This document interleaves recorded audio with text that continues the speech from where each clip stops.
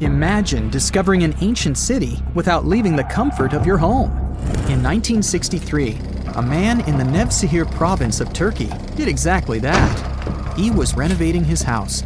He knocked down a wall in his basement and found a mysterious room. He continued digging and saw a tunnel. This is how Derinkuyu underground city was found. Derinkuyu is one of the deepest multi-level underground settlements of Cappadocia and in all of Turkey. This engineering masterpiece has 8 levels. The inhabitants living on those floors had access to cellars, storage areas, chapels, a school, a study room, and other structures. All floors are connected by an extensive network of tunnels. It's believed that the underground city was built as a shelter. You can't see the construction from the outside. Its depth is approximately 279 feet. The complex was large enough to shelter about 20,000 people, plus their livestock and food supplies. There's also a 180-foot ventilation shaft. People used it both for ventilation and as a well. The well supplied water both to the villagers living on the surface and to those hiding in the underground city. Interestingly, those living on the bottom levels were able to cut off the water supply for the upper and ground levels. This kept the water safe from potential poisoning. The place was designed for protection. The tunnels could be blocked from the inside with huge round rolling stone doors. The passageways were extremely narrow. Potential invaders had to enter the tunnels one at a time. Seems like they thought of everything in the 7th century BCE. Archaeologists believed the Phrygians were the ones who first built the levels. After them, the structure was used and enhanced in Roman times. This was when the chapels were added. The golden time of Derinkuyu, however, was during the Byzantine era. But how did these people manage to create such tunnels? Well, the rock they carved them into wasn't usual. It was soft volcanic rock. It appeared due to a geological process that began millions of years ago. Volcanic eruptions covered the area in thick ash. It then solidified into this soft rock. When the natural forces of wind and water eroded softer parts, only hard elements remained. Fun fact, fairy chimneys are also made of intricately shaped volcanic soft rock, but they formed naturally without any human intervention. I'm still in Turkey, but this time, my destination is Çanakkale, where a myth came to life. For 3,000 years, people believed that Homer's Iliad was fiction and that Troy never existed. In 1863, everything changed. Expatriate Frank Calvert discovered ancient ruins in western Turkey. He was convinced they belonged to the ancient city of Troy. Heinrich Schliemann examined this area in 1868. That's when Troy saw sunlight again after all those centuries. Troy has complex layers. Over the years, 9 ancient cities were built on top of one another. Historians say that the area was strategically located between Europe and Asia, so it became a prosperous trade and cultural center. This strategic position made Troy attractive throughout history. After the Trojan conflict, the city was abandoned between the years 1100 to 700 BCE. Then Greek settlers rediscovered the area, and Alexander the Great ruled there.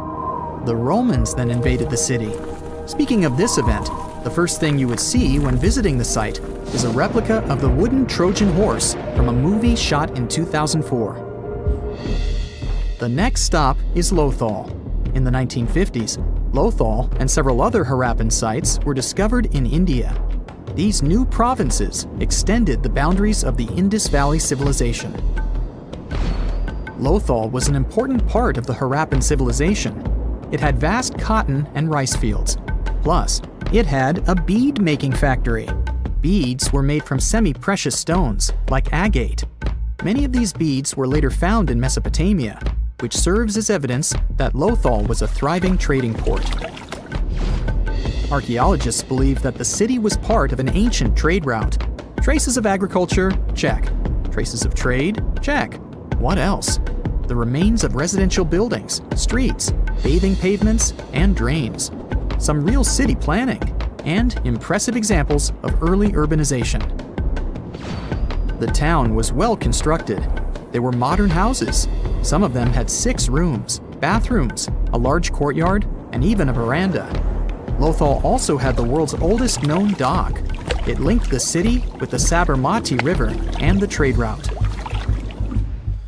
The ancient Mayan city of Calakmul is located in southern Mexico in the tropical forest of the Tierras Bajas. From 500 CE to 800 CE, Calakmul was home to over 50,000 people. There was a central plaza surrounded by outer districts.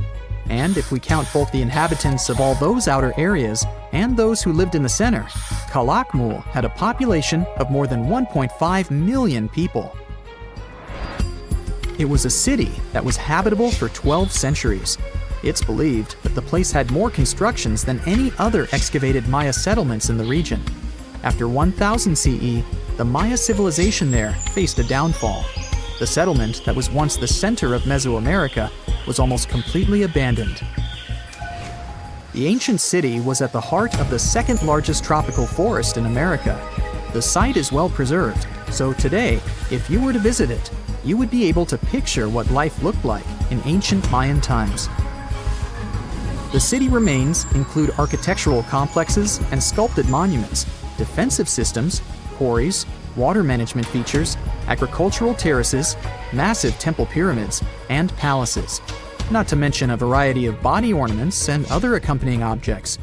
It proves that complex state-organized societies lived in this tropical forest.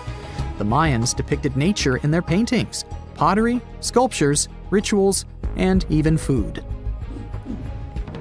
I'm moving on to a place people thought didn't really exist. The city of Thonis-Heracleion appeared only in a few inscriptions and ancient texts.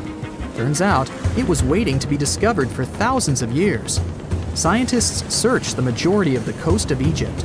But then, archaeologist Frank Gaudio and his team detected a colossal face looking at them from under the water.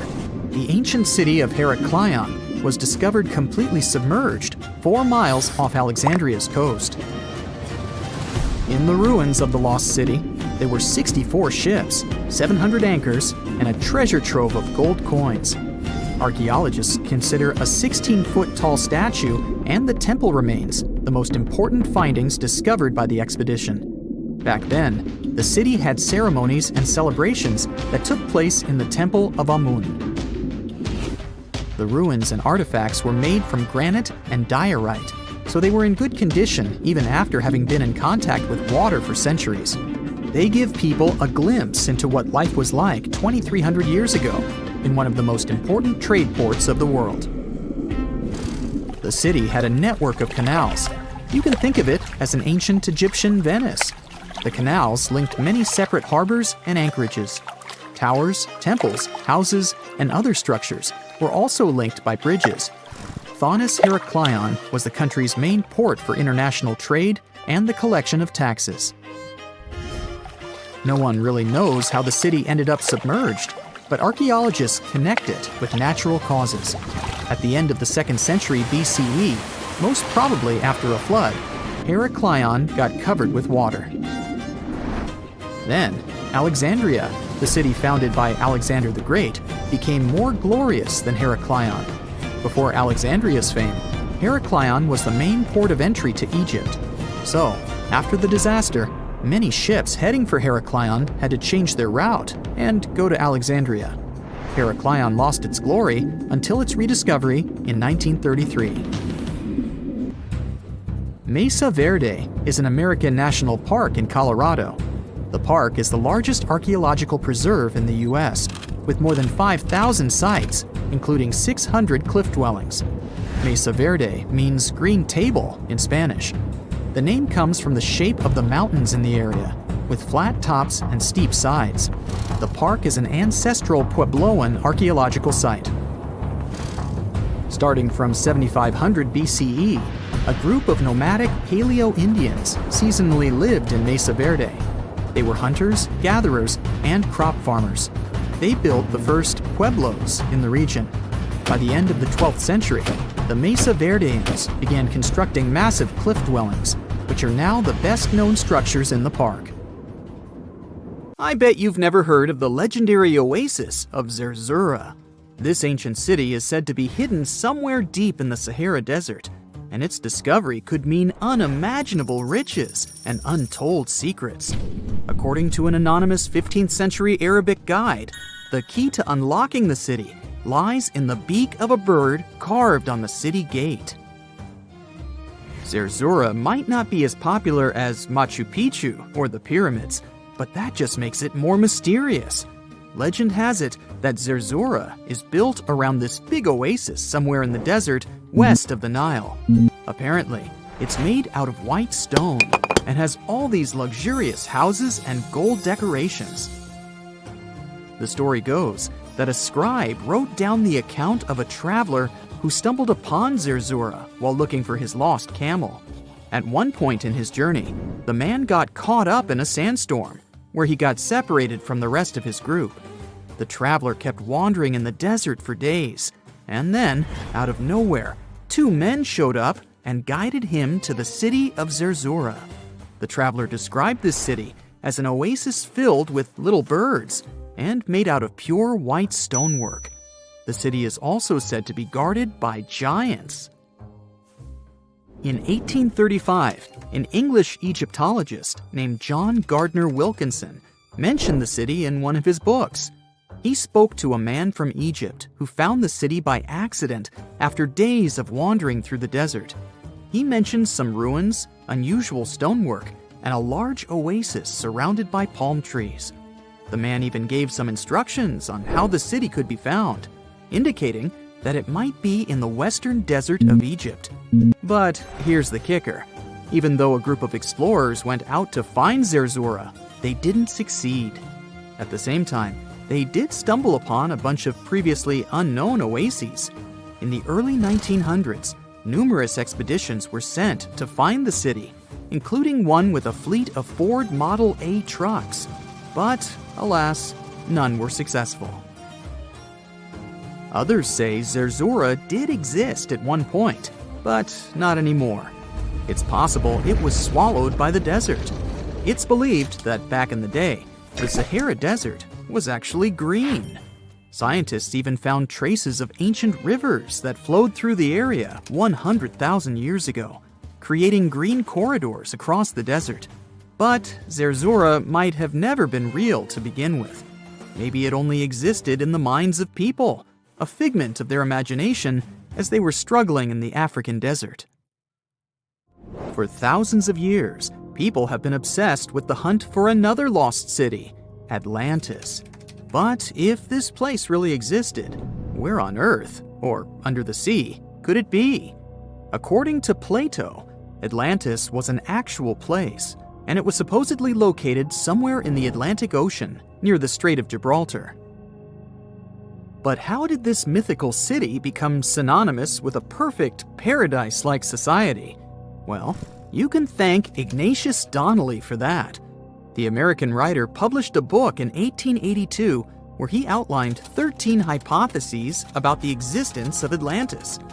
Donnelly truly believed that this lost city was where ancient humans lived in peace and joy for centuries. Donnelly even thought that Atlantis was the original source of many ancient civilizations around the world. And if we just followed Plato's clues, we could totally find Atlantis.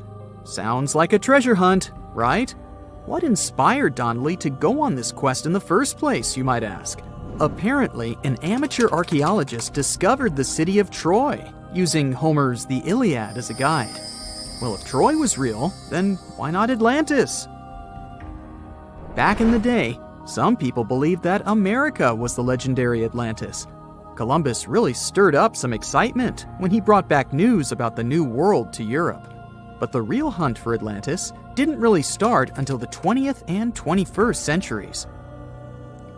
Some people tried to connect the dots between a volcanic eruption on the island of Santorini and the destruction of Minoan settlements.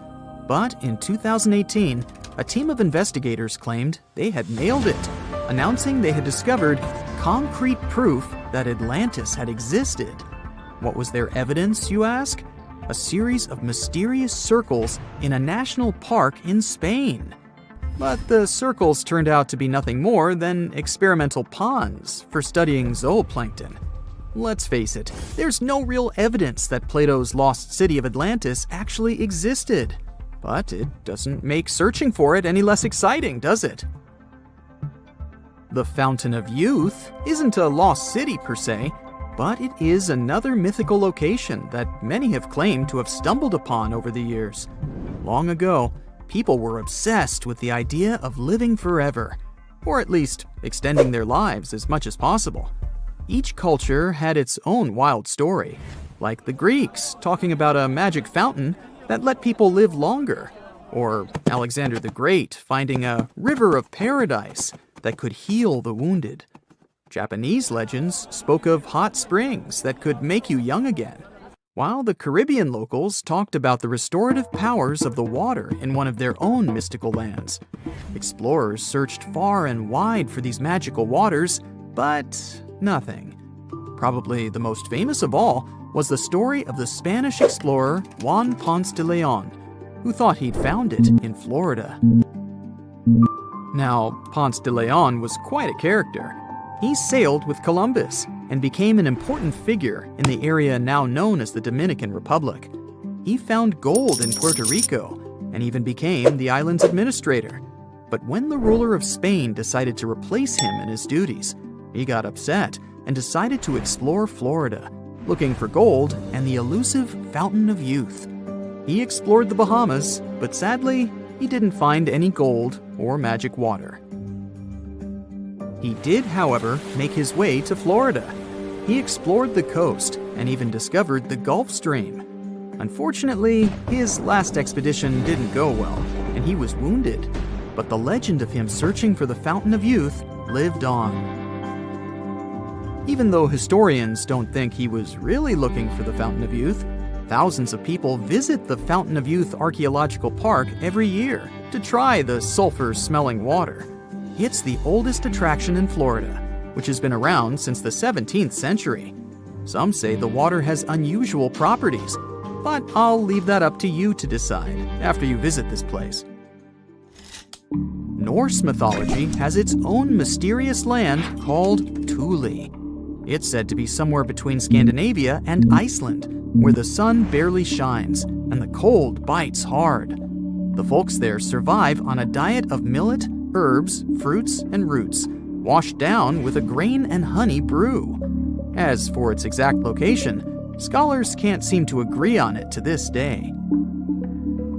The legendary ancient Greek explorer Pytheas was said to be the first to stumble upon Thule during his quest for tin mines. He sailed his way up north, passing by Scotland, and after 6 long days of sailing, he reached Thule. The people there, according to Pytheas, were quite primitive, but that's no surprise since they were just simple farmers living off the land. They showed Pytheas where the sun set on the shortest day of the year. They also told him that in winter, the sun never rose at all, and in summer, there was no night. For many years, historians have been debating the true identity of this mythical land of Thule. Some say it's Iceland, while others claim it's Norway. A little bit of progress has been made recently with the help of a team of researchers. If their findings are correct, Thule might be the elusive island of Smola. That's farther south than any of the Norwegian islands that were on the list of contenders. It may be too soon to celebrate, but it does look like Thule has finally been found. Hey, how do you feel about taking a trip back in time? We're diving into the history of the Amazon forest to unravel the mystery of its lost cities. Grab your bug spray and hop on. The Amazon forest is the world's largest rainforest. The environment there can be extremely challenging for human life. Yet, the legend goes that the Amazon has been home to sprawling settlements, rich in unmeasurable wealth. Could that really be true? Or is that none other than a figment of our collective imagination? The legend of El Dorado might be the myth that started this whole thing. As European explorers began their excavations in American lands back in the 1500s, word got out of an Amazonian civilization that used to paint their leader in gold as an offering to higher powers. The legend of El Hombre Dorado, aka the Golden Man, began to quickly spread around Europe. Explorers got excited at the possibility of finding an infinite amount of gold somewhere deep within the Latin American jungle. And as you can imagine, expeditions to the continent began to multiply with each passing year. It didn't take long before explorers found this civilization. They were known as the Muisca people and were located in Colombia, near Lake Gudavia.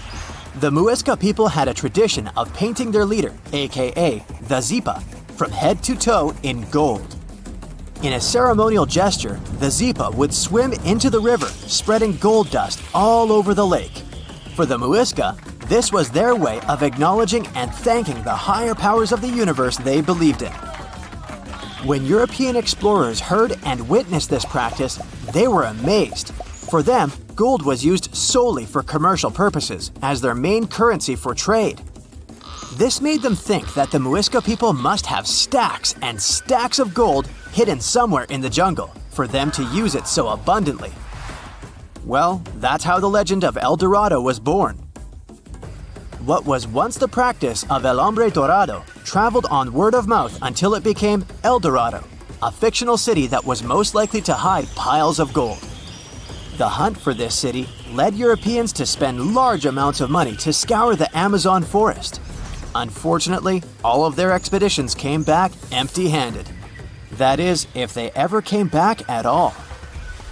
Now, jump to the beginning of the 1900s. In England, the Royal Geographic Society, a prestigious British institution, was looking for somebody willing to travel down to Latin America to trace the border between Brazil and Bolivia.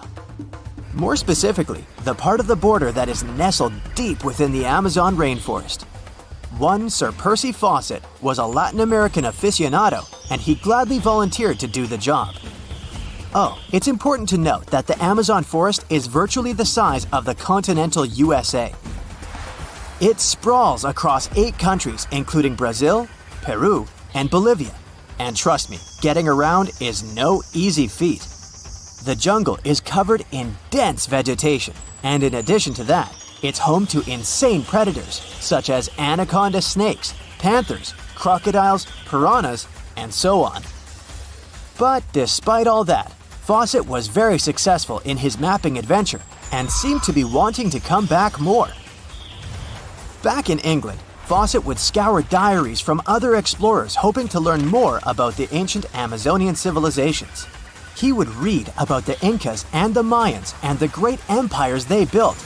He believed that if the Incas were capable of building empires that stretched over 2 million square miles, this could mean that other Amazonian civilizations could have thrived there too.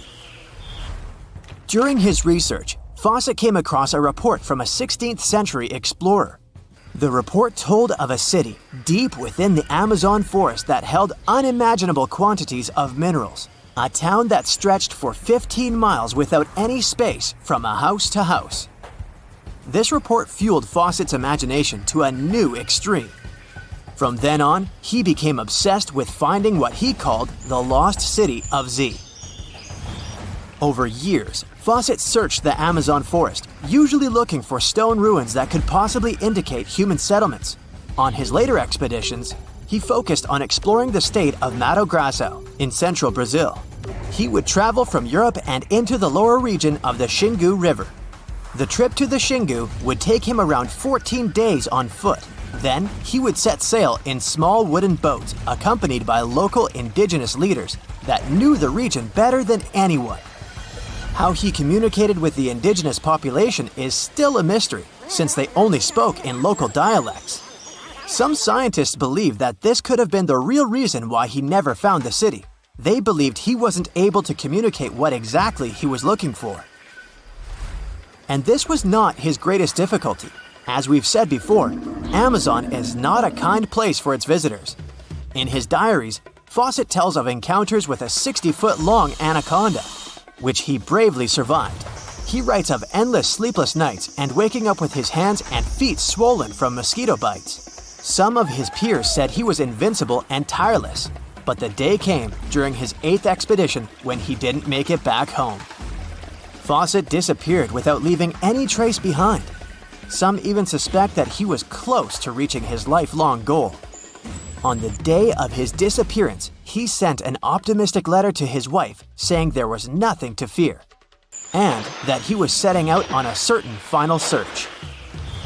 Fawcett's failed attempt to find ruins seemed to support what had become a consensus among experts at the time, that this rainforest was too inhospitable to support large, complex societies, let alone cities. Experts were convinced that the Amazon's lost cities were nothing more than fiction. That is, until the 1960s, when modern research began to find evidence that suggested otherwise. Scientists discovered patches of extremely fertile soil. They called it Black Earth. And apparently, they found lots of it in the Amazon, especially alongside rivers. Further research even showed that such soil was created by human waste or the intentional burning of forests, which adds nutrients to the soil below, which could only mean bingo! The discovery of Black Earth was the evidence that large-scale agriculture was possible and probably did exist amidst the Amazon, confirming that settlements could have formed there after all.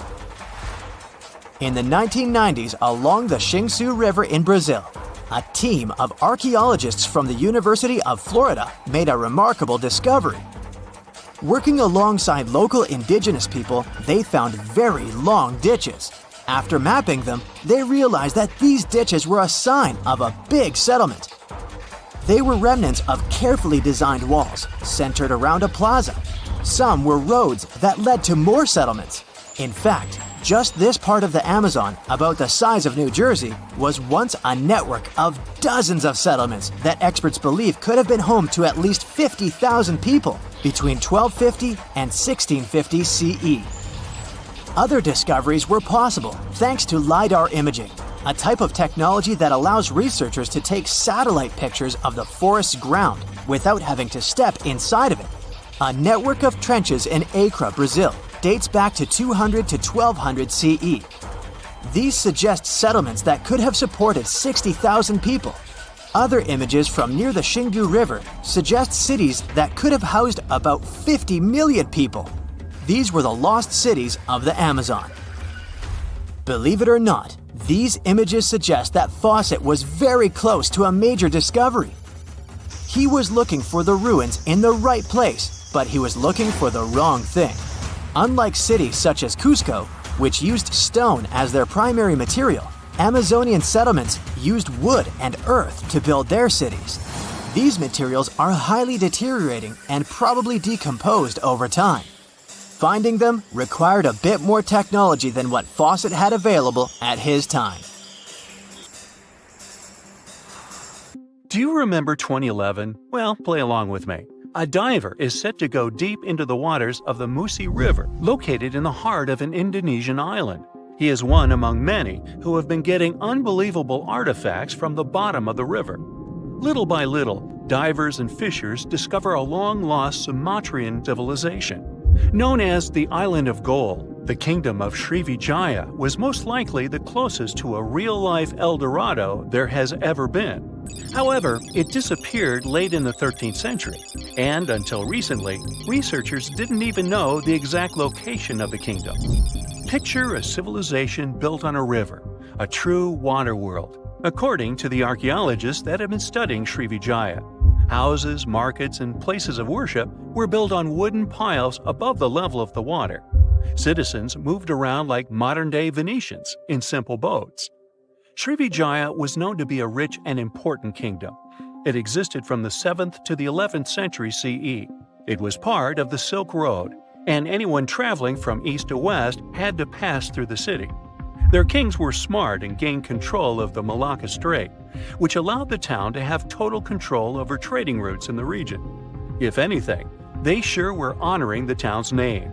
Srivijaya translates from Sanskrit into prosperous victor, or simply glorious.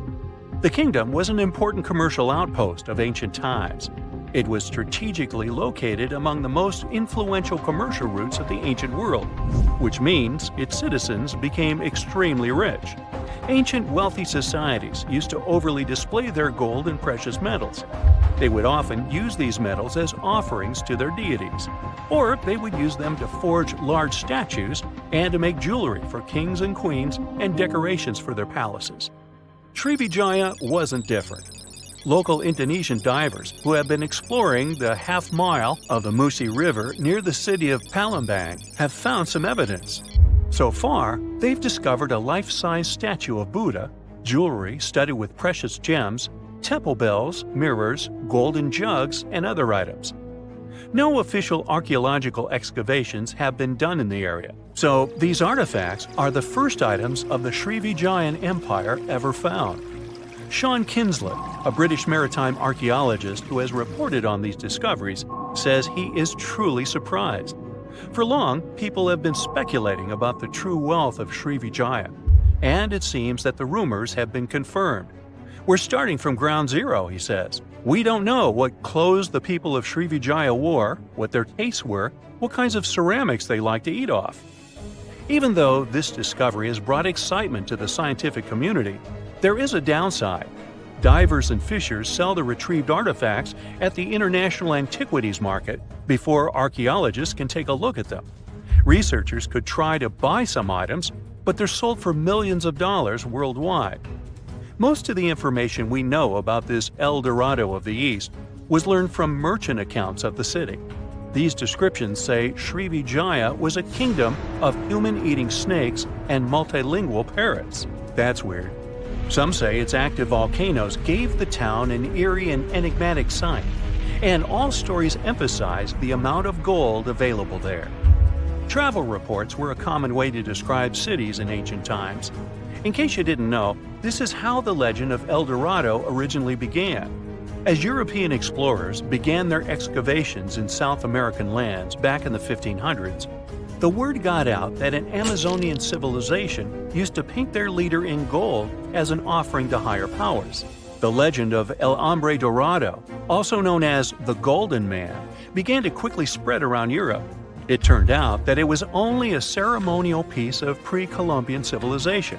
It had nothing to do with the land of infinite gold. Now, no one knows what brought about the decline of the Srivijaya Empire. Some speculate that its active volcanoes could have swallowed it, or maybe wooden houses built above the river eventually sank. Maybe if divers keep retrieving lost items from the bottom of the river, archaeologists will be able to figure out what happened to the city. It seems to be quite common in the history of the world. Some ancient civilizations disappeared without a trace, as happened with the Mayan civilization, for example. The Mayans managed to build one of the biggest empires in pre-Columbian America. It was believed to be home to over 2 million people, and it thrived for over 6 centuries. Its sudden demise is something that bothers archaeologists and scientists alike. The Mayans began to settle in South America as early as 1500 BCE. Their civilization spanned Mexico's Yucatan Peninsula, Guatemala, and Belize. They are believed to have built around 40 cities at the height of their empire. They also developed a complex hieroglyph system that has been studied since it was discovered by modern scientists. The Mayans were keen engineers, astronomers, and farmers. They were post-nomadic people that settled in vast areas of farmland where they could grow corn and other types of vegetables. Archaeologists are still learning a lot about the Mayan civilization by examining their ruins. The city of Chichen Itza, located in the Yucatan Peninsula, is one of the most important Mayan sites unearthed today. The site is made up of a total of 26 ruins, and it is home to a world-famous pyramid known as El Castillo. It consists of a series of square terraces with stairways on each of the 4 sides of the temple. It was built as an homage to a feathered serpent deity. The Mayans were such architectural geniuses that they managed to build a pyramid that cast a particular shadow. More specifically, in the late afternoon during the spring and fall equinoxes, the pyramid casts several triangular shadows that create the illusion of a feathered serpent crawling down the pyramid. And they created this with none of the tech we have today. The city is so amazing that since 2007, it has been considered one of the 7 wonders of the New World. The Mayan Empire thrived for over 6 centuries due to their wise resource management system and astronomical knowledge. They were able to accurately predict eclipses, and using their rudimentary technology, could even locate Venus and Mars. They had everything to thrive for much longer than they actually did. This is why the Mayans' fall intrigues modern scientists so much. No one has been able to understand completely what led to their demise. That is, until a recent discovery. A study done by NASA claims it can explain what might have happened. Scientists have uncovered a sample of pollen trapped for over 1,200 years in ancient layers of lake sediment, which dates back to the time just before the collapse of the civilization. The analysis has revealed something completely new about the Mayans. Instead of the suspected claims that the Mayans disappeared due to terrible disease or some extended conflict in the region, it could have happened due to deforestation. Perhaps to build their entire empire, they had to cut a lot of trees. Without trees, their soil could have eroded, and all their fertile lands could have slowly and gradually become barren. According to NASA scientists, the temperatures in the region could have risen by about 6 degrees, and from that point on, the land would have become even drier and crops more difficult to grow. Basically, NASA says that the Mayans couldn't do the sole thing that made them thrive, which was agriculture, and their kingdom began to decline. Oh yeah, and this theory was supported by yet another find. Archaeologists found skeletons from the time of the empire. Those had prominent signs of malnutrition. This theory might really shed new light on Mayan history. It could explain what brought down such a powerful civilization. So, what do you say? Which theory is true? Have we actually managed to find out the reason for the fall of the Mayan Empire? Imagine you've booked a tour through the jungles of Costa Rica. All of a sudden, you stumble upon a huge stone sphere, nearly the length of a king-sized bed in diameter. How on earth did it end up there? And what does it symbolize? You immediately ask your guide. He's not as amazed as you are, and tells you that there are actually several hundreds of them scattered across the south of the country. The mysterious stone spheres don't have an official name. The locals simply call them las bolas, which means balls in Spanish, while historians refer to them as dequispheres, after the culture that produced them. Scientists have studied the sediment layers of the Earth around them and estimate that the earliest were made around the year 600 CE, and the newest ones date to the year 1000 CE. Many of the spheres were relocated after their initial discovery, and that's why archaeologists can't date them precisely.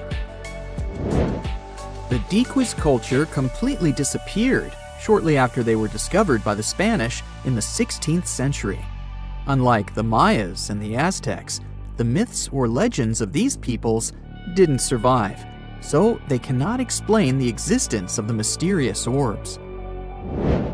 More than 300 of these objects have been discovered so far, with some being smaller than 1 inch in diameter, and the largest measures 6.6 feet in diameter, standing taller than most humans. Although there are ones made from limestone, most spheres were carved out of a coarse version of basalt, a type of rock that forms when lava cools rapidly. Some orbs weigh up to 15 tons, and in most cases, their surface is smooth to the touch, although there are coarse, mostly unfinished pieces. If we throw away the theory that river erosion naturally sculpted the spheres, the ancient people seem to have created them by hammering boulders with other rocks. Once they got the rough shape they were aiming for, they would polish the rock to perfection, using techniques such as controlled fracture and grinding. The mysterious spheres are located in the Dequis Delta, on the coast of the Pacific Ocean. Most of them can be found in a place called Farm 6, which, alongside 3 other sites, was proclaimed a UNESCO World Heritage Site in 2014. The area contains other finds from the pre-Columbian era, such as paved areas, burial sites, and mounds. For centuries, the stone balls were hidden under a thick layer of sediment that protected them against the elements and looters until they were unearthed during the 1930s. The company that owned the land was clearing the rainforest for banana plantations when they stumbled upon these unusual stone constructions. Some were damaged by bulldozers, and some by workers trying to pry them open, as they believed there was gold hidden inside. It took a while before the authorities intervened to stop further damage to the finds.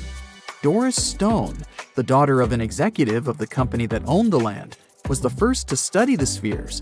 In 1943, she published an article in a leading American archaeological journal, turning the world's attention to the orbs. Expeditions soon followed, and archaeologists were immediately able to determine that the stone formations were human-made, probably created by the ancient indigenous population of Costa Rica. To this day, no one has been able to fully explain their function in a scientific way. It means there's still room for some wild theories about the sphere's origins and true purpose. The most popular theory in the scientific community is that the stone spheres served as decorations and status symbols, as many of them were found near the houses of chieftains. Local tribal leaders were also laid to rest with some of the smaller balls, so these stone formations were definitely associated with power in some way. Chiseling a boulder to perfection involved a lot of labor and planning, and only powerful individuals could afford it at the time. The other popular theory is that the boulders were used for astronomical observations. Individual spheres represented stars or planets, like a primitive map of the night sky. Since they were perfectly round, it was easy to roll them around. Before the jungle engulfed them, the area where they were found was a flat alluvial plain, ideal for rolling large boulders around. Another version of this theory suggests that the stones were used as boundary markers, much like modern border stones, which are also mostly made from stone. Finally, legends from other tribes that lived in the area tell of how the spheres were cannonballs that the deity of thunder used to drive away the deity of winds and hurricanes. We still don't know the original purpose of the Costa Rican spheres, but they remain an important part of the country's national identity. The National Museum in the Costa Rican capital, San Jose, has 6 of them in its courtyard. Many other spheres have become prized garden decorations for wealthy Costa Ricans. There's even one at Harvard University. More than a millennium after they were created, the mysterious stone spheres of Costa Rica are still associated with power and wealth. In terms of numbers, the stone orbs are not perfectly round. They are rated as nearly perfect, at 96% spherical in shape. And while even that is pretty impressive, the spheres of Costa Rica are not the only ones of their kind. Nearly a decade ago, workers came across mysterious giant stone spheres deep underground in a coal mine in northern Asia. The surface of the spheres, which measured a little over the length of a human footstep in diameter, was unusually smooth, and people tried to explain it somehow. Some were certain they were out of this world, and others suggested the spheres were actually petrified dinosaur eggs. Scientists quickly put an end to further discussion, as it turned out that the mysterious spheres were concretions. Those are rock formations that take millions of years to form deep underground. Think of a pebble that picks up snow as it rolls down a hill. That's how concretions are made. Groundwater, rich in sediment and minerals, flows around the sediment, slowly shaping it into a perfect orb. The process is quite common in nature, but most concretions are fairly small. The spheres found in the coal mine grew to their size in the mineral-rich ground, and they were big enough to get the press and the general public interested. Another possible case of concretions is the massive stone spheres found in the Visoko Valley in Bosnia. Samir Osmanagic, better known as the Bosnian Indiana Jones, was the first to explore those objects about as wide as the length of a London bus. He believes the stone spheres were carved by a lost civilization that lived in the area 1,000 years ago.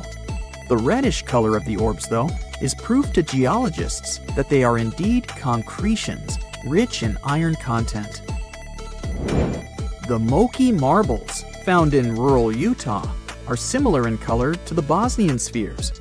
These tiny concretions are the size of toy marbles, and consist of a sandstone core and a shell made out of hematite, an iron ore.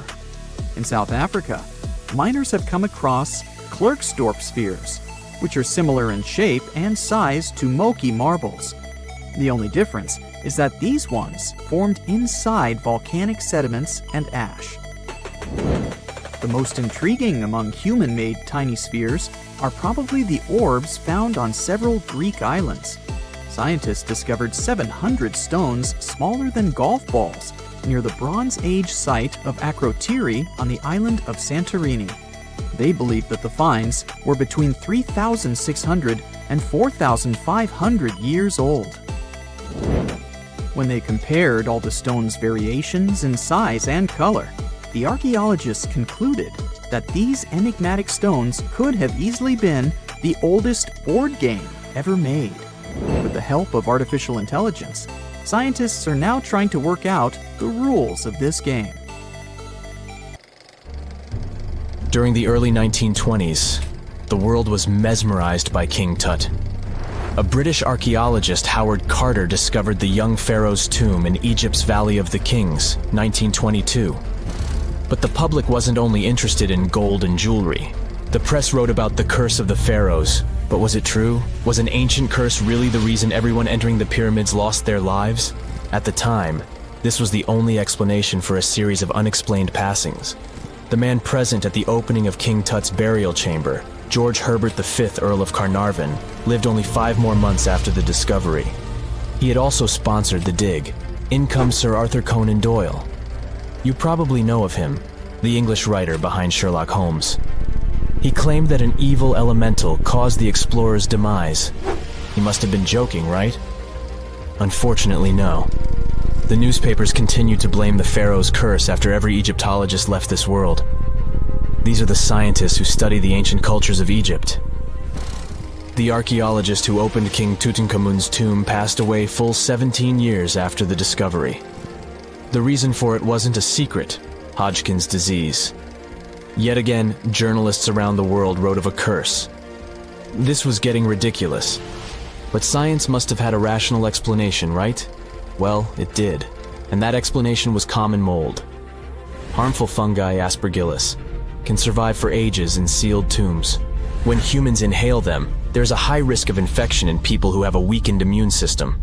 Today, doctors believe this is what happened to the unfortunate explorer more than a century ago.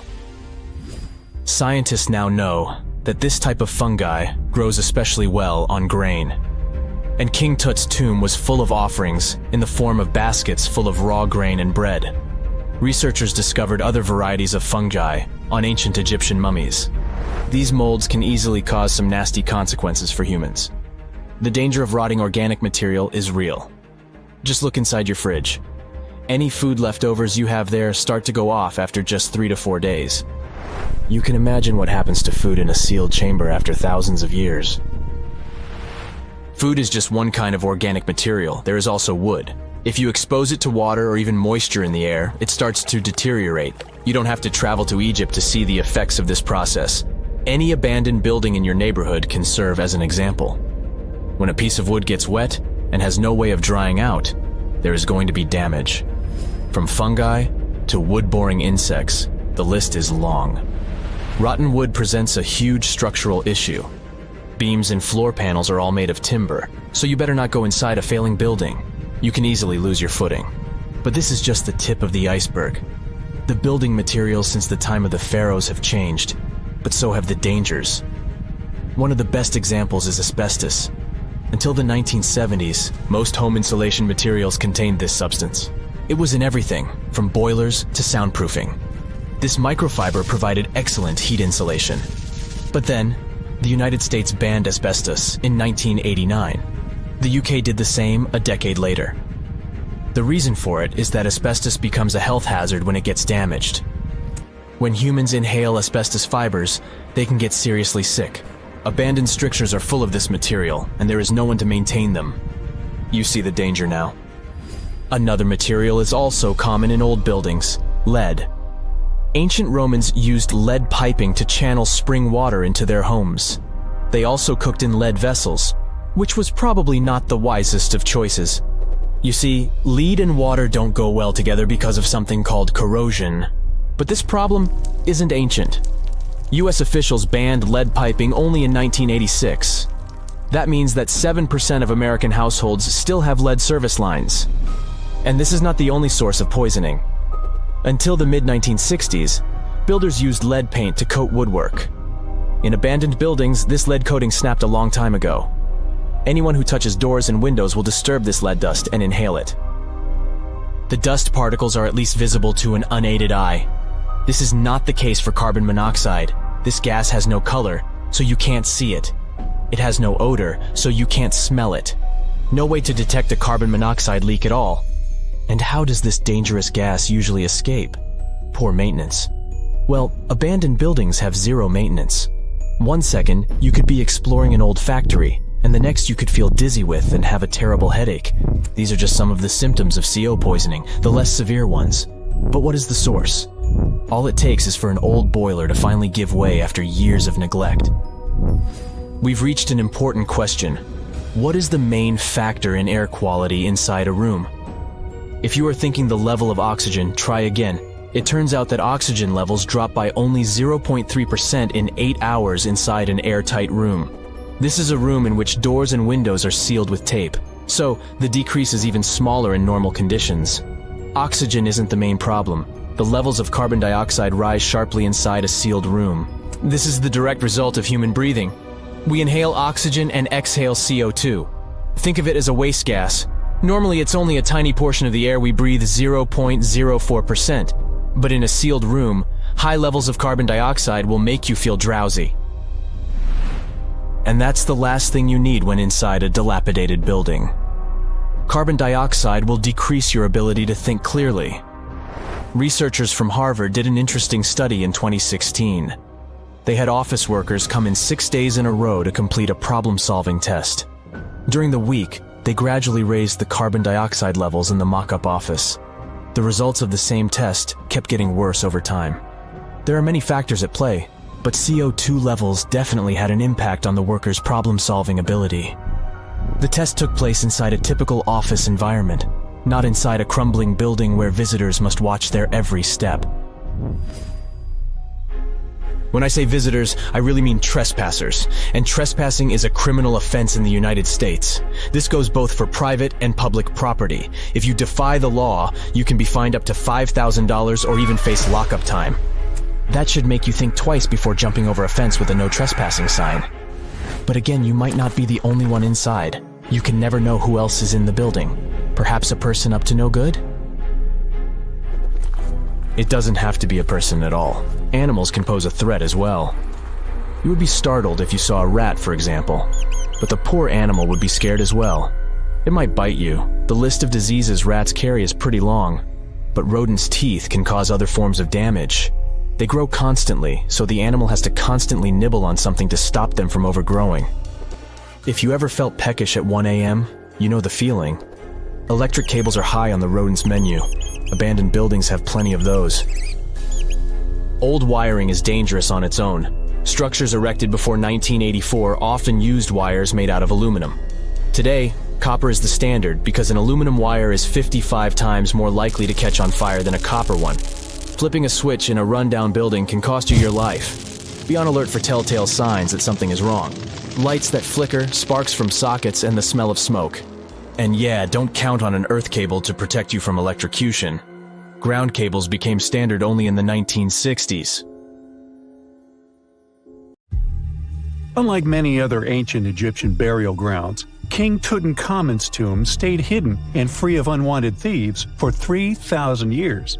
One reason was that the tomb was smaller than average and tucked away in a place called the Valley of the Kings. This area was already being extensively explored by the time they stumbled upon Tut's spot. The entrance was all covered in debris from building a nearby tomb, which must have also helped keep it a secret. There were also zero writings or signs on the outside of the tomb. Time passing also played a part in keeping it in amazing shape until the 1920s, when a man named Howard Carter finally made it in. But was Carter that big of a hero? Some recent findings say he might have been sneakier than initially thought.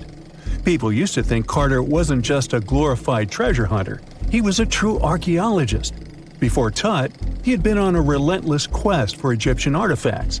He discovered his interest in these unusual objects when he was a child, and soon started drawing the sculptures and inscriptions that were found in ancient tombs. After stumbling upon the remains of King Tut, Carter spent a decade recording and processing all sorts of objects, like golden thrones, chariots, and statues from Tut's tomb, shipping them down the Nile to Egypt's museum in Cairo. Well, at least that was the official story. More recent discoveries claim that not all of the objects made it to Egyptian officials. A secret letter seems to uncover Carter's little 10 for them, 1 for me policy. The letter in question was sent to Sir Alan Gardiner, a philologist and friend of Carter's, dated from 1922. In these writings, Carter mentioned having found the tomb and was asking his buddy for some advice. In another letter from 1934, Gardiner seems to be thanking Carter for an amulet, which was sent to him as a thank you gift. Carter was adamant that it didn't come from Tut's tomb, but evidently it did. Even the British director of the Egyptian Museum was onto Carter's sneaky endeavors, but couldn't prove it. He compared Gardiner's amulet to others from Tut's tomb, and lo and behold, they were a perfect match. Gardiner was so disappointed to have been put in such a sticky situation that he vented to Carter in another letter. Deciding to be a good friend, Gardiner didn't throw the famous archaeologist under the bus. Instead, he advised Carter to take those stolen goods back to Cairo, just like he'd advise you to like this video and subscribe to the Brightside channel for more amazing videos on the most unique topics in history. It's not the only shady piece of information on Carter's post-discovery behavior. In 1947, a man named Alfred Lucas, who used to work with a controversial archaeologist, gave some information in an obscure journal in Cairo. He claimed that Carter sneakily cracked open the burial chamber door himself. Then he sealed it back up like nothing had happened before the official uncovering. Now, why would he do that? Well, the same theory suggests that Carter and his crew might have entered the tomb early so they could get their hands on some ancient goodies. Obviously, these people couldn't risk having such objects sold while they were still alive, but made sure they were auctioned off after they passed. Carter, though, never confessed to anything. He made no official denial either, but the Egyptian government couldn't risk any more mysterious disappearances, so they prohibited him from entering the tomb for a while. Some have connected this apparent stealing to the curse of King Tut.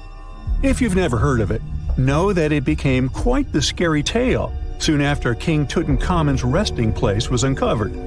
It claimed that anyone messing with the tomb of the boy pharaoh would face some serious bad luck.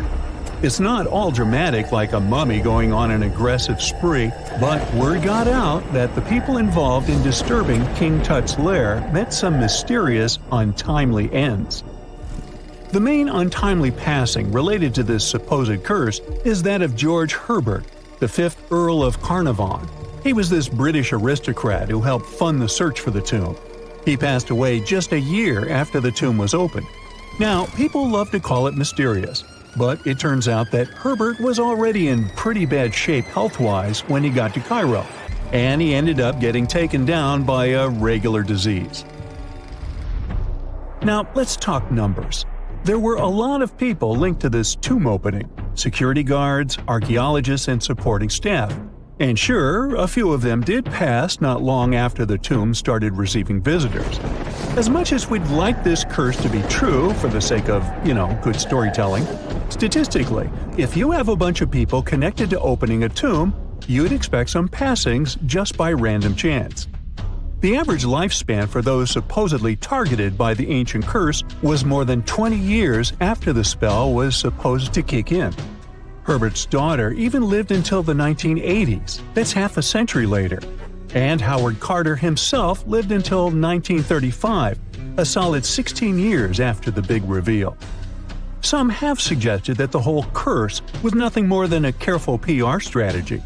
You see, when Tut's tomb was found, Howard Carter wanted to make a priority out of keeping nosy reporters away. so he might have come up with a curse hanging over anyone entering the boy king's resting place. But what was stolen from King Tut's tomb anyway? Well, some jewelry to begin with. It might have been snatched by Howard Carter himself, according to a French specialist. He did some intensive research by looking at old pictures taken from inside the tomb back in the 1920s.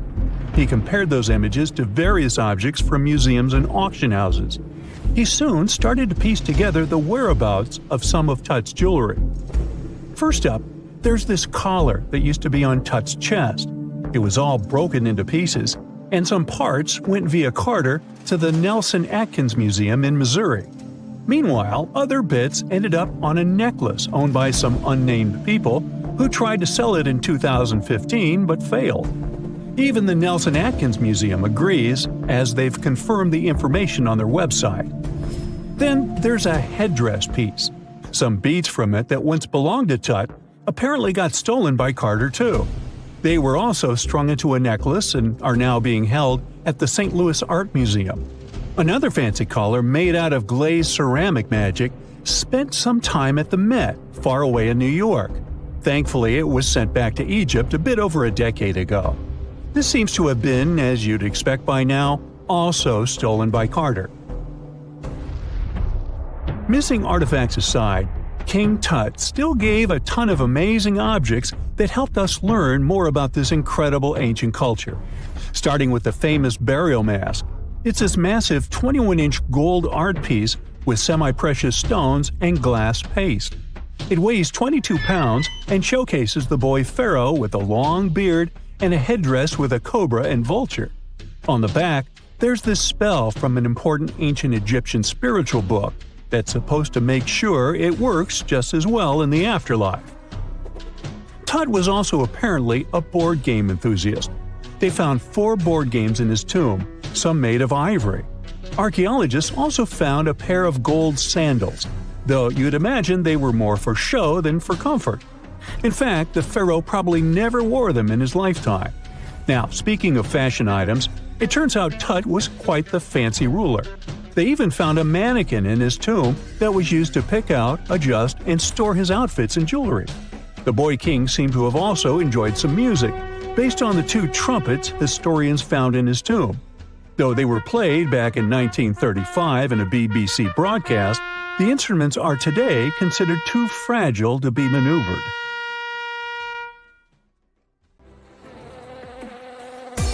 You run through the night forest for more than an hour.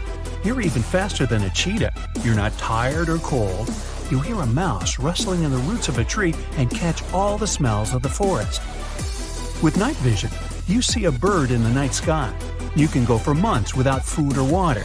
Gills allow you to swim underwater freely. This is how evolution made humans in a parallel world.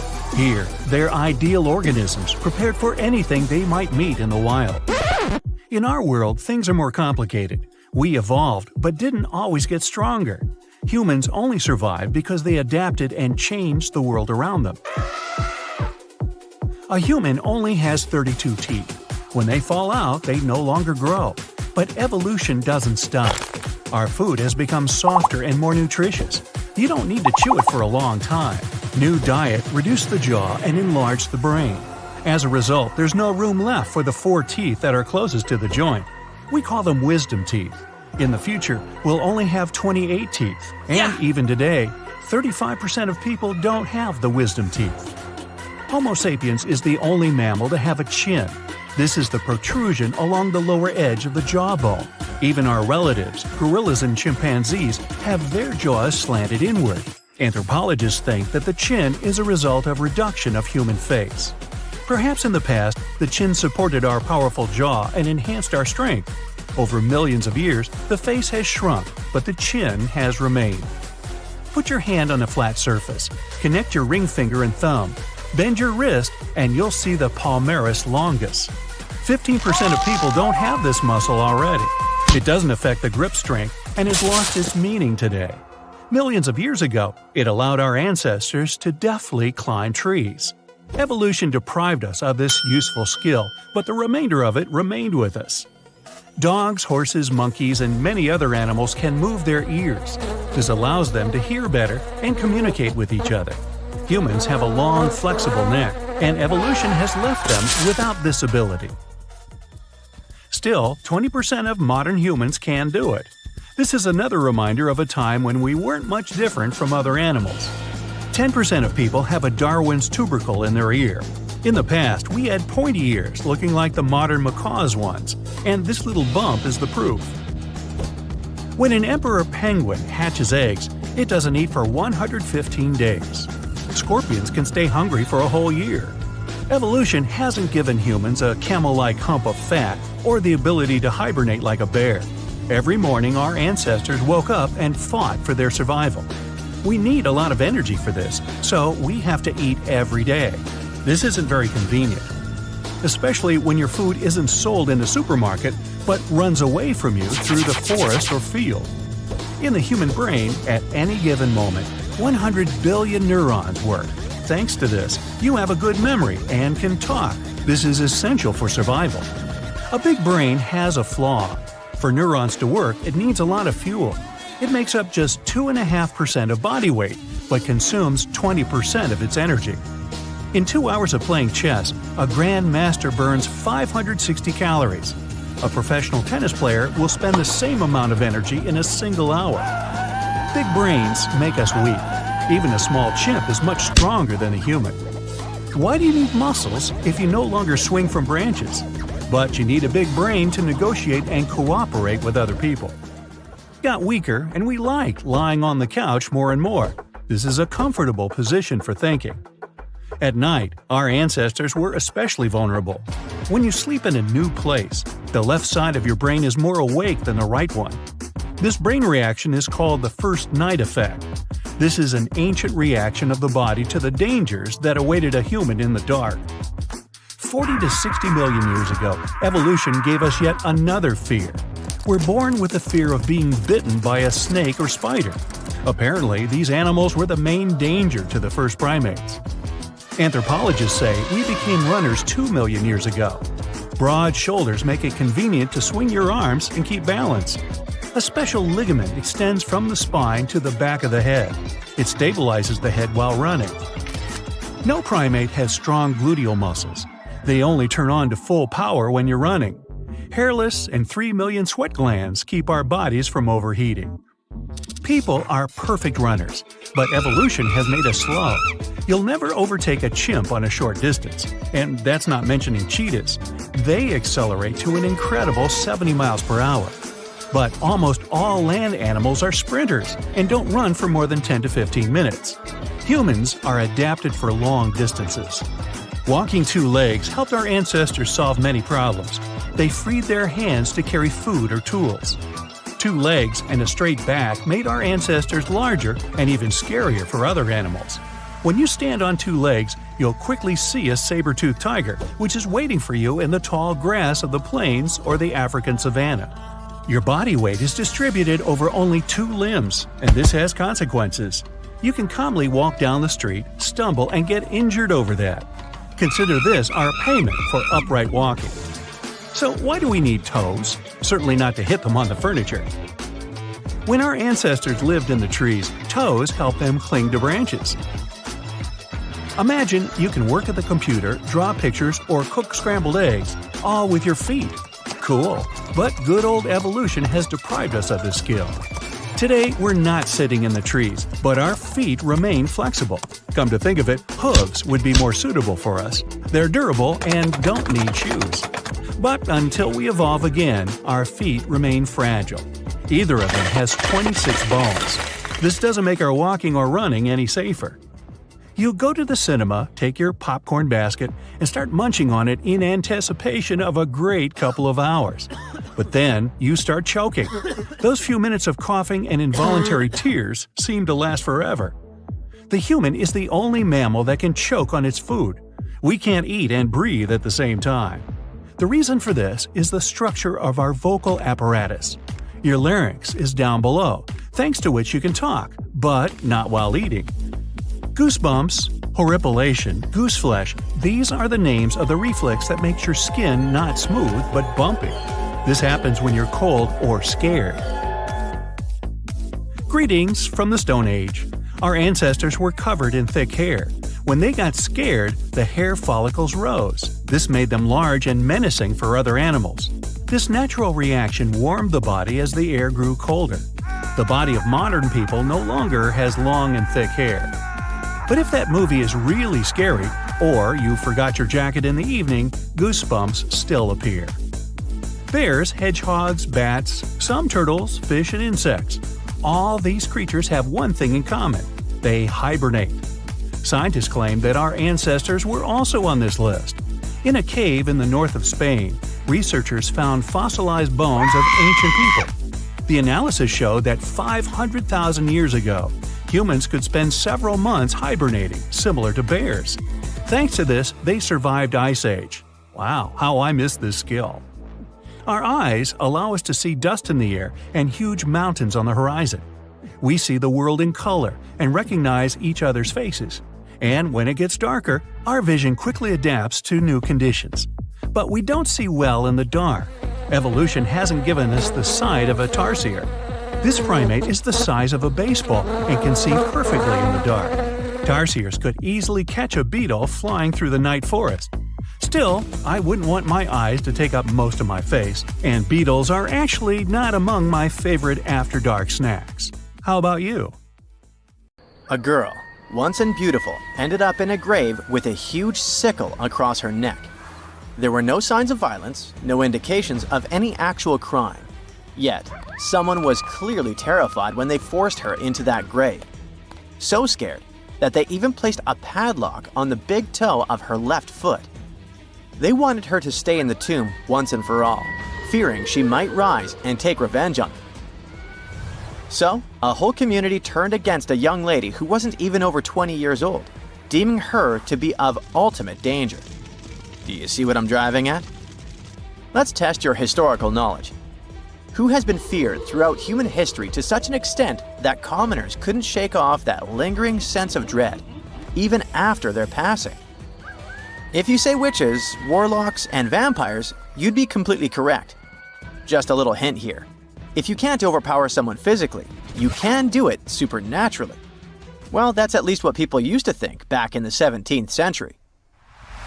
Not only was there a sickle and a padlock, but there were also signs of an attempt to twist the girl's corpse in the grave and turn it face down. This attempt had failed, leaving her spine buckled and twisted. By the way, the padlock wasn't necessarily meant to lock a vampire. It was more likely a talisman against evil spirits. That's a peculiar and, let's face it, very cruel way to bury someone. Yet it was a common practice for creating anti-vampire burial sites. The methods for preventing vampires from rising were quite elaborate. First off, let me introduce a term. Anti-vampire graves, known as revenant graves, date back thousands of years and have been found in various locations across Europe. Europe, you heard that right. Now before you say, hey, vampires are a Romanian thing, Dracula, duh, let me convince you otherwise. They are a part of all European folklore, meaning you can find references to them throughout Europe. With new settlements in America, vampire lore spread there too, eventually turning into the Twilight Saga. These anti-vampire burials are characterized by evidence of precautions taken to prevent those who bit the dust from rising. Such measures could include placing large stones on the deceased's legs or even piercing the body with a lance to fix it to the ground. To be completely safe, they could also consider removing the head from the torso. So, burying the body face down, cutting off the head, and pressing the body with a stone were the methods used to keep someone believed to be a demonic being from leaving the grave. Let's return to the poor lady, or rather, the girl. A couple of archaeologists, Dariusz Poliński and his partner, Magna Durodzka, who happened to be partners in both crime and life, stumbled upon her grave. Strangely, all of her 206 bones remained untouched. Yet no gravestone, no name, nothing. Just a lonely grave on a hill in northern Poland. Poliński, a professor of archaeology, and Zagrodzka began piecing together the story of the woman they eventually named Zosia. Carbon dating suggested she had been about 18 years old and had passed away about 350 years ago during a chaotic time in Poland's history. There is little documentation about this graveyard, which seemed to serve as a resting place for individuals marginalized by the community. Was Zosha a poor girl who had been marginalized because life forced her into the worst situation a lady could face? Not really. As the archaeologists delved deeper, they stumbled upon some hints that indicated she might have hailed from a rich family. Her burial featured a stylish bonnet, and the delicate silk along with shiny silver and gold threads found with it suggested that it was part of an elegant headdress. This all pointed to the idea that she had some serious status or wealth. But the way she was buried indicated her outsider status in the village of Pien. Perhaps her presence there was unwanted, hence the idea of her being a vampire, backed up by the manner in which she was forced into the grave and held there. By analyzing the structure of her skull and extricating DNA from her skeleton, scientists created a reconstruction of what her face might have looked like. The specialists meticulously reshaped Zosha's likeness using modeling clay on a 3D printed model of her skull, which proved to be a deeply moving experience. They remarked that while they often worked on face reconstructions, in this case, they also sought to restore her dignity. Utilizing these three methods, the team reconstructed Zosha's 400-year-old face, revealing the human story buried beneath supernatural beliefs. It's ironic, isn't it? First, people tried their hardest to make the world forget her face and prevent her from ever coming back. 400 years later, people did everything they could to bring her back to life. Her picture now is all over the internet, yet we will never see the faces of those who buried her. Alas, this reconstruction project only allows viewers to visually connect with Zosha, but her true story remains a mystery. But what we know for sure is that people who were deemed vampires were badly discriminated against, to say the least. Rumor had it that hungry vampires would even steal people to quench their thirst. Let's use math to prove this rumor wrong and prove that Zosha wasn't one of them. Back in the year 1600, there were only 537 million people worldwide. Yeah, this data may not be very accurate, but it's pretty close to reality. A physicist, Kostas Eftimiou, calculated that if a vampire had been drinking one person's blood each month, humanity would have faced extinction within a few years. Starting with one vampire and a population of 537 million in 1600, this math shows we'd have no humans left by July 1602. But here we are now. Well, while placing a stone on a corpse to make sure the vampire doesn't rise may be something new to you, there are also a bunch of stereotypical things associated with these creatures that you definitely know, such as garlic and mirrors. Funnily enough, even though it's all based on a bunch of superstitions, there's pretty good logic behind the garlic thing. You see, it contains a special compound called allicin, which is a powerful antibiotic. While people back then couldn't know what an antibiotic was, they noticed garlic was pretty effective against various conditions. Since they believed vampires were created by a particular blood condition, they also believed garlic could defeat a vampire. And there's more. There's actually a blood condition called porphyria, which makes people look like real vampires. Their skin is pale and their teeth get bigger as their gums shrink. And guess what? People who have porphyria cannot consume garlic, as it worsens their condition. Wow, that's a cool coincidence. The next superstition is a bit fresher, and it's about vampires avoiding mirrors. The first known reference to the mirrors comes from the book Dracula in 1897. But why wouldn't a vampire show a reflection? Simple.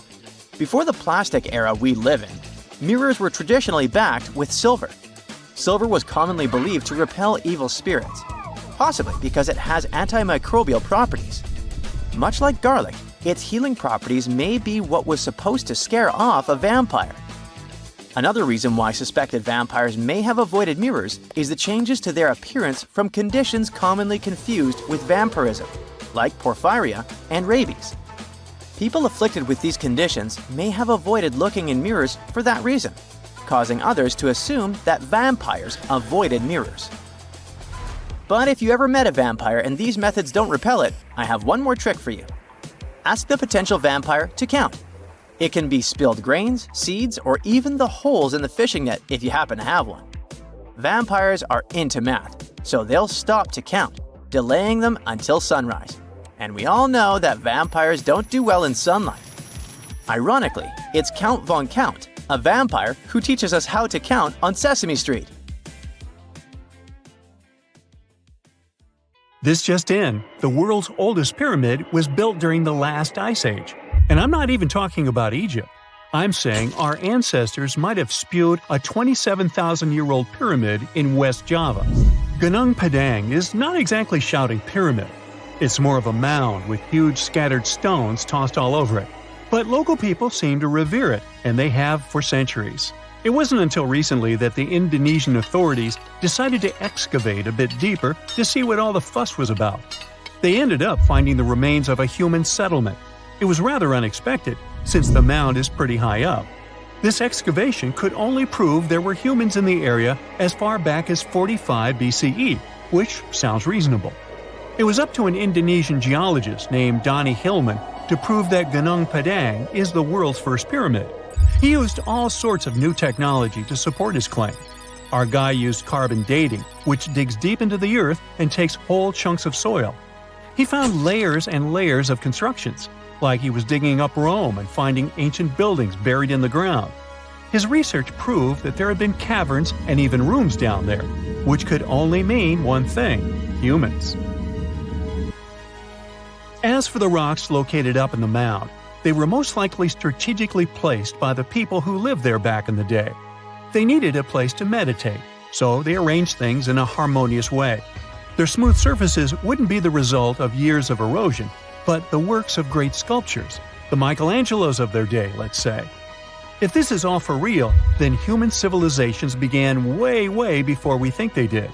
Our ancestors, the Paleolithic humans, didn't have what it took to be considered a civilization, especially not the tools and knowledge to build pyramids. They needed a lot of masonry skills, which weren't all that available during the last ice age. His peers don't share this view, though. They could believe Hillman's theory if he had found evidence such as charcoal and bone fragments, but he didn't. Flint Dibble, another archaeologist, says that without concrete evidence of human activity, there's no proof of an actual pyramid. In this case, all the data proves is that the soil in the mound dates back to 27,000 years ago. He thinks the rocks on top of the mound just slipped down the hill like rocks normally do. Only a complex society would have managed to build a stepped pyramid like they claim it was. But according to Bill Farley, an American archaeologist, there's just no reason to believe there were any settlements in Indonesia during the last ice age. Now, just so you know, the oldest known ancient society with this kind of knowledge is probably 11,000 years old and used to occupy the region of modern-day Turkey. Take a look, Turkey's Göbekli Tepe. It's also not a pyramid, but it's the oldest monolithic construction made by humans. Back in the Neolithic period, a lot of people settled there, and there are proofs for it. For example, the walls there are covered in ancient drawings of clothing and wild animals. Until recently, the title of the world's oldest pyramid went to a three-sided construction known as the Djoser Pyramid in Egypt. Djoser is located just a few miles south of the Giza complex in a town called Saqqara. It made its way to popular culture more than once. In the 18th century, it became a common feature in European paintings. Young men from the cultural elite did a grand tour around the world, and Saqqara was at the top of their list. It was also featured in the video game Assassin's Creed, with a digital representation way more accurate than many historical drawings of the thing. That was kind of a big deal in ancient Egypt, to build pyramids for kings to spend their afterlives. And if you thought the Khufu pyramid was the oldest one in the world, well, Djoser was built 70 years ahead of that time. The development of new technology has allowed archaeologists to make groundbreaking discoveries, and a new, or should I say ancient pyramid in South America might win the title in dispute. It turns out that pyramids were also pretty fashionable in the Americas in the old days. Among them are the iconic pyramids of Guatemala's Tikal temple complex, the same ones that appeared in Star Wars No. 4. But to find the oldest pyramid in the Americas, one would have to travel to Peru. Deep in the Peruvian desert, archaeologists stumbled upon a sprawling ancient metropolis known as Caral. At first, researchers believed that the settlement was pretty recent, since the site was way too complex for ancient technology to handle it. As we said, Caral is a desert town, like Las Vegas, but without all the hoopla. This means no easy access to water. And for cities like these to thrive, they need a considerable irrigation system, which leads us back to complex technologies. The Peruvians surprised us all with this new discovery. This site was huge, filled with an amphitheater, houses, and religious buildings. The whole thing probably sprawled through 370 acres. And when scientists went to test their initial hypothesis using radiocarbon dating, they found that the city probably sprung around 2027 BCE. On the site, archaeologists found 6 pyramids that could possibly predate the one in Saqqara. As far as they know, both civilizations coexisted in the same time period, in opposite parts of the world. But since researchers can't pinpoint the exact age of Caral's pyramids, it's pretty hard to guess which civilization completed their pyramid first. If only we had a crystal ball. Now, it just so happens that the shape of a pyramid is something that nature is able to produce all on its own, leaving us modern-day humans a bit confused.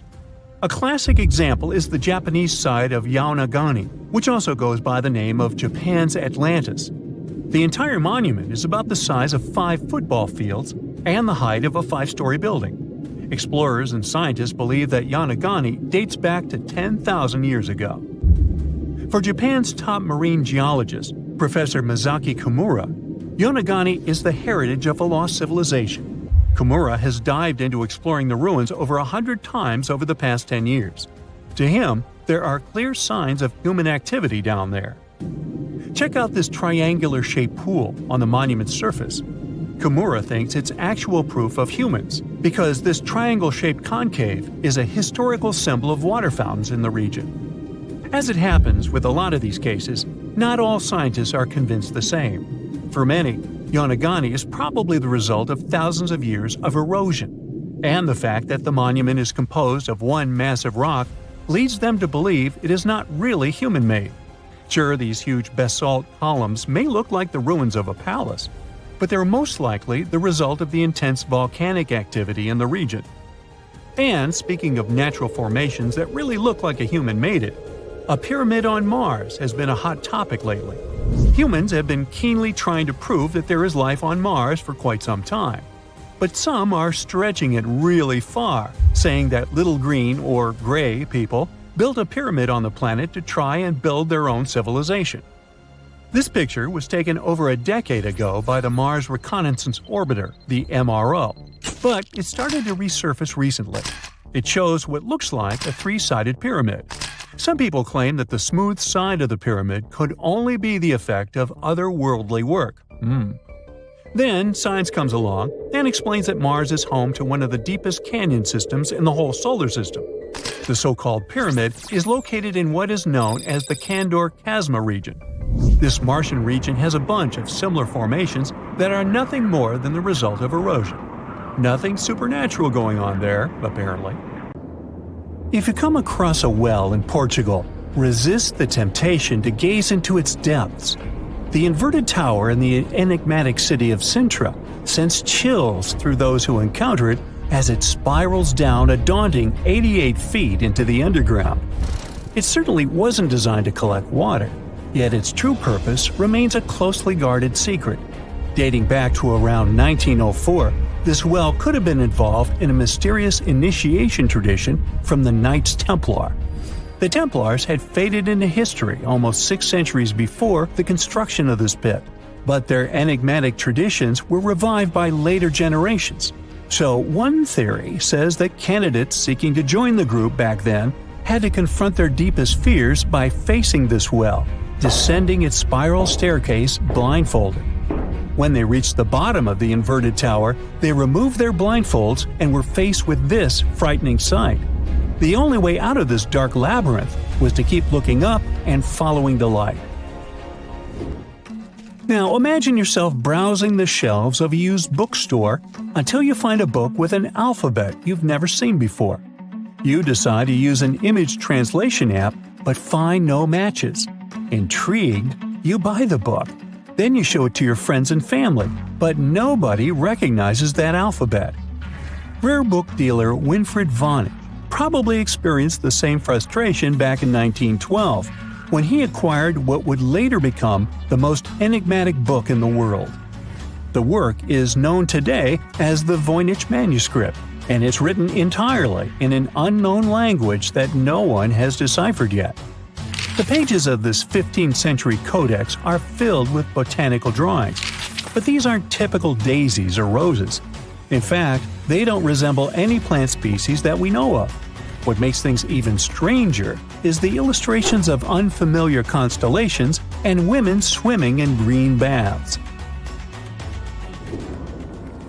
Delving deeper into the realm of mysterious texts, we set off on a journey to the Qumran Caves near the Salt Sea in the Middle East. In 1952, a team of archaeologists stumbled upon 2 scrolls made of highly oxidized copper at the site. Unrolling them was a major challenge, so they decided to cut the scrolls into 23 parts to investigate them. Imagine their surprise to see Hebrew words like gold and silver popping up. But no, it wasn't an ancient invoice. It was more like a treasure map, pointing the way to over $1 million. Unfortunately, the treasure was never found. Not for lack of trying, though. You see, the quest isn't as easy as it may appear. Some of the copper scroll's vocabulary is technical, and some geographical locations remain a mystery. There's also one last possibility. Perhaps it's all a work of fiction, like a pirate tale from the old days. People talk about Mona Lisa's almost haunting stare that seems to follow you no matter where you stand. But here's a quick question. Does she have eyebrows? You got it right if you said no, and her complete lack of eyebrows adds another layer of mystique to her gaze. The most common explanation is that beauty standards were different, and perhaps plucking the hairs above the eyes was a thing around 1503. But take a look at other Italian paintings from that time, like La Schiavona or Portrait of a Young Girl. Yep, eyebrows. So, not everyone was entirely pleased with this theory, like French inventor Pascal Cotte. He spent 3,000 hours analyzing scans of the painting to dig through all the layers of Leonardo da Vinci's masterpiece. Now he claims that the Mona Lisa once had eyebrows, but they disappeared over time due to cleanings and restorations. Some historians, however, still question his findings, which means that Mona Lisa's style, or lack of it, remains an unsolved mystery. So, you decide to travel to Rio de Janeiro, and everyone tells you that Sugarloaf Mountain is a must-see. When you spot the mountain from a distance, you realize that the stone has a cavity. But around noon, the whole view changes. The shadow in that cavity takes the shape of a bird, an ibis to be precise. A local legend links this bird shape to the ancient Egyptian deity Thoth, as if the ancient Egyptians once visited Rio de Janeiro and were somehow inspired by the natural phenomenon. But it's probably just a big coincidence. I mean, literally. The real mystery, however, lies in the waters around Sugarloaf Mountain. In the 80s, archaeologist Robert Marks got a tip from locals about a treasure hidden beneath Guanabara Bay. He dove in and found quite a few Roman amphorae. You know, those ancient vases with 2 handles? His discovery could potentially provide evidence of a Roman shipwreck that might have reached Brazil 17 centuries before the Portuguese even set foot there. However, he couldn't proceed with his research, and to this day, the idea of the Roman presence on Brazil's coast remains uncertain. The true location of Cleopatra's tomb isn't the only ancient Egyptian mystery. Many secrets are carved into the walls of ancient structures, like in the Temple of Seti I. Take a close look at this hieroglyph, and you'll notice that it resembles a modern-day helicopter. Look to the right, and you'll see an engraving that looks like a submarine. Odd, right? The most reasonable explanation for this has to do with the legacies of different rulers. When a new pharaoh came to power, they had their own hieroglyphs added over the original ones. But this is still a topic of debate, as some Egyptologists believe that these mysterious hieroglyphs may represent some kind of ancient technology. The same applies to the Dendera light. The image found in the underground passageway of the Hathor Temple is a subject of significant controversy in Egyptian history. Some researchers suggest that the inscription simply represents a rising sun, while others interpret it as evidence of some kind of modern lighting system. And it does indeed resemble Crookes' tube, one of the early experiments with electrical discharges. Although there's no concrete evidence of ancient Egyptians having modern electricity, some historians believe that this theory could help explain why many discovered tombs don't have any residues left behind from the use of oil lamps or candles. A lot has been said about the mysterious pyramids of Egypt, but many people tend to forget that other inexplicable structures had already existed even before them. Our next stop takes us to Turkey. The top of a hill known as Göbekli Tepe, near the city of Urfa, holds an ancient secret. It features more than 20 circular stone enclosures dated back over 11,000 years. Many of these have heavily carved stone T-shaped pillars adorned with eerie human figures with folded hands. The most accepted theory is that it's the world's first temple, likely used for rituals or social events. But the greatest mystery lies in how it was built, as this site existed before the domestication of animals or the use of metal tools. So the construction must have been very difficult, challenging our understanding of the historical timeline. Now, I hope you're not afraid of heights, because we're about to take a flight over the Nazca Lines. You've probably already heard about these massive mysterious drawings etched into an arid region of Peru. They come in many different shapes, like a spider, a monkey, and even a Google-eyed ET that is probably just a fisher. Anyway, this story got some fresh chapters in 2022 when an additional 168 new drawings were discovered. The original ones could only be seen from the air, but these new ones are much smaller and can be observed from the ground. However, one thing they have in common is that their purpose remains totally unclear. Some might call them the largest-scale calendar in the world. Others suggest that they served as a tool for agricultural purposes. Of course, many theories have emerged in an attempt to give the Nazca Lines a meaning, but the truth is that they remain some of the most important unsolved mysteries in history.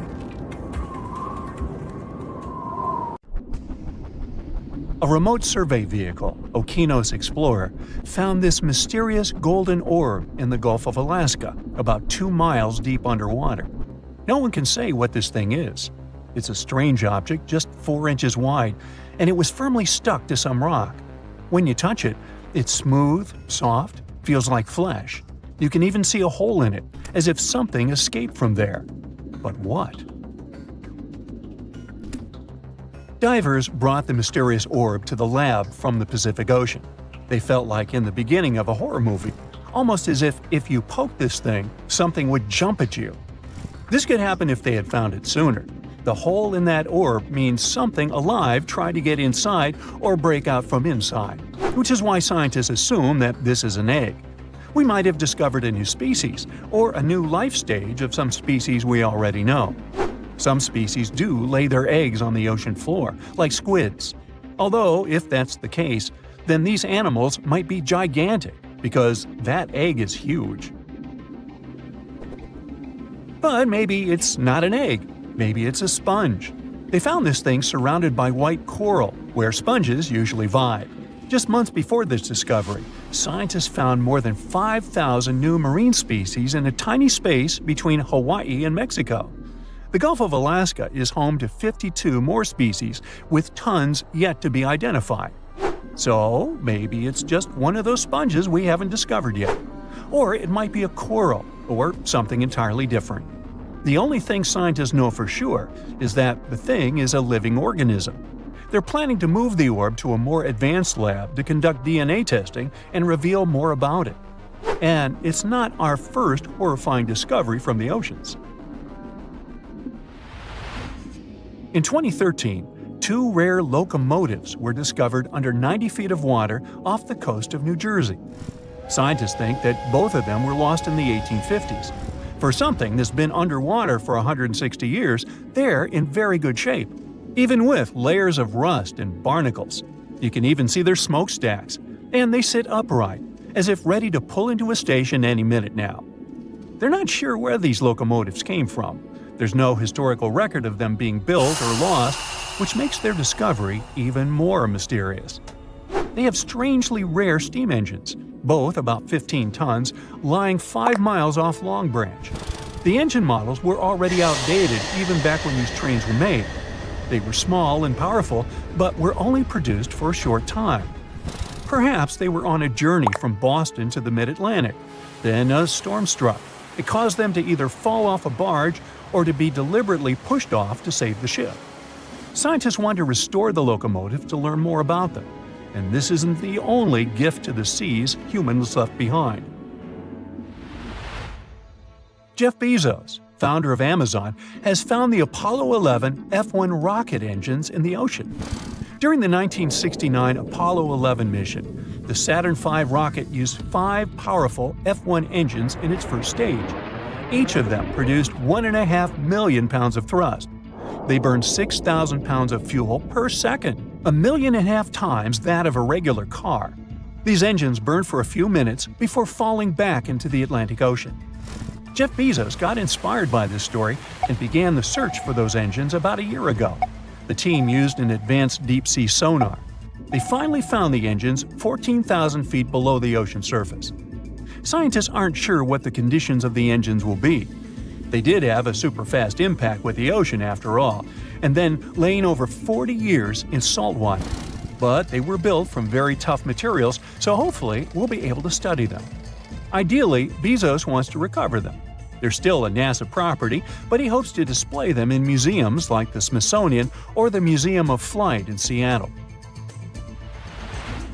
Can you imagine finding the famous yellow brick road from The Wizard of Oz at the bottom of the ocean? This thing looks like a man-made road, but believe it or not, it's a natural volcanic structure.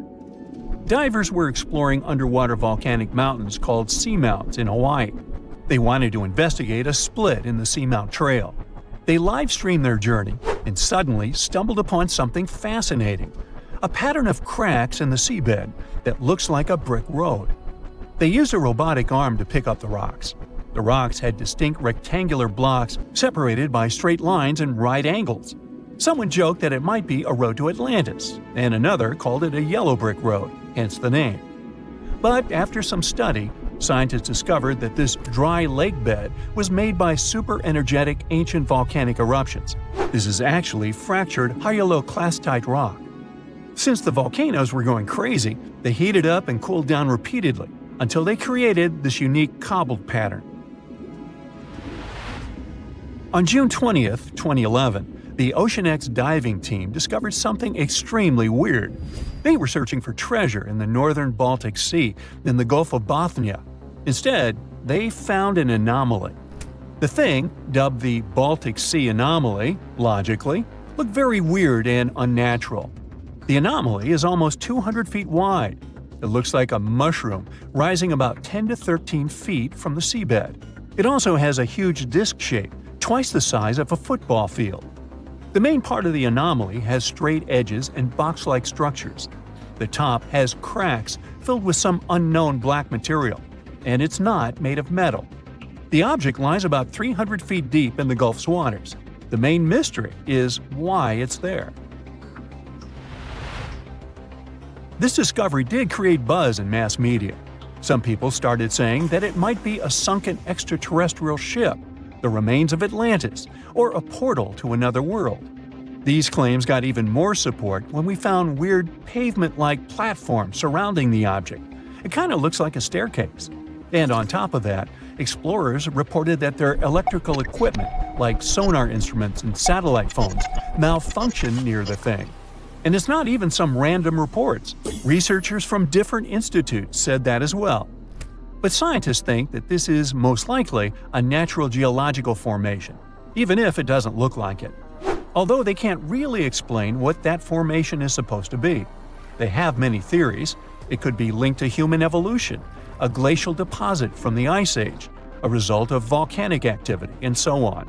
Maybe it's even the remnants of an asteroid that landed on the seafloor thousands of years ago. But none of these theories explain why electronic equipment stops working near it. Who knows? Maybe we'll learn the truth someday. But how about technologies that came to us from the distant past? This strange thing is often called the first known analog computer. It's called the Antikythera mechanism. We discovered the mechanisms in 1901 near the Greek island of Antikythera. It might be from around 87 BCE. They found it in a shipwreck, in incredibly good shape for being so old. The thing was super complex. Machines of similar complexity didn't appear anywhere in the world until the 14th century. There was also a mysterious lump. When they separated into multiple fragments, they found inscriptions inside. They were hard to read because of all the corrosion, but when they deciphered it with X-ray, they discovered that these were the instructions, telling how exactly to use it. Wow, what a gift to archaeologists! So, it turns out the mechanism was made to predict astronomical positions and eclipses decades ahead. Ancient scientists used this computer to track the 4-year cycle of athletic games, similar to the ancient Olympics. The mechanism had a very intricate structure of 37 bronze gears that tracked the movements of celestial objects. But at least here, we know that these things were made by humans, right? They say this place is swarming with money. It's been stored there for centuries, but no one managed to take it away from this island. Treasure hunters have been bewitched with this place since 1795. Many people have tried their luck looking for the treasure that could be hidden there by the Spanish pirates or even by the Knights Templar.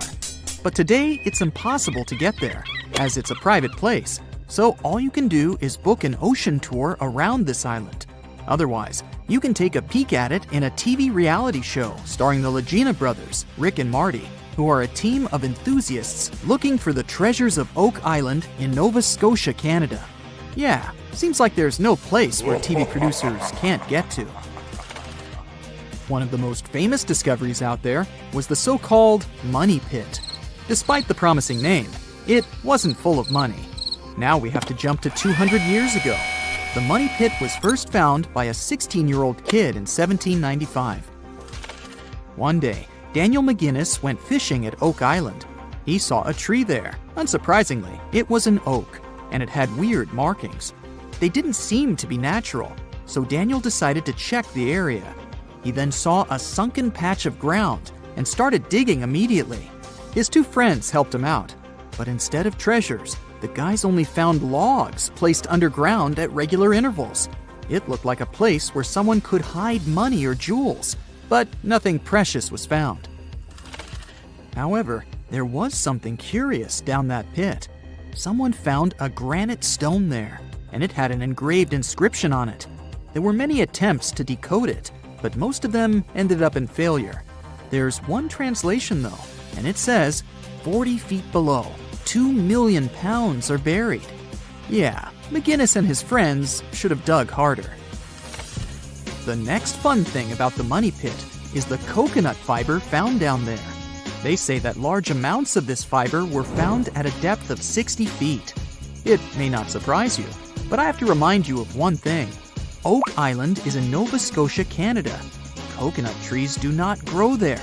The nearest one is about 1,500 miles from Nova Scotia, which makes it obvious that someone brought this fiber purposefully. Researchers came up with an idea that coconut fiber could have been used to make ropes and lower all the treasures down the pit. Next up, we have not one, but two mysteries. In the late 1800s, the Oak Island Treasure Company was thoroughly inspecting and excavating the island. Everyone believed something enormous was hidden there. These guys managed to drill 153 feet underground. That's like 15 stop signs stacked one on top of the other. You might have guessed that they didn't find pounds of gold and diamonds, but they found a manuscript. There's a theory claiming that it's one of Shakespeare's lost manuscripts. Some scientists believe that it was hidden there by the writer and scientist Francis Bacon, the true author of Shakespeare's works.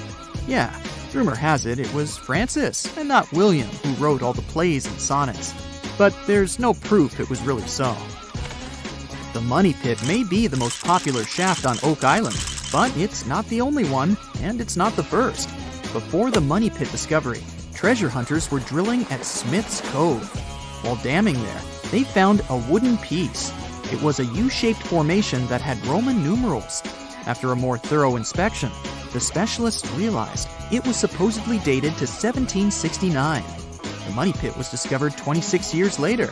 This fact created many speculations that this structure might have been part of the real shaft with treasures everyone was looking for. Now, look at this Templar coin. It wasn't the first discovery on the island, but it was crucial in some way. Even if it may not sound like a big deal today, in medieval times, those coins would amass an insane amount of wealth. They were typically stored in European fortresses. For the treasure hunters, this coin was a sure sign there was more to be found on the island. The logic is simple. If there's one coin of that kind, there must be something else. And they were right. It wasn't the only Templar discovery. On the southwest shore of the island, a crossbow bolt was found. Experts say it dates back to the 13th century. But, once again, that wasn't something the treasure hunters were after. Some more coins were found on the island. Rick and Marty Legina retrieved this precious piece from a swamp.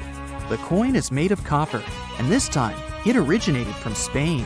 When it was found, the Legina brothers could only see the number 8 engraved on it. But later on, some experts studied this coin and claimed it was made sometime around the 17th century. They managed to clean it well and saw the date 1652 engraved on the back of this coin. There's a theory stating that Spanish explorers found some treasure but hid it instead of taking it to the king. So maybe this coin just dropped out of the chest full of coins and jewels and is part of the treasure everyone was after. Or someone could have accidentally lost it while looking for the treasure. Who knows? One more famous treasure hunter is Gary Drayton.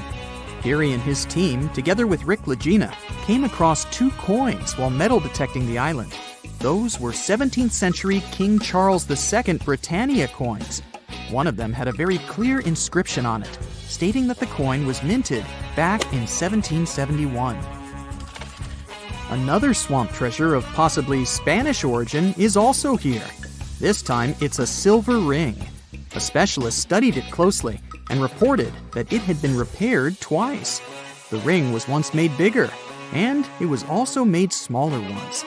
It's decorated with a floral design, which was popular in Europe in the 1730s. Among all the other curious things, Rick and Marty Legina found a silver button at Isaac Point. The button's pretty old. It supposedly dates back to the middle of the 18th century, and the notorious Money Pit was discovered later. This is why it wasn't a big deal of a find. It could simply belong to some farmer peacefully raising livestock on the island. There's no official record of any chest full of gems and coins found on Oak Island, but enthusiasts did find some jewels there. First off, the team found a brooch with a magnificent red gem.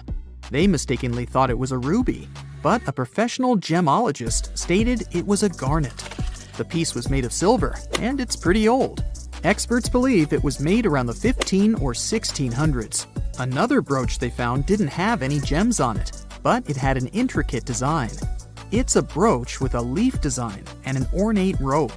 There are 13 branches of the leaf, which instantly created more mystery to the whole treasure hunting. First off, there's a carving with a 13-branched tree on a rock on the north shore of this island. What's more, many people believe that the number 13 is important to the Knights Templar. The enthusiasts also found a brooch not far away from the place where Daniel McGinnis, the guy who found the Money Pit, lived.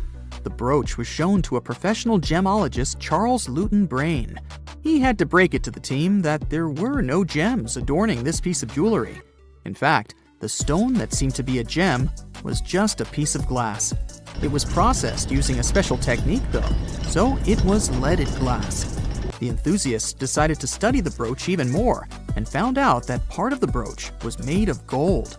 The specialists claim that the brooch dates back to the 14th century. Was it the treasure everyone was looking for?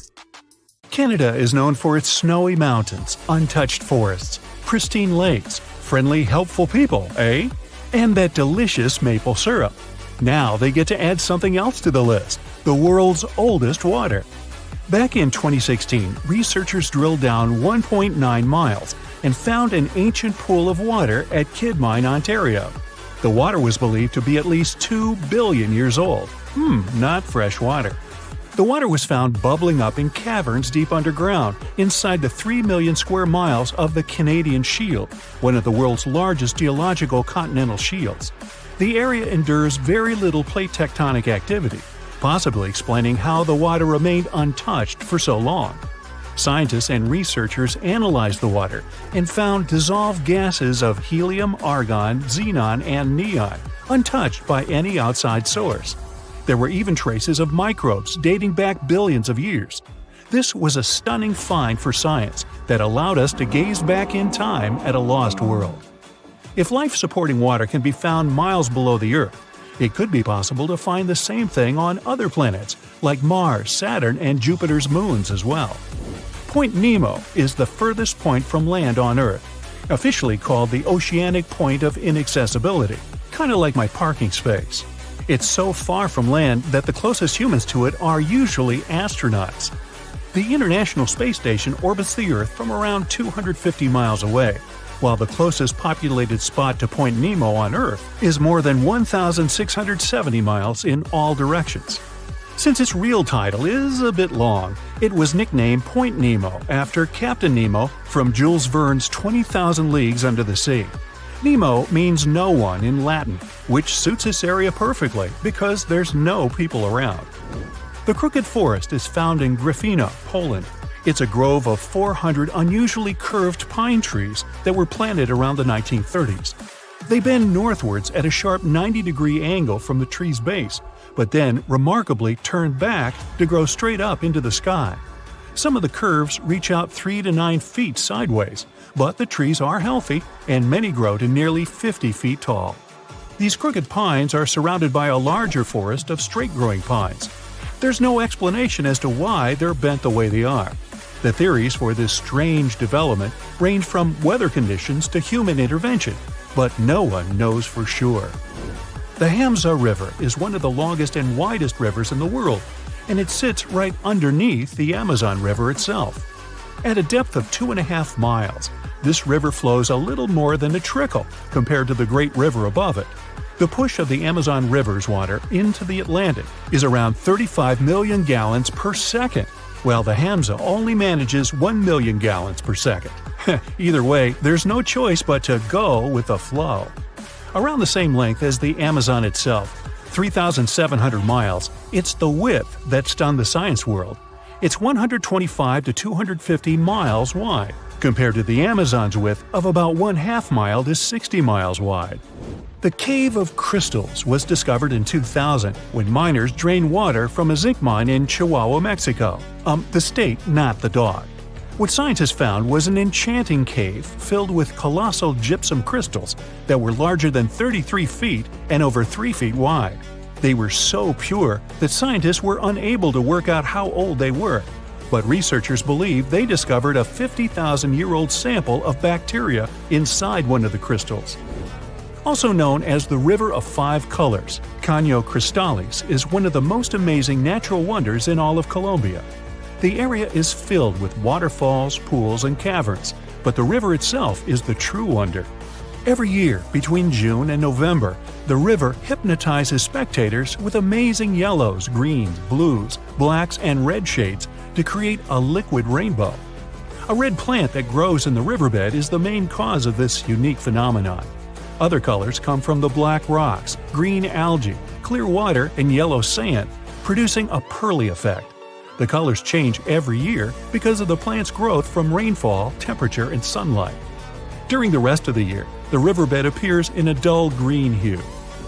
Scientists in Hawaii discovered that red algae were making sounds in the waters around coral reefs.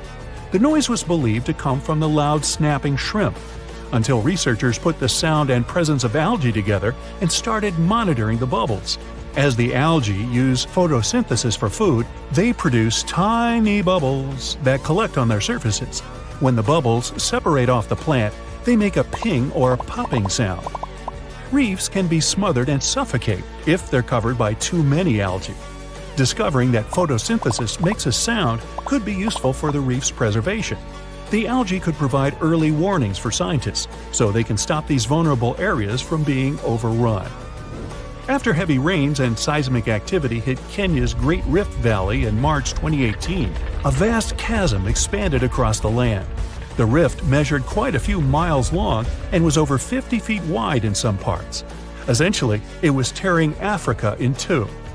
Africa sits on two tectonic plates, the Nubian and the Somali plate. Deep below Earth's surface, driven by the active mantle, the plates are being pulled apart. This creates the huge, extraordinary rifts we see on the surface. It will take millions of years for the large continent to actually separate into two pieces. I won't be around then. But when it does, it'll also create a new ocean basin.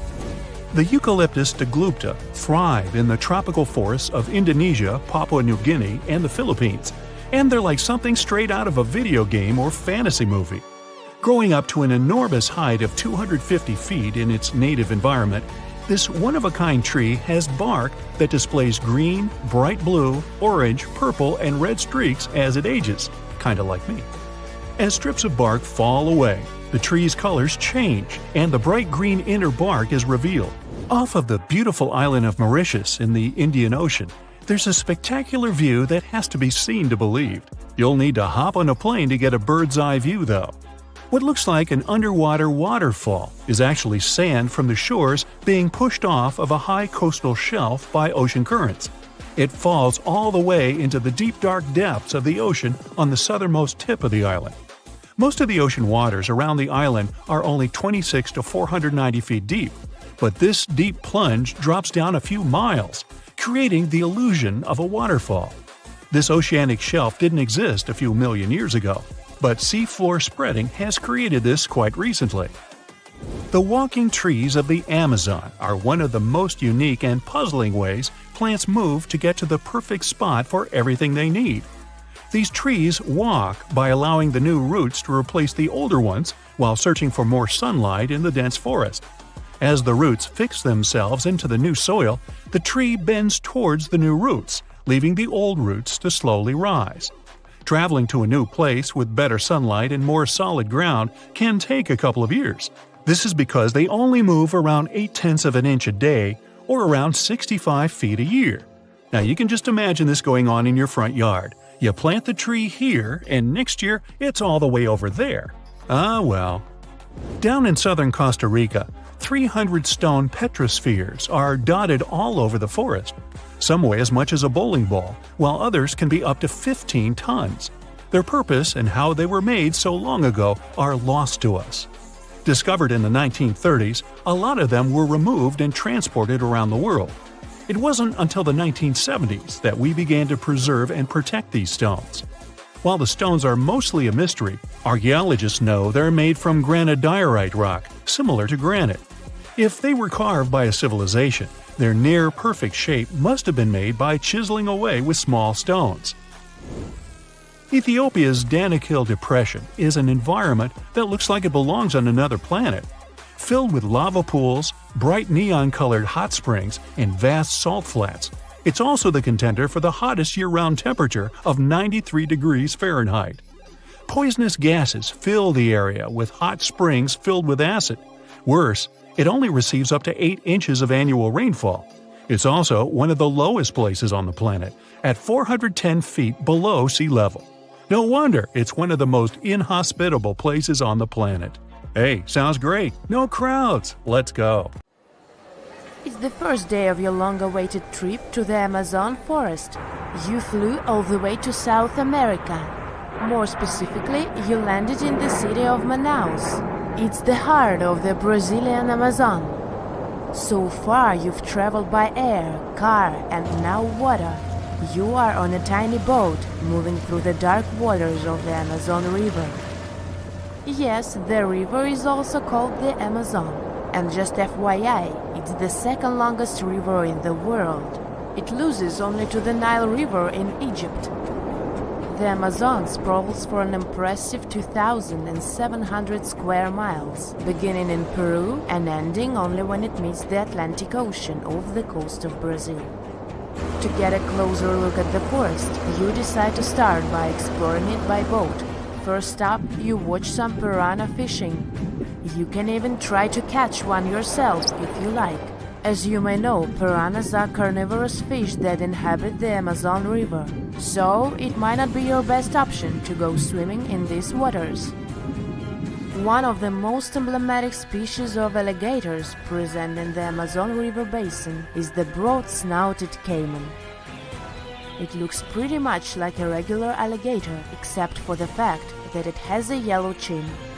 Your guide leaves the boat and searches the water to show you a caiman up close.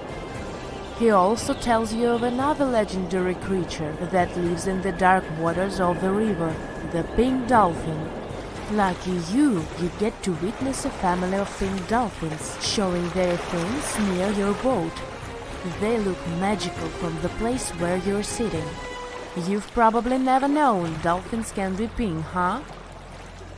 After a few mesmerizing moments, you discover that the dolphin's pink color is nothing but an illusion.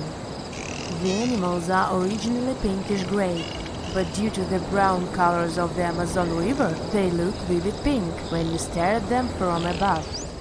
Your guide tells you that the pink dolphin is a central character of Brazilian folklore.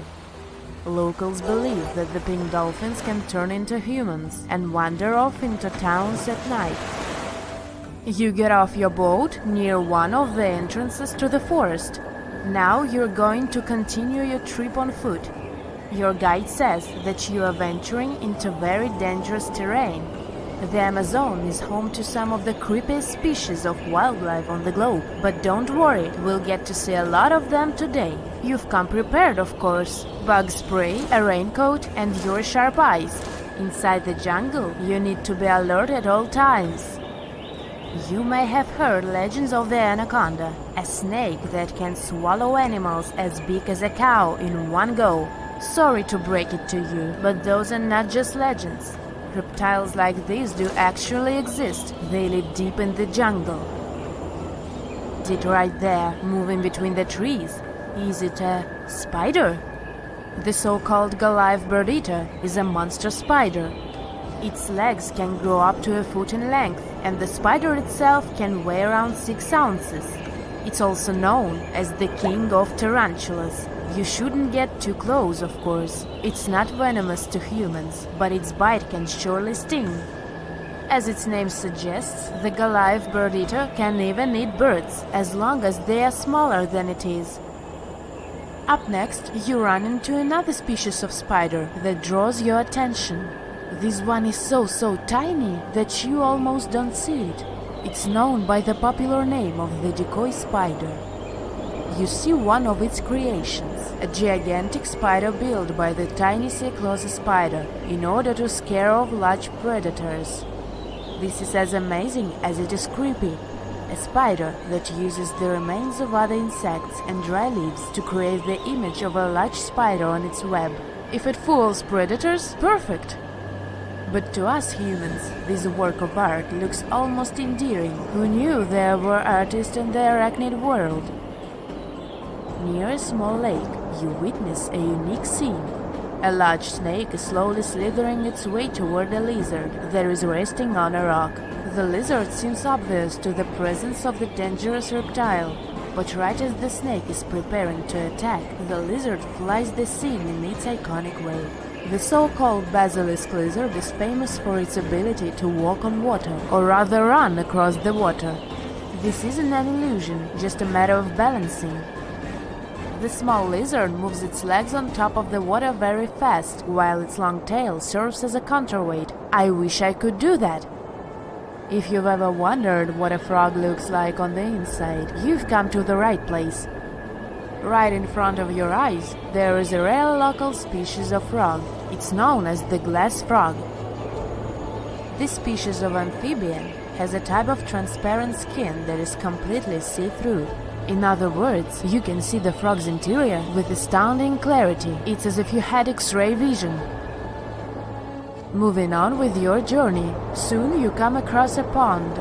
Floating on its water is probably the biggest water lily you've ever seen in your life.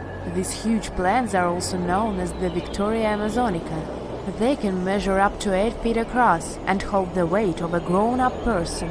But I wouldn't recommend trying to climb on it if I were you. Just cause, you know, it's the Amazon forest we're talking about. The wildlife here is amazing, but the forest itself is also a sight. There are over 80,000 species of plants and trees grown in the Amazon rainforest.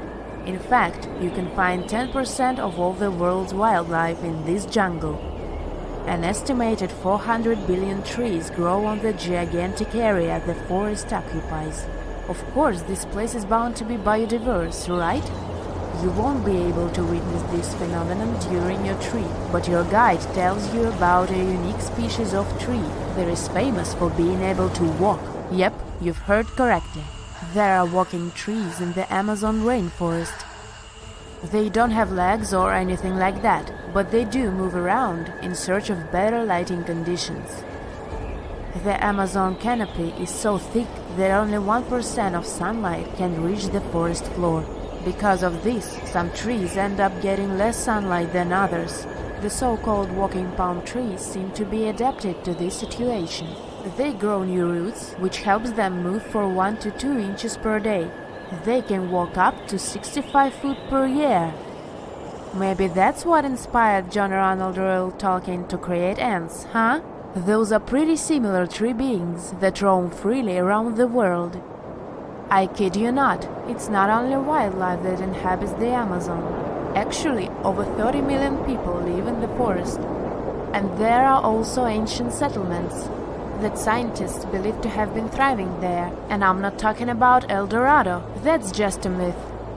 But in 2018, a groundbreaking study showed that up to 1 million people probably inhabited the Amazon. Between 1250 and 1500 CE. Can you imagine that? Working alongside local indigenous people, researchers from the University of Florida found several mounds in the Amazon. Besides these mounds, they also discovered interesting ditches and geoglyphs. After mapping all of these recurring mounds, scientists understood that this was a sign of an ancient settlement. They found remnants of carefully designed walls centered around plazas. This could only mean that these ancient cities were big and could host hundreds of thousands of people. These findings brought back the idea that the Amazon could have been home to thriving civilizations way before the Europeans arrived there. But rather than cities drenched in gold, they were simply well-developed agricultural societies.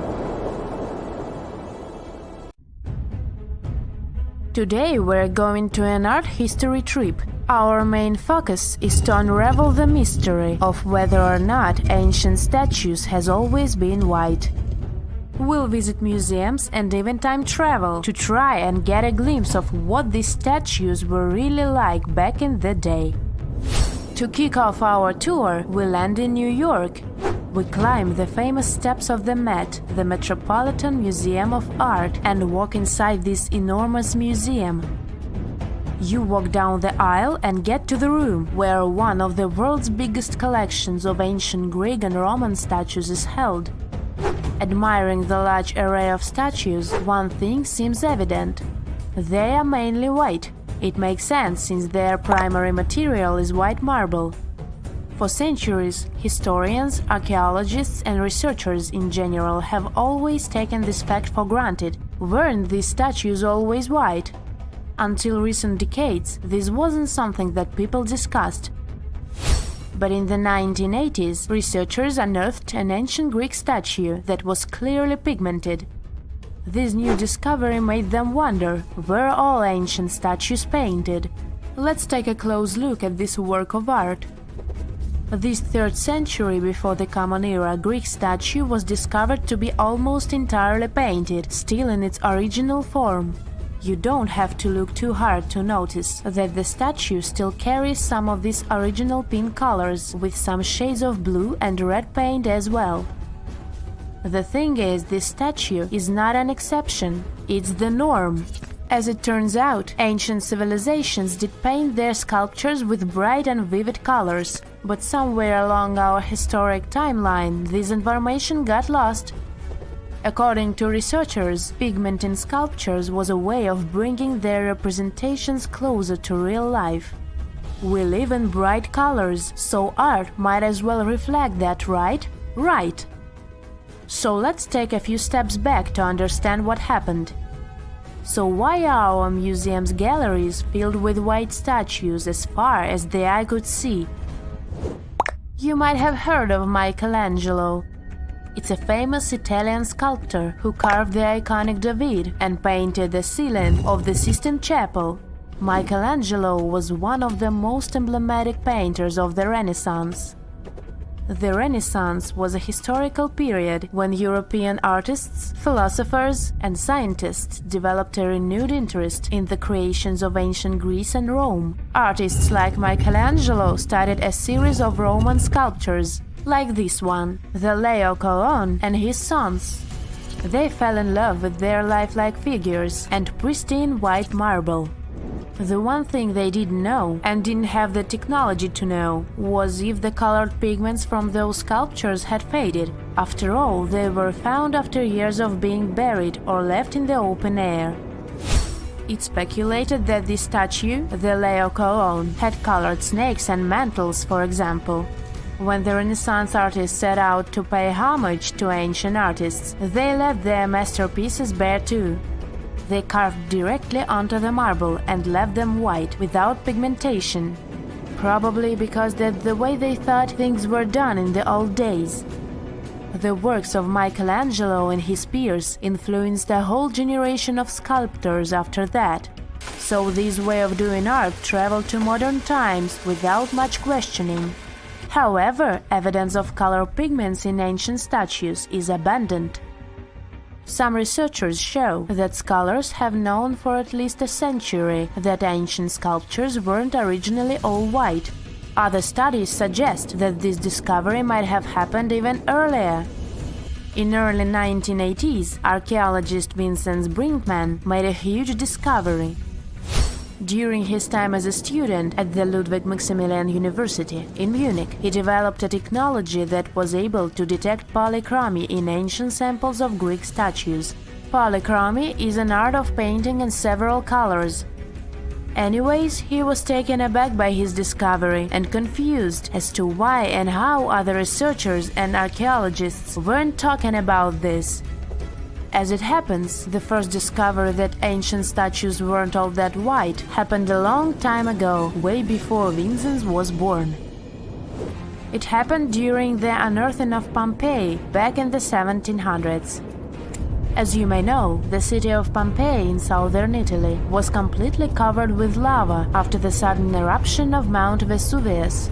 The city was destroyed, but the clouds of ashes that arose from the lava managed to preserve a lot of the city's structure through time. Thankfully for art historians and archaeologists, Pompeii became a digging ground for understanding ancient Rome. Researchers found several conserved frescoes that depicted scenes of daily Roman life. In one of these paintings, an artist is seen painting a sculpture. This fact was recorded by a very famous art historian known as Johann Joachim Winckelmann. He is also considered the father of art history. Now let's take a closer look at another famous statue. To see this one in person, you'll have to fly all the way to Rome and visit the Vatican museums. The statue you're looking at is a classic representation of Caesar Augustus. In case you didn't know, he was the founder of the Roman Empire and the first emperor of Rome. He is important. The sculpture you're seeing is called the Augustus of Prima Porta. You may have seen this before, probably in a history textbook. The thing is, it's always depicted in its white marble form. But according to an archaeological finding from the 1860s, the original statue was way much more colorful than that. According to archaeologists, the statue of Augustus de Prima Porta has a crimson tunic, yellow armor, and a purple mantle. It's important to keep in mind that colors weren't made artificially as they are today. Artists could only produce color from natural resources, so purple, for example, was an extremely difficult color to make.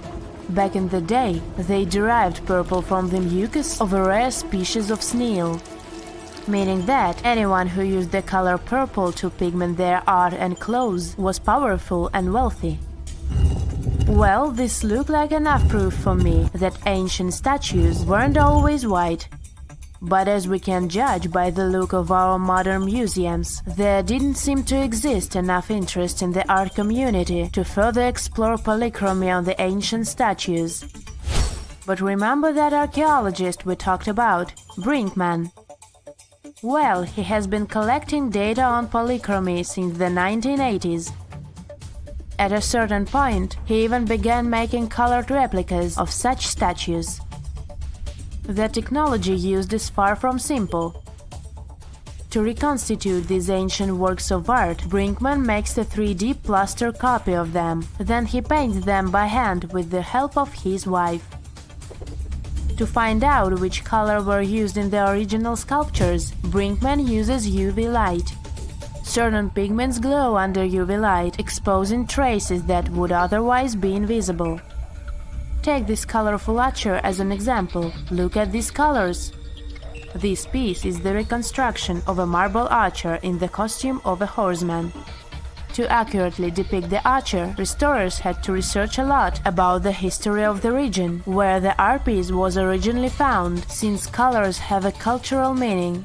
That, together with UV technology, allowed for the reconstruction you can now see. It seems very far from the idea we have of what the Greeks would make, but this is supposed to look exactly like the original one.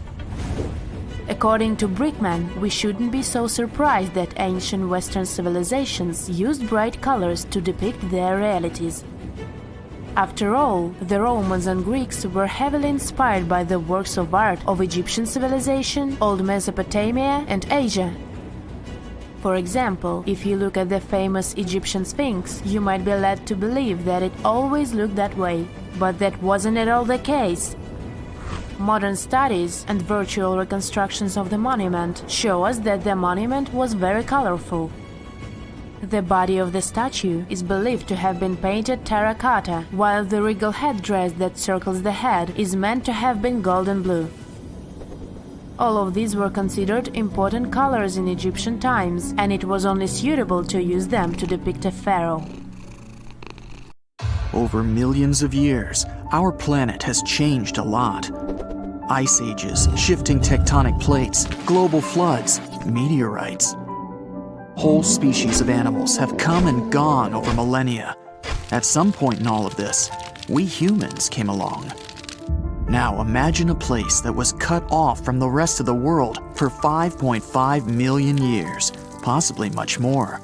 A place that no human had ever set foot in before. In 1986, we finally found it, Movila Cave. You head to the airport and buy a ticket to Romania. Next, you rent a car and drive southeast. You're looking for Constanța County, right near the Black Sea. Your phone says you're there, so you stop the car and look around. You're in the middle of a deserted field, nothing but a wide, lifeless plain. Then, you see it. A hole in the ground. As you move closer, you realize it's a shaft that leads deep down into the Earth's crust. Before you descend into the darkness, you take a rope, a hard hat, a powerful flashlight, and an oxygen tank.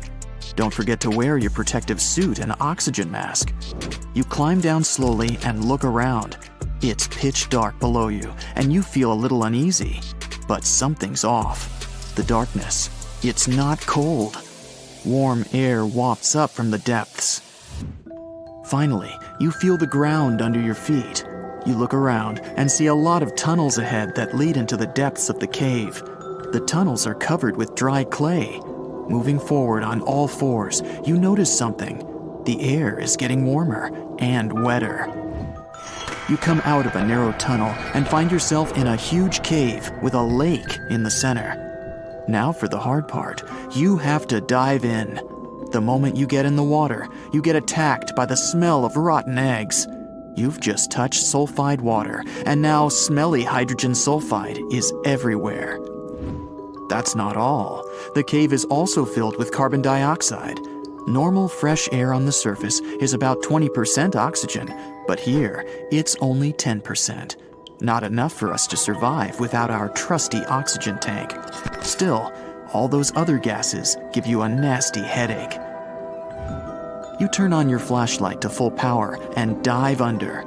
Somehow, you need to swim through these narrow underwater rifts. There are a lot of them. It looks like an underwater maze. You're a little worried, but your O2 tank is still pretty full. You squeeze through the rifts and finally find an open area. You freeze.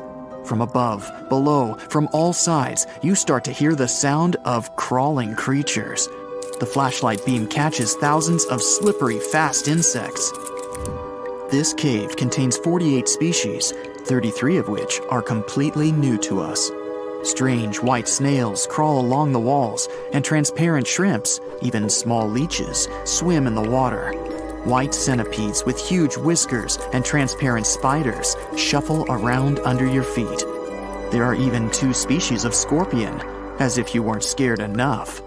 Water scorpions, and another kind, as yet unidentified. It's not exactly your typical desert scorpion. Actually, nothing around here looks normal. All the creatures here are white or transparent. They don't have eyes, just long legs and whisker antennas that help them navigate in the watery darkness. It's a sci-fi director's paradise. You couldn't make this stuff up. The deeper you go into the cave, the less oxygen there is. Amazingly, there are even more small monsters running around. The air is all methane and carbon dioxide. These bizarre little things have never seen the sun, never been out of this cave.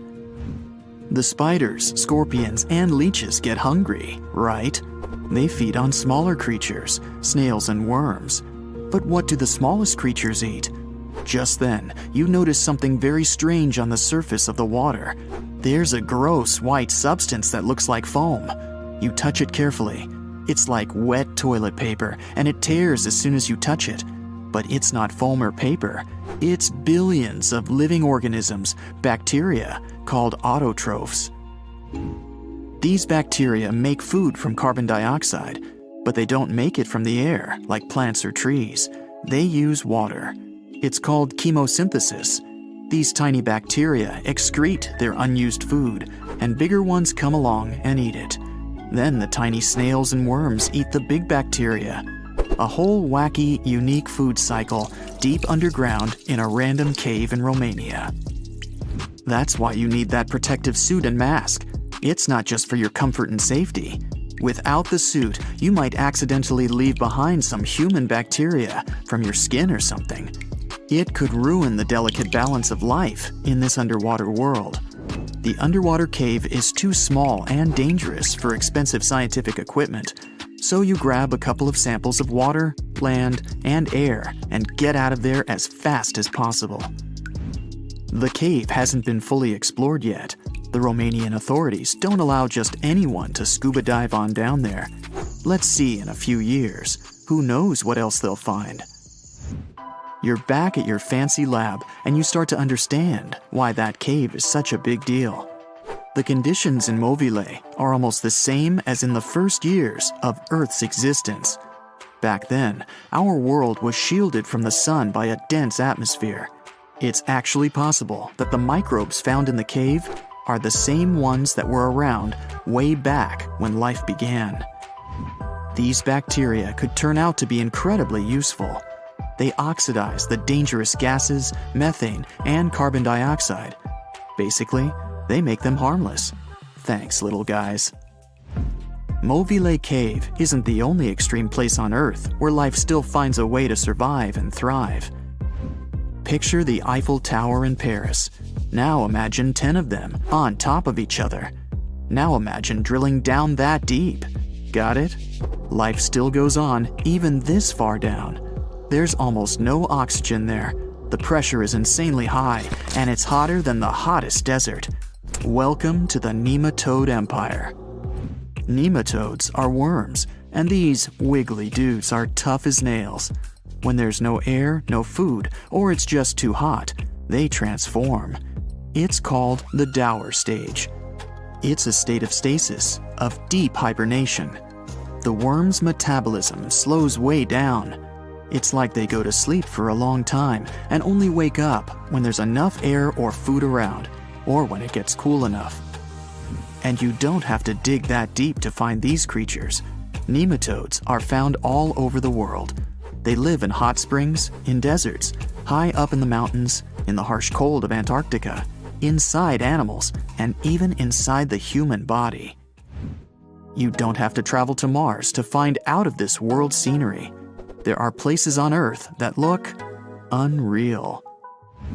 The Danakil Depression in Ethiopia is one of the hottest, driest, and most inaccessible places anywhere on Earth.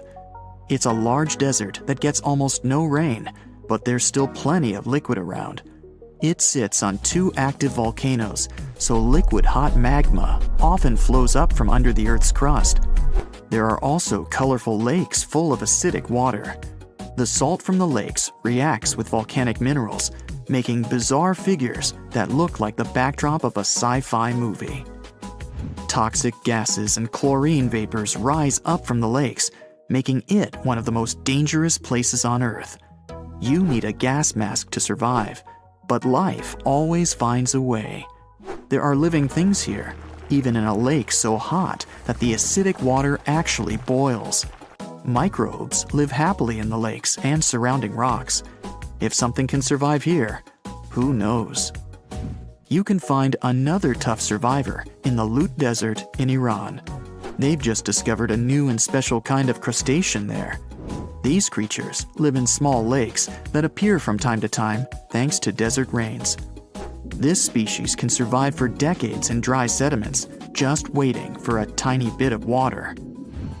So these are all very small life forms, but are you in the mood for some monsters? Scientists have just discovered them swimming in the waters off Antarctica. Massive sea spiders, huge starfish, transparent shrimp-like things. In 1 month, researchers found about 30,000 sea creatures, many of them never seen before. Who knows what else is down there? Tartessos, a mysterious, highly developed society that once flourished and then, without any warning, suddenly disappeared. Moreover, before they were completely gone, they performed some strange rituals, as if they were trying to save themselves from something.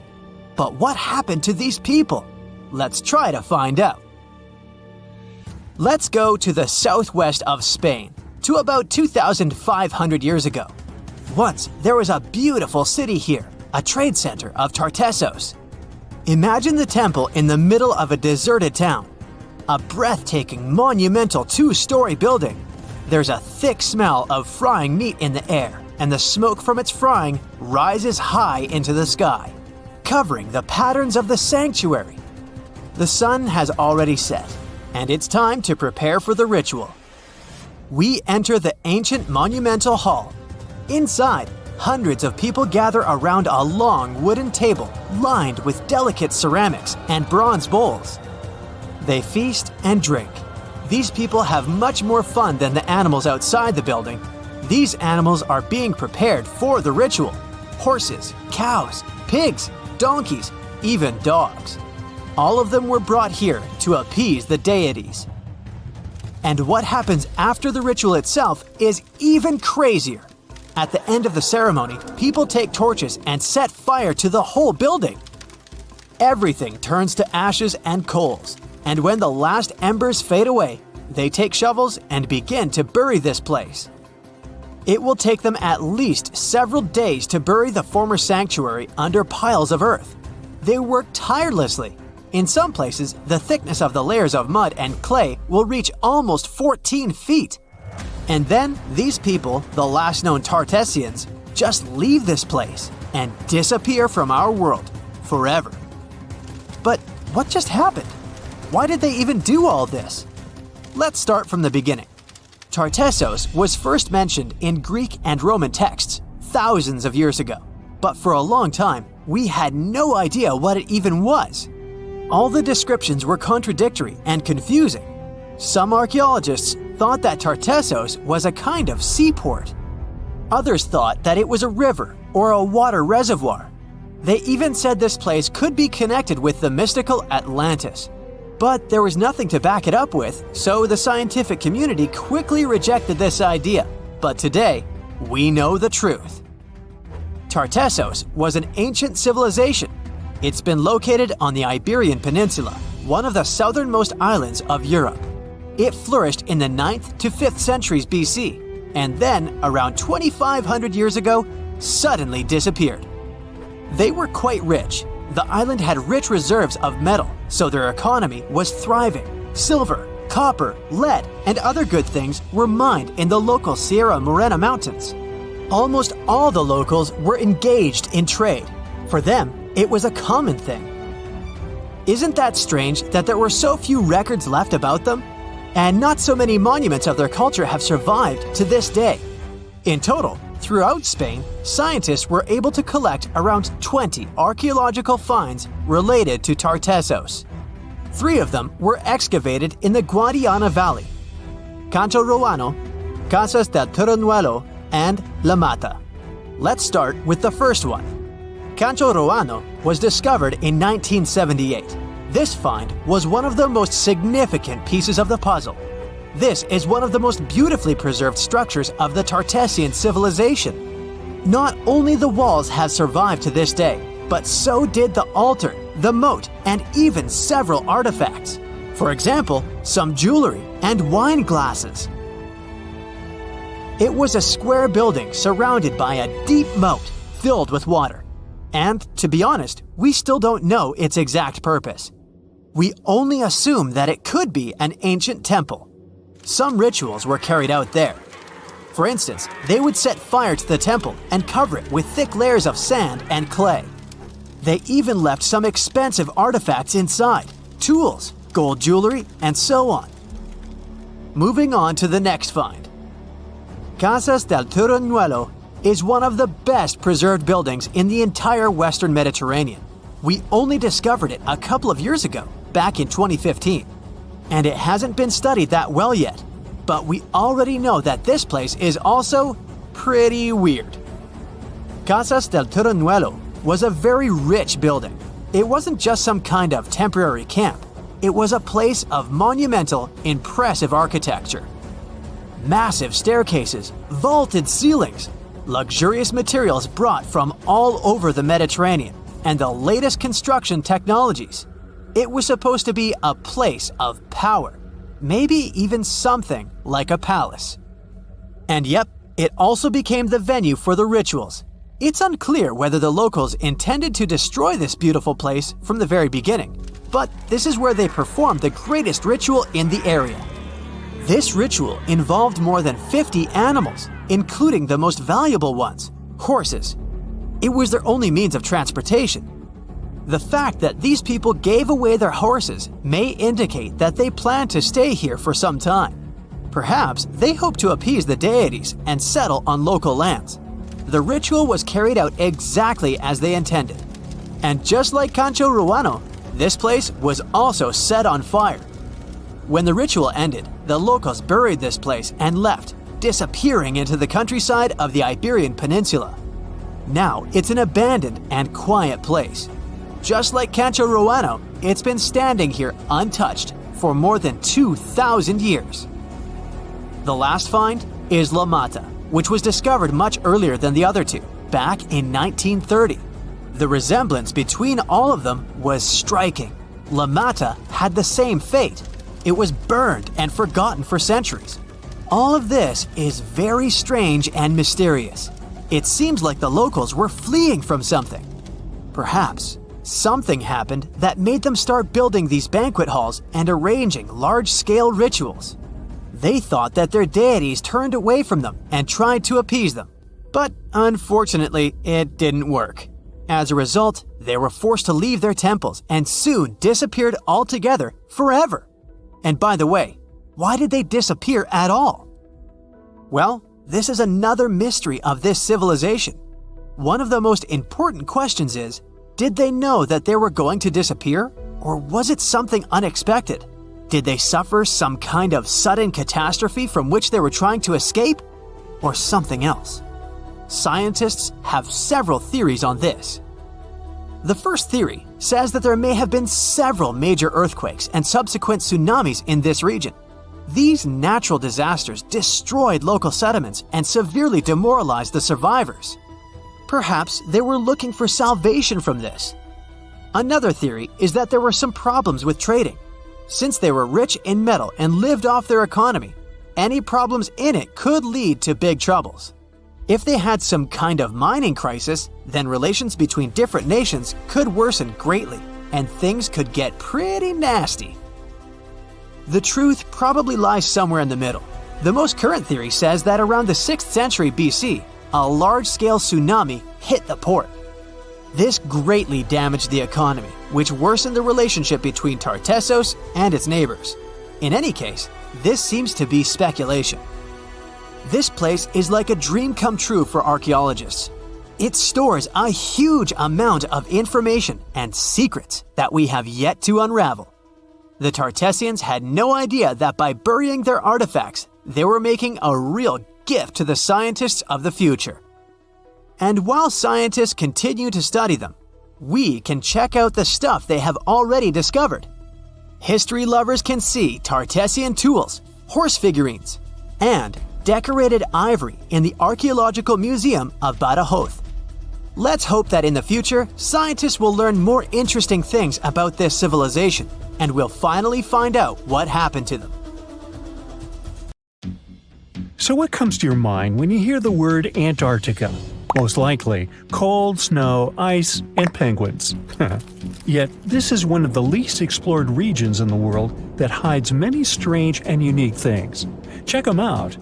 You don't have to go to Antarctica to see this weird thing. All you need to do is open Google Earth and move to one of the southernmost islands of Antarctica, King George Island. Recently, internet users have noticed a large and pretty strange cave entrance there. Where does this wide, dark passage lead? People started making suggestions. It's the entrance to a secret base or some laboratory. This is the part of the spaceship that crashed there thousands of years ago. This is the door to the ancient city of Antarctica. Perhaps there's a giant rock mountain with an ancient cave beneath all this snow and ice. Well, there's some ideas. Users have calculated the approximate dimensions of this cave. It might be about 74 feet high and 250 feet wide. You could hide a Boeing passenger jet in there. Nature probably created this entrance. This is a logical explanation, but there are two strange factors. First, take a look at the foot of the mountain. It seems that there are steps there. They're dark in color, as if they're made of stone. And if you look closely, you can notice something similar to human footprints. Has anyone entered this cave? Or maybe someone is still living there now. The second oddity is the disappearance of the mysterious finding. For the first time, people noticed it in a Google Maps snap in 2007. Then the entrance disappeared. Then it reappeared a few years later. After that, it vanished. And in 2022, people saw it again. Perhaps old snow melts, a new layer falls, and then the wind blows it away and the cycle repeats. But the alleged steps leading deep into the cave make one doubt the natural origin of this tunnel. You can easily find the coordinates on the internet and visit the cave via Google Earth. You might see something there and tell the world. There's another strange thing people discovered with the help of Google Earth. In 2020, one user found a strange object that looked like a giant ship 100 miles off the coast of Antarctica. It was covered with ice and snow and lying on its side. It looked like a cruise ship. You could notice the windows, the deck, and the bridge. But not all people agreed with this. Some claimed it was a spaceship. Others said it was some kind of secret building. The user who first noticed the ship stated that its size was about 400 feet, which is the perfect length for a passenger vessel. But what is this ship doing in such a remote place in the middle of a glacier? How did it get here? Who was its captain? No one has found the answers to these questions yet. In 2016, people using Google Earth discovered a photo of an unknown sea monster floating off the coast of Antarctica. This creature resembled a giant squid with a length of about 200 feet. This is slightly shorter than 3 train cars. Just imagine this kraken swimming in Antarctica's dark, icy waters and dragging to the bottom everything it meets on its way. Maybe it's the great and terrible Chulu, or one of its offspring. You will quickly notice this blood-red waterfall among Antarctica's endless, dazzling white landscapes. Don't worry, it's not blood.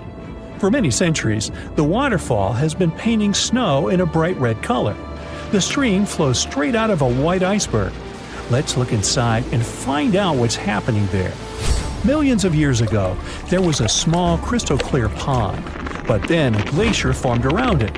A thick layer of ice and snow blocks sunlight, heat, and oxygen access. For millennia, the reservoir remained in this cold vacuum. But at one point, the water made a hole in the icy wall and broke out. When this salty water comes into contact with oxygen, it immediately turns scarlet or rusty. Antarctica is the only place where you can find such a unique natural phenomenon. One of the driest places on Earth is located in Antarctica. It's one of the most lifeless deserts in the world, the McMurdo Dry Valleys. In this desert, you won't see the scorching sun, hot sand, and cacti. A desert means a place with a lack of precipitation and life. The McMurdo Dry Valleys meet these parameters. But this place is also unique for Antarctica, since you won't find glaciers there. Despite the frost, ice can't form in the desert because it hasn't rained for millions of years there. It also never snows. A strong wind coming from the mountains reaches speeds up to 200 miles per hour. It would be difficult for you to stay on your feet there. The wind is filled with moisture. It heats up and evaporates all the liquid and snow in the desert because of its high speed. Only dry air reaches the ground. But you can find several lakes there. They don't freeze, only thanks to the high concentration of salt. The water is so salty that large life forms can't develop there. But scientists have found microscopic organisms near the lakes. 20 million years ago, Antarctica was filled with swamps and trees and swarming with insects and animals. But now, it resembles the surface of Mars, literally. Scientists and astronauts are exploring such regions as the McMurdo Dry Valleys, since the natural conditions there are similar to those on the Red Planet. So, before you go to Mars, you can practice living in similar places on Earth. Also, scientists discovered an underwater world in the Antarctic filled with hundreds of amphipods, crustacean animals similar to shrimp. Wait a minute, it happened in the Antarctic? But the McMurdo Dry Valleys are located in Antarctica. Well, the words are very similar, but what is the difference? Oh, and don't forget the Arctic. The Antarctic is the region in the southernmost part of Earth that houses the continent of Antarctica, and the Arctic is another land altogether. They have the same natural conditions, frost, ice, and snow, but they're located in different parts of the planet. The Arctic is at the North Pole, Antarctica is at the South Pole. Now, back to the discovery. Scientists put forward theories that the ice of the Antarctic hides a vast network of freshwater rivers and lakes. And in 2022, they found a new ecosystem. Researchers explored the Antarctic Ross Ice Shelf and its underwater rivers. This is a massive piece of ice floating in the ocean. A team from New Zealand used a special drilling rig equipped with a hot water supply to drill a hole 1,640 feet deep. That's more than the height of the Empire State Building. Then, they lowered some video cameras and saw thousands of crustaceans swimming in different directions. So it seems they're very unorganized. In the waters of the Antarctic, you can also meet some of the scariest creatures on the planet. These are sea spiders. They got this name because they resemble land spiders, but they're actually a species of marine arthropods. And unlike land spiders, those in the ocean are much larger. They look like 8 strong legs without a body. One such spider can be a dinner plate in width. Some of them have no eyes and have proboscises instead of jaws. Sea spiders are poorly studied because they live in deep, cold waters. Antarctica hides many little-known animals. There are long tunnels in its glaciers leading to scary darkness. On this cold continent, people have found the remains of giant dinosaurs and other ancient creatures, such as the ancestors of modern ducks. Many underground rivers and lakes hide unexplored wildlife. Even the ice here can be weird. Take a look at these striped icebergs. They have blue, black, green, and turquoise shapes. The color depends on the conditions of the water during freezing. For example, green lines appear because of algae, blue ones form when the water freezes too quickly. Okay, I'm freezing. Time to go thaw somewhere warmer. Hawaii. Yeah.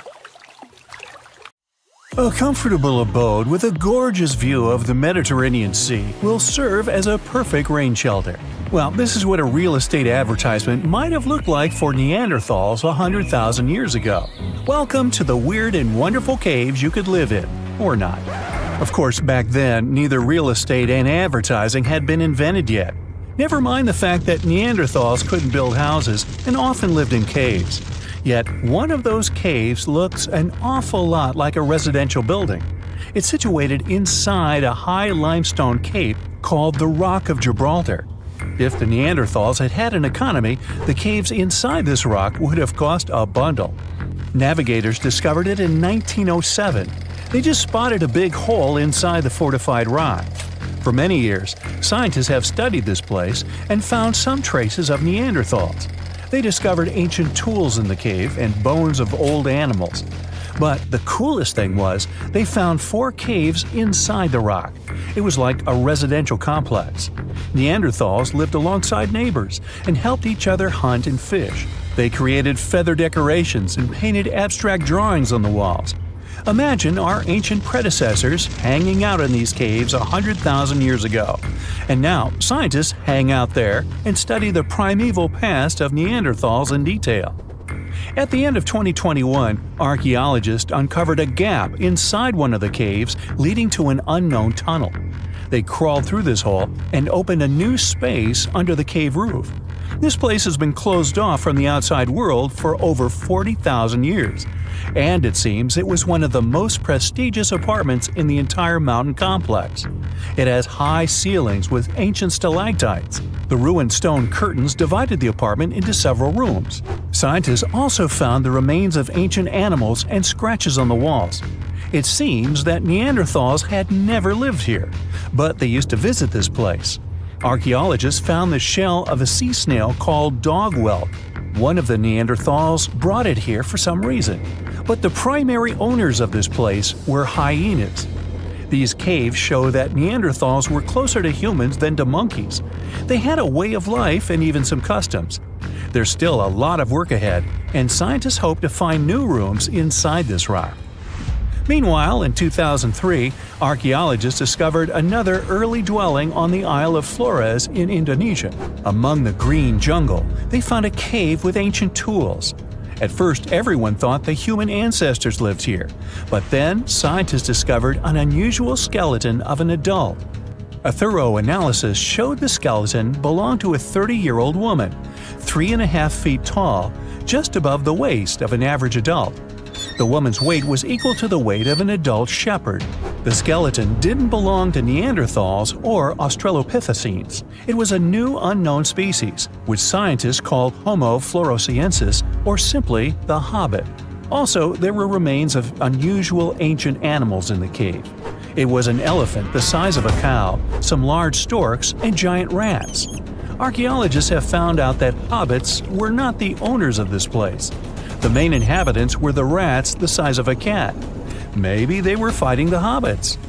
Some analysis shows that Homo floresiensis wasn't our direct ancestor. They were in a separate branch of evolution. The hobbit skeleton looks more like that of a monkey than of modern humans. In 2009, in the dense jungle of Vietnam, archaeologists discovered Son Don, the largest cave in the world. If you go inside the cave and shout, you'll hear your echo a long time. In some places, the height of this cave reaches half the height of the Empire State Building, and the total area is larger than one central block of New York. Son Don is one of the 3 caves in the Vietnamese jungle. Many intricate mazes connect these caves. Inside, you can find unique plants and trees that live separately from the outside world. It's a real underground jungle. In some places, you can find collapsed ceilings that let the sunlight in. Besides unusual trees and plants, ancient stalactites hang there. Some limestone deposits are more than 450 million years old. They were here even before dinosaurs appeared. There are also many rivers in the cave. Rainwater coming down from holes in the ceiling has formed them. Fast streams resemble slides in a water park. They lead to unknown underground labyrinths. Scientists have studied only a small part of all these caves. The next unusual cave is in New Zealand. Hundreds of thousands of fireflies live inside. Each of them glows with a blue light. Together, they light up the cave. It may seem to you that you're on another planet, but you can't stay there for a long time. Special air measuring devices are everywhere. Scientists monitor the level of carbon dioxide necessary for the normal existence of fireflies. These insects are sensitive to the environment. If there are many people in the cave, or they stay there too long, the park staff will ask them to leave the place. It's like you're literally stealing oxygen from the fireflies. We've seen some pretty amazing caves so far, but how about a scary one? We're going to the desert of Yemen's Al-Mara province. What we're looking for is not a cave, it's just a black hole in the ground, right in the middle of the desert. It's big, the size of a basketball court. It's not its size that could scare you, but what's inside. Scientists are still not sure what it is. From the depths of this black abyss, a disgusting smell of rotten eggs constantly comes out, and sometimes you can hear some strange, frightening sounds. The blackness of the giant hole in Yemen absorbs all the sun's rays, so you won't see what's there even with a powerful flashlight. People flew over this place by helicopter. They filmed using drones and the most powerful lenses, but they didn't catch anything except darkness. It looks like a big ink spot in the middle of golden sand. The locals are afraid to approach this place. They believe the cave leads to another dimension where evil creatures live. At the moment, the giant hole in Yemen is one of the most poorly studied and mysterious phenomenon of nature. How did it appear? How old is it? Where does it lead? Scientists are trying to find the answers to these questions. There are theories that the hole appeared because of construction work. Geologists drilled the soil nearby in search of minerals.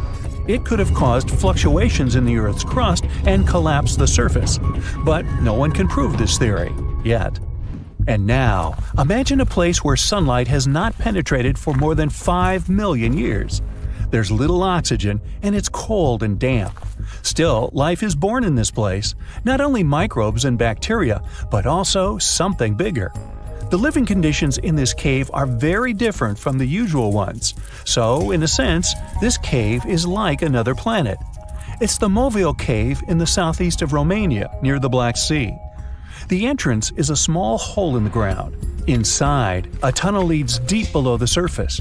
The levels of hydrogen sulfide and carbon dioxide are above normal inside the cave.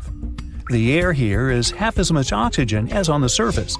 People can't be here without an oxygen mask, but other creatures living here can.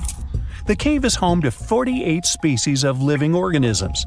33 of them are unknown. Here you can meet some unusual insects, white snails and white spiders, millipedes with huge whiskers, transparent shrimp, and unique species of leeches. They all live here thanks to the little bacteria autotrophs. They absorb carbon dioxide and release food particles. Bacteria feed on it.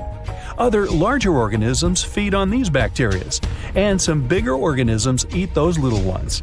In the end, everyone gets food. In this cave, evolution has created a biological system separate from the rest of the world.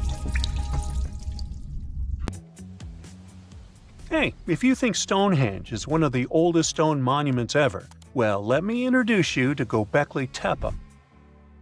Buckle up, we gotta travel to Turkey to meet this really old guy. Yeah, he's too old to travel. Jokes aside, Göbekli Tepe, an archaeological site located in southeastern Turkey that dates back to the Neolithic period, around 10,000 BCE. It's considered to be one of the oldest and most significant archaeological discoveries in recent times. The site consists of a series of circular and rectangular structures made of stone pillars. Yeah, it does look like its younger brother Stonehenge. Some of those pillars are decorated with intricate carvings of animals and other symbols. Now, you may be wondering, hey, why on earth did they make such a fascinating building? What was its purpose? Sorry, I got no answer for that. The purpose of the site is still unknown, but it is believed to have been a ceremonial center for the ancient people who lived in the area. The discovery of Göbekli Tepe has challenged long-held beliefs about the development of human civilization, as it suggests that complex societies may have emerged much earlier than previously thought. Okay, pack your stuff, our travels just started. Next destination, Masada. It's an ancient fortress located in Israel on a plateau overlooking the Dead Sea. Hey, look at that view, spectacular, huh? It was built by King Herod the Great in the 1st century BCE, and it was very smartly built. Within the fortress, there were various facilities such as storehouses, barracks, a palace, and a set of cisterns capable of holding approximately 40,000 cubic meters of rainwater. People living there believed that the collected runoff from a single day's rainfall could provide sustenance for over 1,000 individuals for a period of 2 to 3 years. Access to the fortress was limited to 3 steep and winding paths leading up to fortified gates.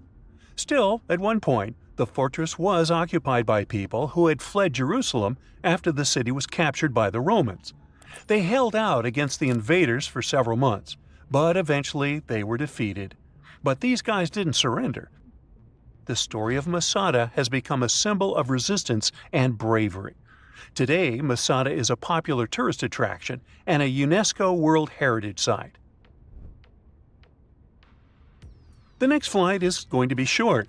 We're popping over to Egypt to see the Karnak Temple Complex. It's a vast ancient Egyptian temple complex located in the city of Luxor, Egypt. It was built over a period of 2,000 years and covers an area of more than 200 acres. The complex is dedicated to the worship of the deity Amun-Roka. Wait a minute, that should be Amun-Ra, and it was one of the most important religious centers in ancient Egypt.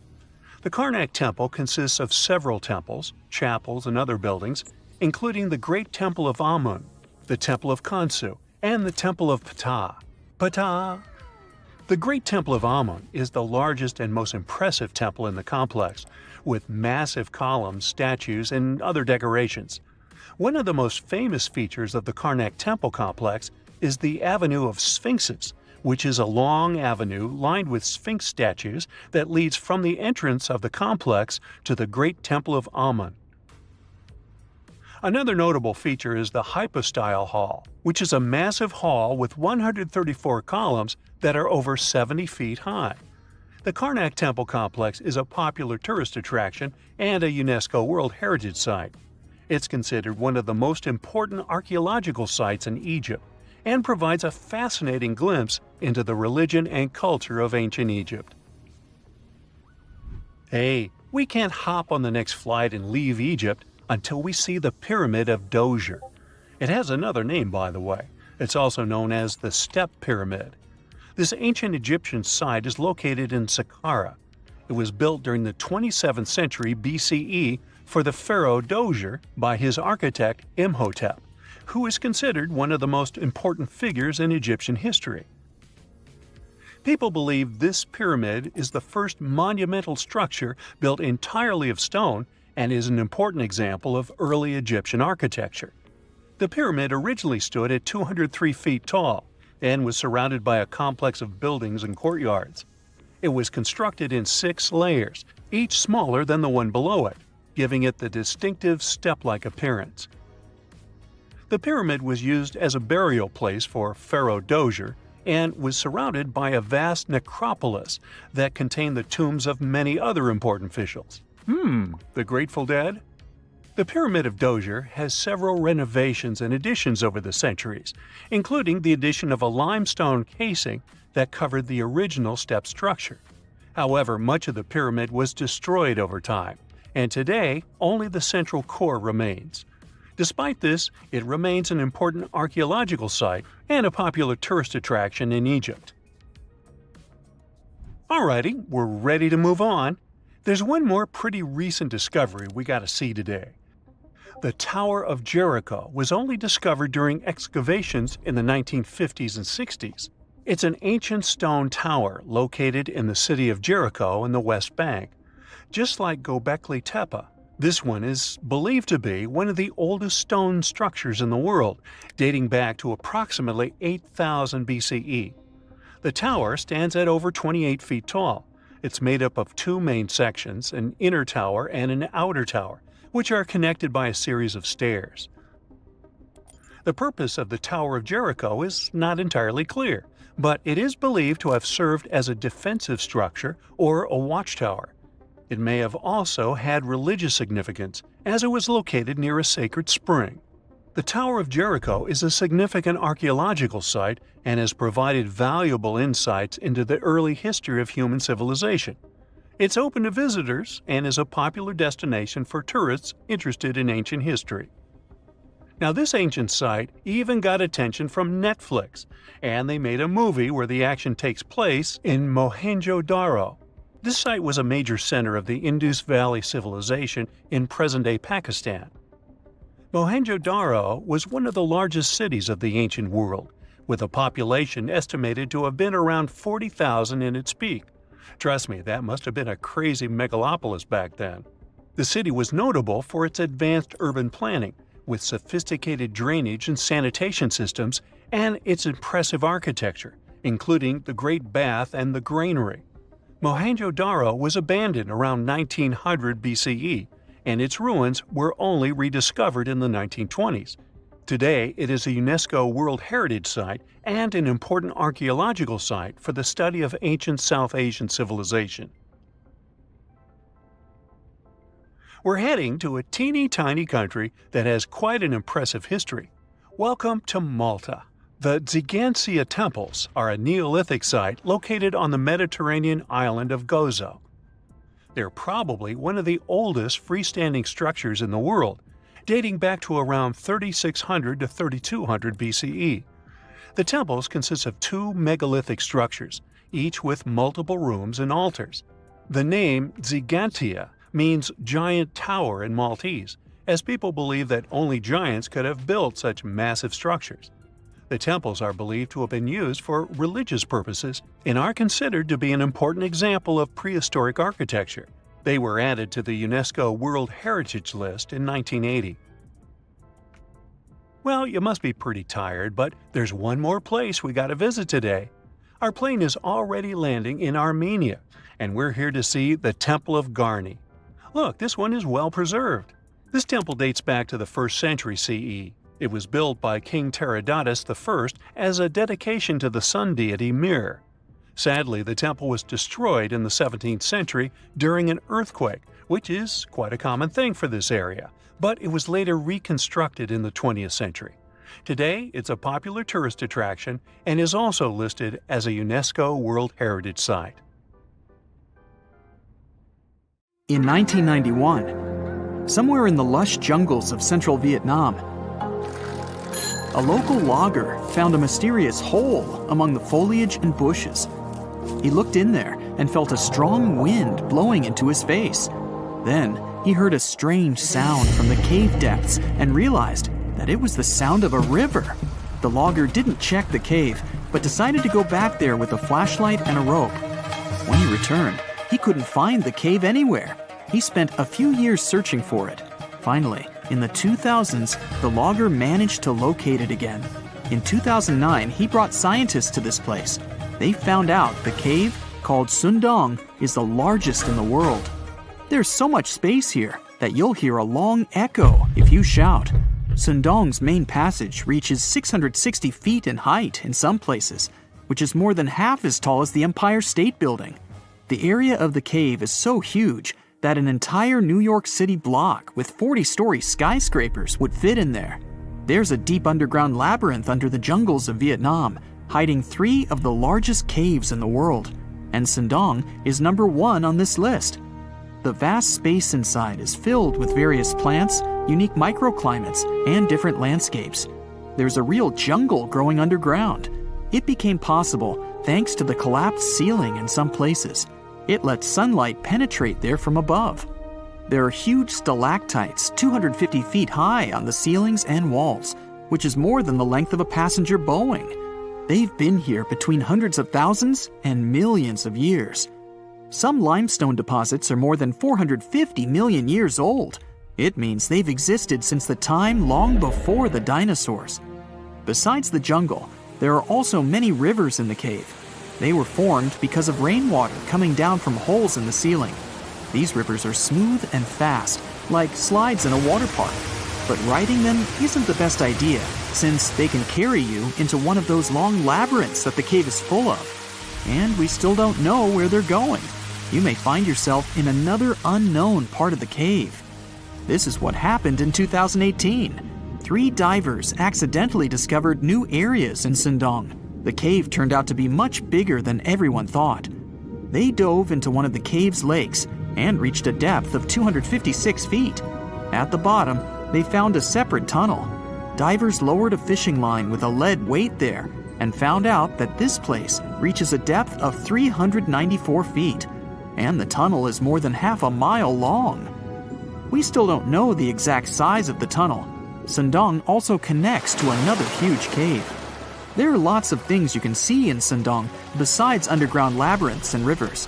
You can find spacious ruins with lakes, and you can walk for hours along dark mountain corridors. This place is strikingly beautiful, but dangerous at the same time. And the coolest thing is that you can take a walk here. Since 2013, Sindong Cave has been open to tourists. It's not just an easy walk to take some selfies though. The expedition to the cave lasts for several days. For the first day and a half, you'll explore the 3rd largest cave in the world. And only after that, you'll reach Sindong. The path will take you through rivers, dense jungles, mountains, and rocks. You can meet many exotic birds, monkeys, and other animals. And according to many people, the way to the cave is even more impressive than the cave itself. When you reach your destination, you'll spend the next few days exploring Sindong. Together with other tourists, professional guides, and porters, you'll be sleeping in tents in different places in the cave every day. You'll see some stunning landscapes and, get ready for this, 400-million-year-old majestic fossils. There are also dark rooms with lakes that are good for swimming. Such adventurous expeditions become more popular every year. People who visited the cave call it the most amazing place they've ever seen. Another amazing cave is located in Indonesia, on the island of Flores. It's quite small, but holds amazing things inside. In 2003, a group of scientists discovered ancient artifacts here, including fossils of primitive tools, such as sharpened stones. Scientists realized that hundreds of thousands of years ago, this place was home to our distant ancestors. Then they found a very unusual female skeleton.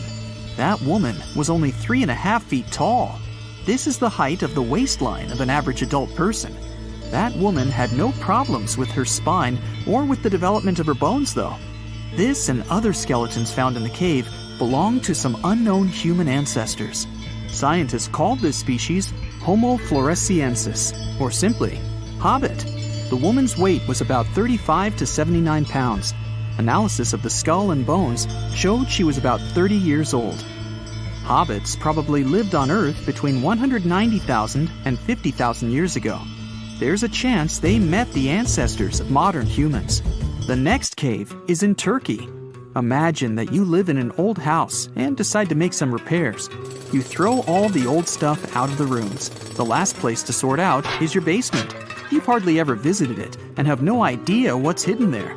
But it's pretty spacious, so you decide to turn it into a room. You tear down the wall and discover the entrance to the cave. This is a tunnel that leads underground. You walk through the cave and see a real underground city. This happened in Turkey in 1963. One of the locals discovered a secret passage to a lost city in his basement. About 20,000 people could live there. There was enough space for livestock and food supplies. It's not just a maze of tunnels. There's a chapel, a school, stables, kitchens, walls, and other signs of civilization. The city was built in the Byzantine era, in the years 780 through 1180. It's not the only one down there and is connected to many underground tunnels and towns that stretch for several miles. Let's finish our journey in the strangest and most frightening cave. We're going to the southeast of Romania, near the Black Sea. Here, on a desolate wide plain, you can find a hole. This is a tunnel leading deep underground. The air inside the cave has high levels of hydrogen sulfide and carbon dioxide. Under normal conditions, the air we breathe contains around 20% oxygen, but it's only 10% here. You won't be able to breathe freely without an oxygen tank. The water and air here are poisoned. Almost no animals are able to live in such conditions, at least the ones we know about. And this cave is filled with 48 species of living organisms, 33 of which are new unknown species. Creeping things that live here can scare you, especially if you're afraid of bugs. Strange white snails and white spiders are crawling along the walls. An unknown species of leeches and transparent shrimp are swimming in the water. White millipedes with huge mustaches are creeping on the ground. Here you can also meet an unknown kind of scorpion with a transparent white body that doesn't look like any other kind of scorpion. Nothing here looks like ordinary animals at all. All creatures in the cave are white or transparent. They don't have eyes, but they have long paws and antennae whiskers that help to navigate in space. Plants can't live here without sunlight and clean air. This means that oxygen isn't produced in this place. So how do these creatures manage to survive? The answer is in the water. The surface of the lake and puddles here is covered with strangely moving foam. This substance is a living organism. It consists of 1 billion bacteria called autotrophs. Ordinary plants absorb carbon dioxide and use photosynthesis to produce oxygen. This cave is filled with carbon dioxide. Autotrophs absorb it and secrete tiny food particles. Bacteria feed on these particles. Larger organisms then feed on those bacteria, and so on. In the end, there's enough food for everyone. This process is called chemosynthesis. It's like photosynthesis, but uses water instead of sunlight in its chemical reactions. In this cave, evolution has created a completely unique biological system, separate from the rest of the world. Imagine you could spend an entire week scanning ancient ruins and taking photographs of the world's most surreal archaeological sites. Would you be up for it?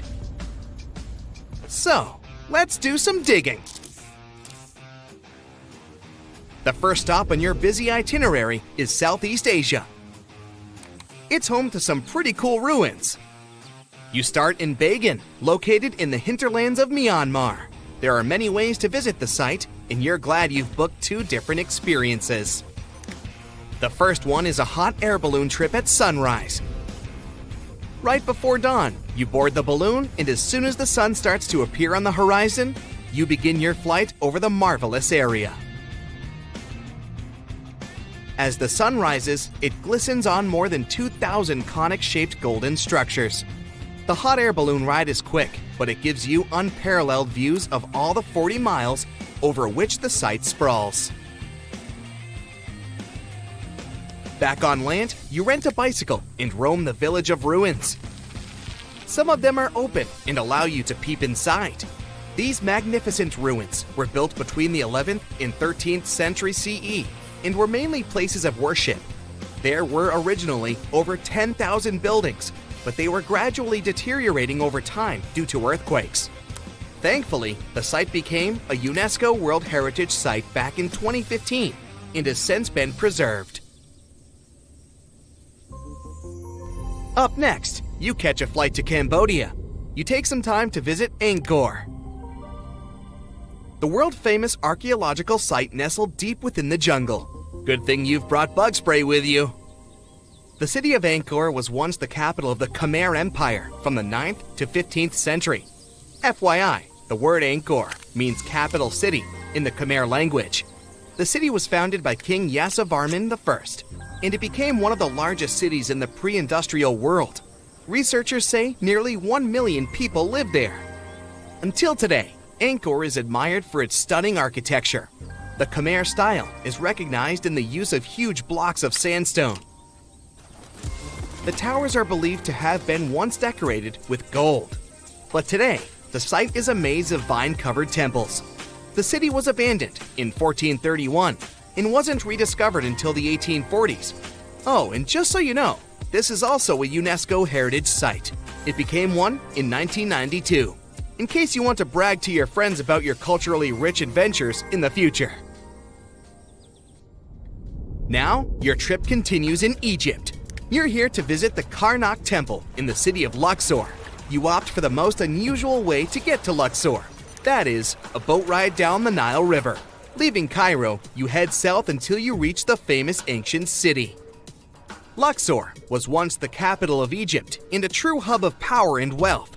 That is why the Karnak complex is such a great archaeological site. You choose to visit it at night, and still at the entrance, you are struck by the site's beauty. In the evening, artificial lights cast a golden glow on the temple statues and stone columns. The temple is huge and was built mainly around the 18th and 19th centuries BCE. Each Egyptian pharaoh from that period left their own architectural mark on the site. The highlight of this tour is taking a walk through the Avenue of Sphinxes and discovering the Great Hypostyle Hall. This hall is filled with towering pylons and solid sandstone columns, a true wonder. From Egypt, you head down to Jordan. Now, if you like terracotta landscapes, you've come to the right place. The city of Petra is a marvel of the ancient world. Located in Jordan's desert, the city was a commercial hub back in the 4th century BCE. The Nabateans, an Arab Bedouin tribe, lived in the so-called Rose City and thrived for many years, having accumulated a significant amount of wealth. The city was known for its innovative water management system, which made the region inhabitable. And yes, you'll catch a glimpse of its ruins on your tour. The rock-carved gate-like structure Petra is famous for what is called the Pharaoh's Treasury. It stands at the main entrance to the site and is said to have a treasure hidden beneath it. Don't forget to stand right beneath it and take one of those classic pictures for social media. Once Petra has been ticked off the list, you fly to southern Europe. More specifically, to the tip of the Italian boot. You have a day trip scheduled to visit the ruins of Pompeii. Pompeii can be reached by car from the city of Naples. It's home to the eerie yet well-preserved ruins of a city that was once engulfed by lava. When Mount Vesuvius erupted in 79 CE, it left the city of Pompeii completely buried under millions of tons of volcanic ash. The ancient city was first discovered by beneath the volcanic rock in the 16th century, but it was first cleared from debris in the 1870s. Today, you'll be able to walk down the streets of these ancient Roman ruins and imagine what the town looked like in its heyday. Pompeii was a vibrant and rich municipality. The site's ruins revealed that many areas of Pompeii had boasted impressive bakeries, markets, and even houses with balconies, which were a sign of great wealth at the time. And believe it or not, even some artworks survived the eruption. Archaeologists found well-preserved frescoes and murals with mythological creatures. All this indicates that members of the high society lived there. The city even had thermal baths and showers made from luxurious materials. While you're still in Europe, you'll hop over to visit the iconic Stonehenge. It's a perfect day trip if you stay in the city of London, just a short train journey away. Stonehenge dots the Salisbury Plain in Wiltshire, England, and is one of the world's most recognized ancient ruins. More than 5,000 years old, these curious stone rings are some of the oldest stone structures on the planet. Created out of sandstone, they are shrouded in misery. Who built them and why is still largely unknown. Popular theories claim that Stonehenge was used as a great solar calendar, built to help people keep track of days, weeks, and months. Talk about hard work to create a mere calendar, huh? In the final leg of your trip will take you to explore the Southern Americas. In Guatemala, in Central America, you'll find ancient Mayan ruins. The lost city of Tikal is a city made of 3,000 buildings, the remains of the capital of the Mayan Empire. You can compare its importance to such cities as London or New York today. The North Acropolis is Tikal's most ancient complex of monuments. Built solely by human hands in 350 BCE, it served as the resting place of kings and chiefs. Back in the day, the step pyramid temples were painted a beautiful red. Mayans loved that color. Today, of course, you'll only see the limestone. You might wonder what made such a great city turn into ruins. Well, archaeologists have no clue about the cause of Tikal's decline. Until today, this question remains unanswered. Was it a drought? Disease? Maybe we'll never know. Are you in the mood for some Mayan ruins? Chichen Itza is an archaeological site with the best preserved pyramids on Earth. Located in Mexico's Yucatan state, this Mayan city is well over 1,500 years old. At its peak, it was home to 35,000 people. The site covers 1.9 square miles and has many ruins spread throughout it. The highlight is El Castilla, a tremendous step temple, rising 80 feet above the ground. Its most peculiar feature is that it has 91 steps on each of its 4 sides, including the upper platform, which makes for 365 steps, the same as the number of days in the solar year. Phew, what an intense trip. Time to head home now and soak it all in. See you next time. So, imagine you're 15 and you get bored of playing video games. Instead, to pass the time, you decide to give some attention to an old hobby of yours, tracking down lost Mayan cities. You've heard that some ancient civilizations are said to have built entire cities based on constellations, so you decide to check out whether that was true for the Mayans. You find a book containing all the constellations the Mayan civilization believed to exist. You open good old Google Maps and map every ancient Mayan city discovered to date. You start seeing that this information actually matches. And truly, the biggest ancient Mayan cities correspond to the brightest and biggest stars of the Mayan constellations. Okay, this is getting interesting. You manage to map out over 100 ancient cities when you suddenly notice something strange. There's an area in the Yucatan Peninsula in Mexico where archaeologists have unearthed 2 Mayan cities. But on the constellation map, there are 3 stars. Could this mean there is a long-lost city waiting to be discovered nearby? You might think this sounds too daydreaming, but the story is actually true. The previous account happened to a Canadian teenager named William Gaddery. The boy is known as a science genius and had even won an award for the constellation theory we presented just now. When he noticed that a 3rd city was missing from the 23rd constellation he was examining, he began to scour the internet for satellite pictures that could help him solve this mystery. He looked into images from NASA, JAXA, a Japan-based satellite company, and Google Earth. These images were still insufficient to answer his questions, so he reached out to a friend inside the Canadian Space Agency. His friend provided him with state-of-the-art satellite imagery that gave him the answer he was looking for. According to the images, there is a large square area right on the border of Mexico and Belize, which looks like the remains of a city. William took the images to a remote sensing expert known as Dr. Armand Laroque from the University of New Brunswick. They studied the images thoroughly and concluded that the area could be housing 30 buildings and even a large pyramid. The scientific and archaeological community went crazy with the 15-year-old's discovery. Could this really be true? Some background. Lost Mayan cities began to be unearthed in the mid-20th century. Since then, ruins from cities such as Tikal, Palenque, and Uxmal have been rediscovered. The Mayans were one of the biggest pre-Columbian civilizations living in the Americas.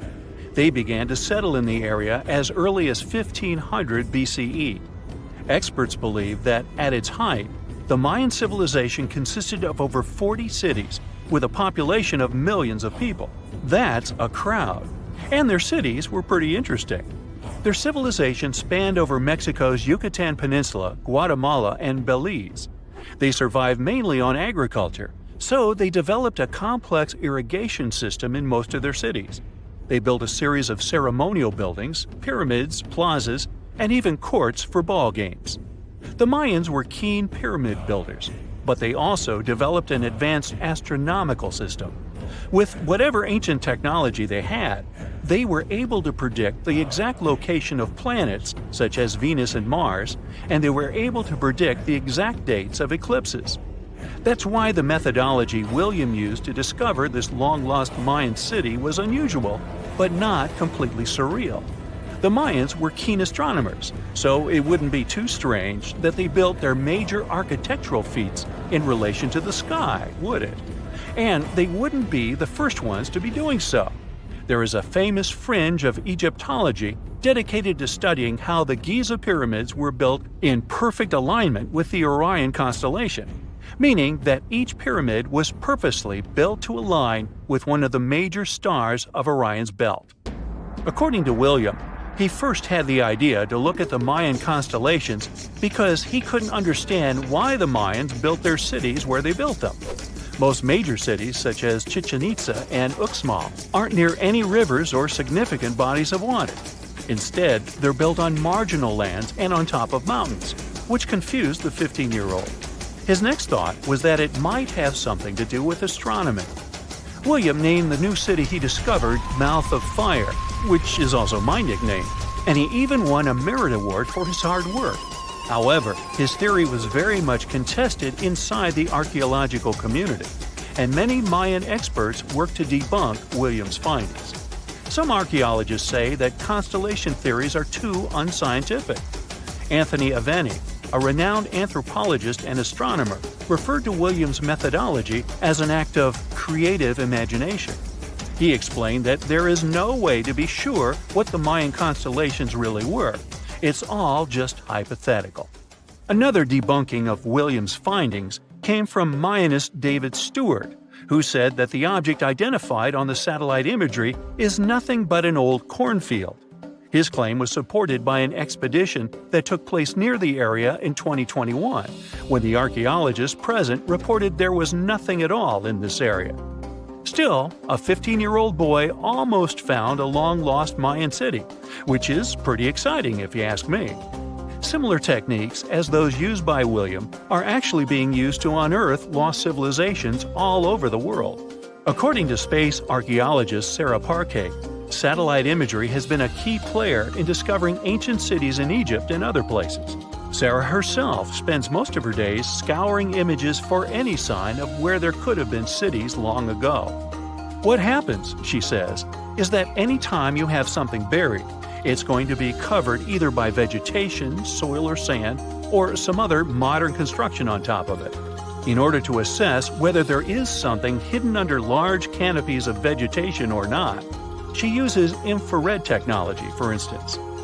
A major recent discovery in Brazil was done in a similar way. Satellite imagery detected a network of trenches dating back to 200 to 1200 CE. These suggest settlements that could have supported around 60,000 people. But in this case, the satellite imagery did indeed correspond to what was on the ground. Researchers from the University of Florida found several mounds that were accompanied by ditches and geoglyphs. Archaeologists also found remnants of carefully designed walls, centered around plazas, much like the type of construction done by the ancient Mayans. Advances in satellite tech have also shed new light on long-discovered ancient Mayan cities, such as Tikal. Located in the heart of the Guatemalan jungle, Tikal is believed to have been the capital of the ancient Mayan Empire. At its height, it was comparable in importance to cities such as London or New York in today's world. It was composed of a series of complex monuments, many of them believed to have been the resting places of kings and chiefs. Tikal is already known to have been big, but recent discoveries show it could have been even 3 times larger than what scientists originally believed. The main discovery revolves around a fortification on the outskirts of the city, indicating how far the original city stretched. And new discoveries still take place. In 2017, researchers also unearthed new clues regarding the potential causes of the decline of the Mayan civilization. Using data from a site in Cebu, located 62 miles southwest of Tikal, scientists analyzed radiocarbon data from ceramics and archaeological excavations to extract new information about the sudden demise of this great civilization.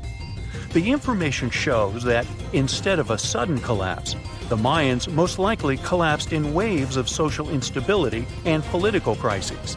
These events are believed to have deteriorated Mayan city centers and began causing the dispersion of the Mayan population. Well, it seems like it's a prime time to uncover ancient ruins. What do you say? Will you give it a try as well? You know, scientists make discoveries that change the world, but even they can face mysteries. Here are 10 things that have baffled scientists. Imagine that you constantly hear a low-frequency hum, and no one can trace its source. Roughly 4% of the world's population hears the hum. It's a geography-free sound. I mean, people all around the world hear it, so the name varies from Tao's hum to Auckland hum, depending on the region where it gets generated. The sound is just on the threshold of human hearing. People hear it less when they're outside, and it gets louder indoors, especially at night. What's even scarier is that you cannot unhear it once you've heard it. Some folks say it started in London around the time of Charles Dickens, who wrote A Christmas Carol, and the low-frequency sound actually comes from the humbug. Or not. Actually, the earliest cases were recorded in Bristol, UK, dating back to the mid-1970s. Scientists have various theories about where the hum comes from and why only some people can hear it, yet they don't have a clear answer. It could occur when ocean waves move along the ocean floor. They shake the Earth when they collide with continental shelves. Or this might be happening because of volcanic eruptions and earthquakes. Oh, and how about ultra-low frequency radio signals used to communicate with submarines or even 5G? Upsweep is another type of unidentified sound. It was discovered in 1991 in the Pacific Ocean. The sound is high enough to be recorded throughout the ocean. Scientists theorize that the sound could be related to underwater volcanic activity. Interestingly, the volume of the sound has been diminishing compared to its volume when it was first discovered, yet it still can be detected. Plus, it's seasonal. It reaches its highest volume in spring and fall. Is it related to seasonal changes? No one really knows for sure. The next mysterious thing is a cone-shaped monument found in the Sea of Galilee in Israel. This monument was discovered accidentally by sonar scanning in 2003, but the findings were published only in 2013. The monument weighs 60,000 tons. It was once submerged by rising waters. Archaeologists say the monument is enigmatic because they can't figure out where it's from. They don't know what it's connected to or its function. So this big and unusual thing remains a mystery. Now let's move to Göbekli Tepe, Turkey. This place offers you one of the most archaeologically significant sites in the world. Why is it important? Well, it has massive carved stones about 11,000 years old. To put it in perspective, they're 6,000 years older than Stonehenge. Ancient people placed these stones before they began farming or crafting metal tools or pottery. So the existence of this place goes against the chronology of civilization we're familiar with, where people farmed first and built second. Apparently, it wasn't like that. In any case, a good question is, what was the purpose of this site? Was it built to worship some spirits? Yep, archaeologists believe it might be the world's oldest temple. Okay, say this with me. Paleodictyon notusum. Yeah, I know it sounds like a chemical formula. This is a living fossil found deep down on the ocean floor. A creature makes these hexagonal burrows, that for sure. Yet scientists can't identify the artist. Now, what do I mean by living fossil? Well, Paleodictyon notusum is a creature believed to produce a burrow nearly identical to Paleodictyon fossils. Is it a worm-like animal that made them? Scientists don't know. One thing is clear, this isn't some random stuff created by geological forces. Now, speaking of fossils, take a look at this giant one. Its informal name is Godzilius. It was discovered in 2011 by an amateur paleontologist. This is a scientist who studies the history of life on Earth by analyzing fossil records. Anyway, back to Godzilius. It's almost 7 feet in length and 9 feet tall if you were to measure it upright. This fossil is 450 million years old, coming from the time when Cincinnati was underwater. It might be a fossilized algae mat, but some scientists have different opinions. This is a massive tunnel found in South America. The tunnel is at least 8,000 to 10,000 years old. At first, researchers discovered a couple of colossal burrows. They were enormous and neatly constructed. Geologists were amazed, saying they had never seen such structures before.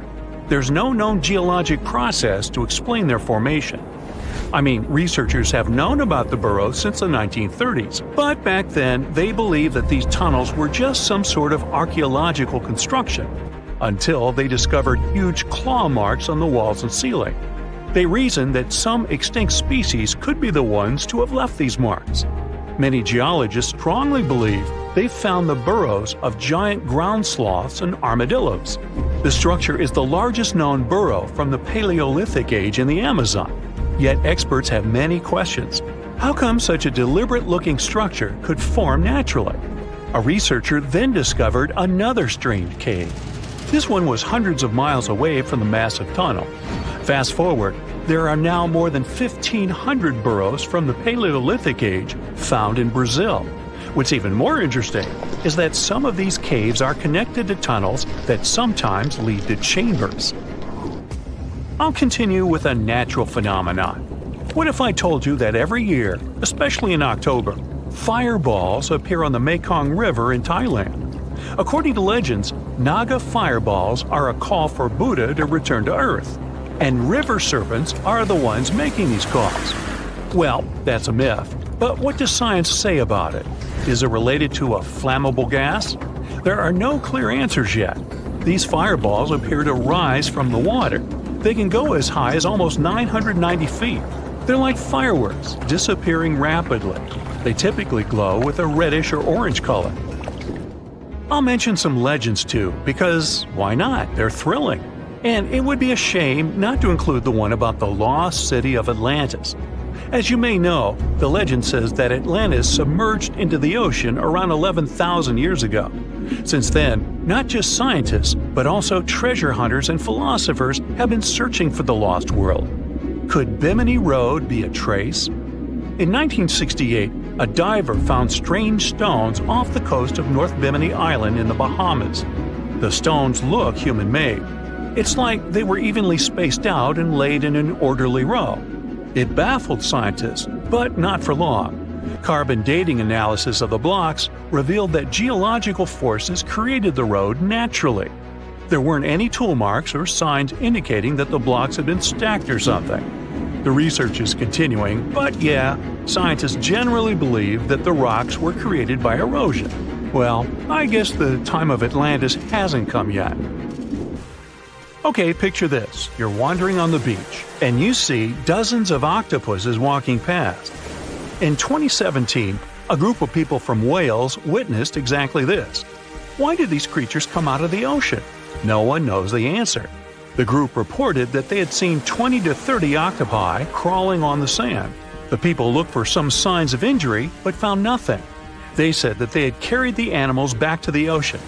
Interestingly, these creatures kept crawling onto the shore when people were asleep. Experts say that it's hard to be sure of the reason that pushed the animals to the beach without conducting a physical examination. They're still speculating about the reason behind this unusual and rare occurrence. Could it be overcrowding? Furthermore, the octopi were well armed. A separate study points out that the more fishers hunt large animals that feed on octopuses, the more the octopus population grows. Maybe that's why these creatures have to go farther to find food or shelter. But without proper research, these are only theories. There's a lot we don't know about space, too. So here's a bonus fact about the yellowish source of life in the solar system. Scientists have discovered a new type of wave inside the sun. These waves move in the opposite direction to the sun's rotation. Plus, they move super fast, so fast that it's beyond our understanding. Researchers have different theories about the function of the waves. If they figure out their role, this could give them additional insight into the processes happening inside the sun. And yes, the octopi were well armed. You're an adventurer looking for a golden hourglass hidden in the jungle of an exotic country. Finally, you find the artifact. Someone starts shouting as soon as you grab it. "Stop! This is the police! Hands up!" You look around and see two officers. You turn the hourglass over and fall into a suddenly formed portal that takes you through space and time. "Hey you, stranger, don't move! What are you doing in our temple?" You look around and see two guys with swords. They're the police of ancient Babylon. The vast kingdom in Mesopotamia was the first in history to invent a list of laws and punishments for their violation. The list of these laws was called the Code of Hammurabi and contained 282 laws. They were carved on stone pillars around the 10th century BCE. The laws had rules about the family and behavior in society, and generally were similar to the laws of modern civilizations. The authorities of Babylon created special police squads consisting of locals. Their goal was to monitor public order and ensure no one broke the law. Some records of the squad's work have survived to this day. They talk about how the ancient police stopped noisy feasts, monitored tax payments, and searched for thieves and looters. In general, their routine was similar to the routine of modern police. They guarded temples and made sure that nothing was taken from them. You're now in their temple, holding the golden hourglass. The sand pours down, and you teleport to another place. It's the 14th century. You're in Nigeria, on a hot plain under the scorching sun. You hear someone approaching you from behind. "Stop! Don't move! Your fate will be decided at the meeting." Two Okanko guards, members of the Ibu ethnic group, walk to you holding spears. Okanko consisted of rich and poor people, young and old. They were the judges of justice and ensured that no one violated the laws. Each village had its own Okanko squad. They severely punished those who cheated or harmed other people. Okanko also solved land disputes. Before passing a verdict or sentence, Okanko discussed it at public meetings.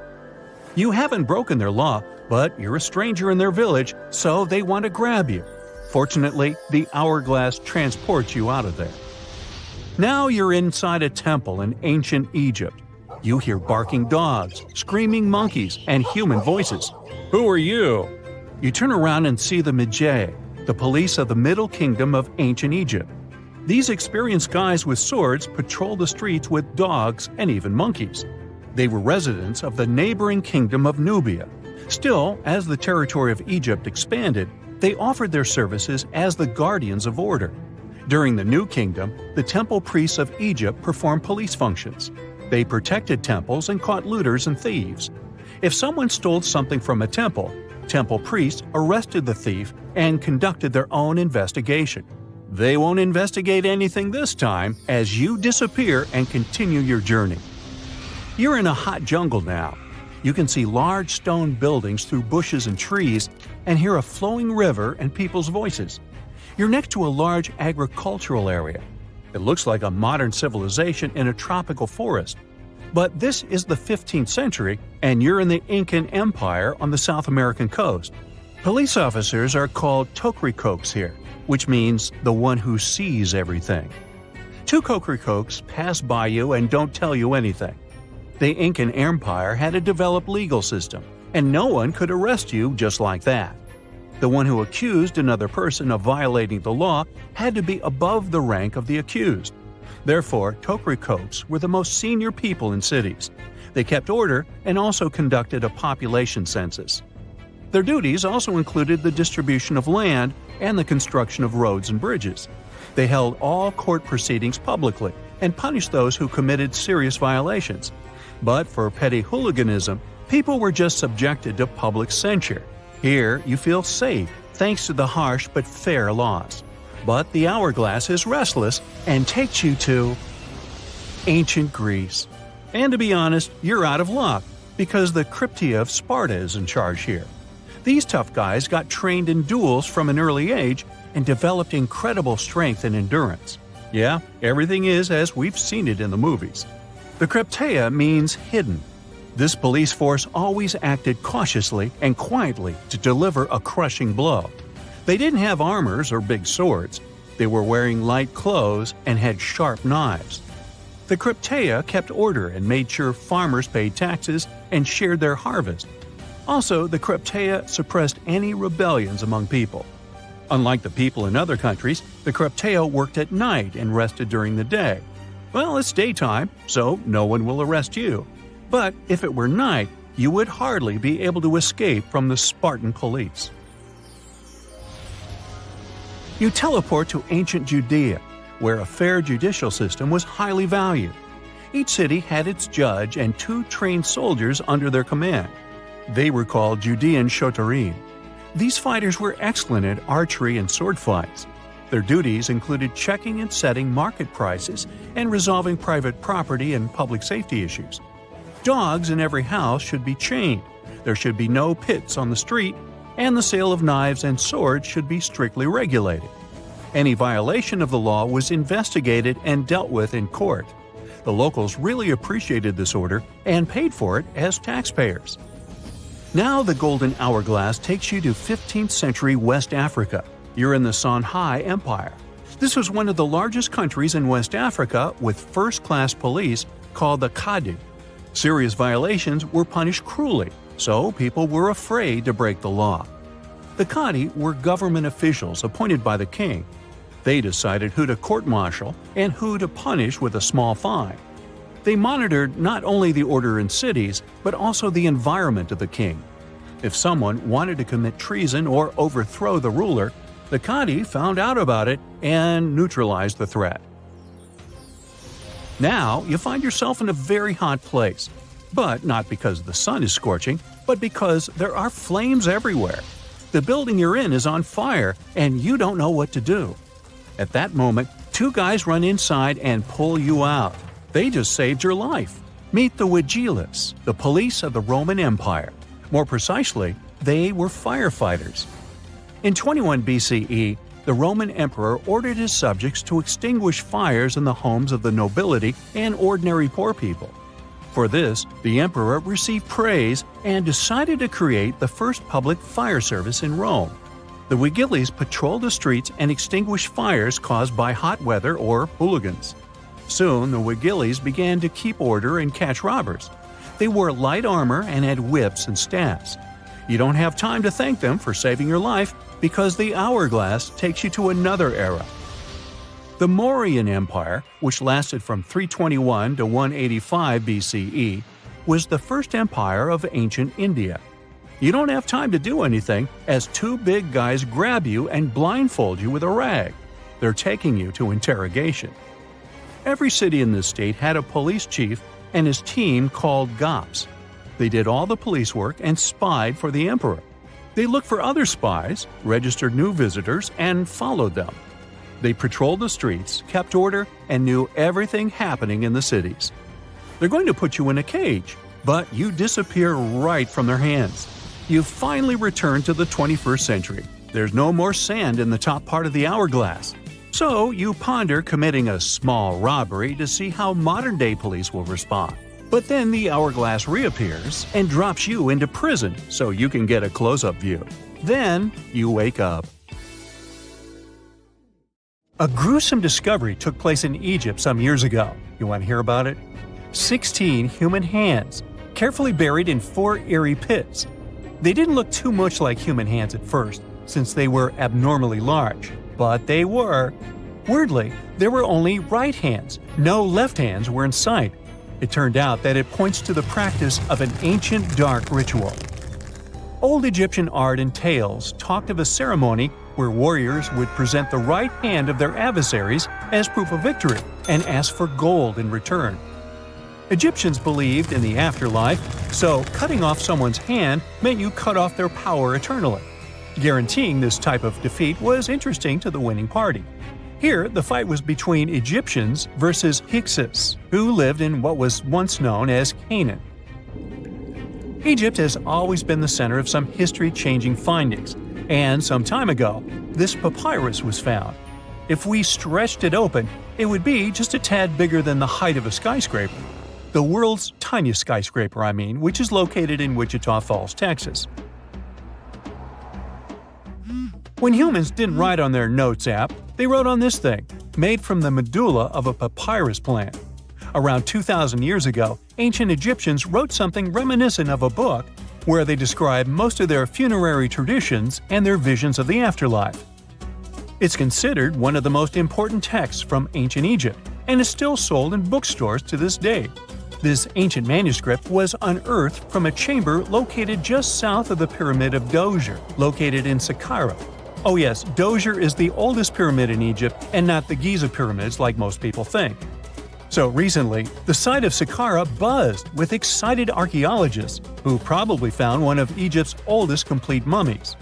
They believe that this beautiful and well-preserved mummy was that of a wealthy man. He was discovered in a deep shaft, covered in layers of gold leaves.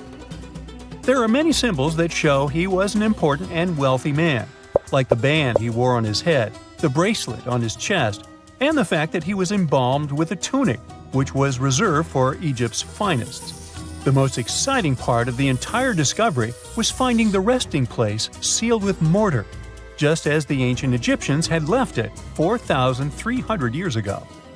Now this may sound weird, but back in 2008, archaeologists discovered a missing pyramid.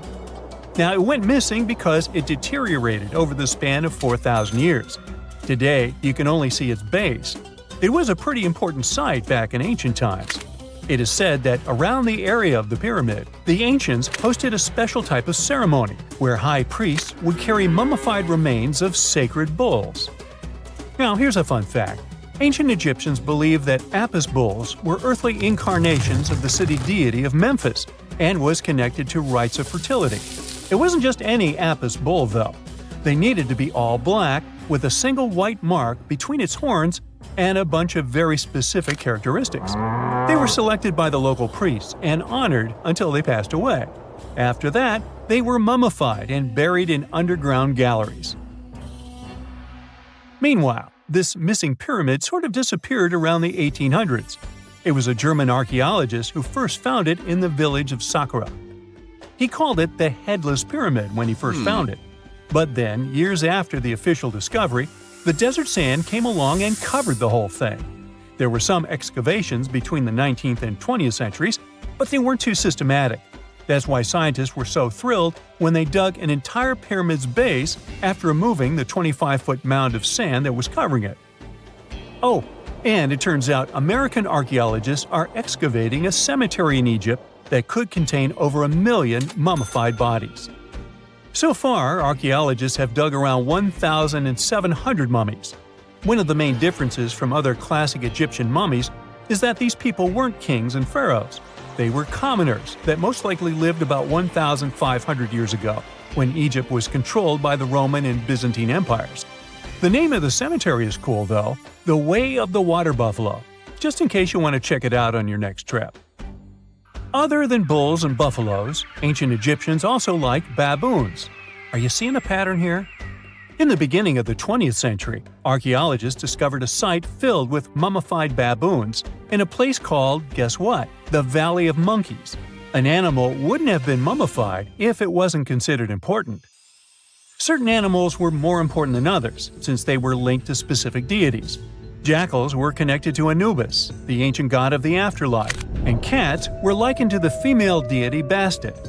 Baboons were a pretty big deal, since they were believed to be connected to Thoth, the deity of wisdom and advisor to Ra, one of Egypt's supreme deities. The archaeologists who studied these animals weren't too happy. They think these baboons were kept inside and were deprived of sunlight for most of their lives.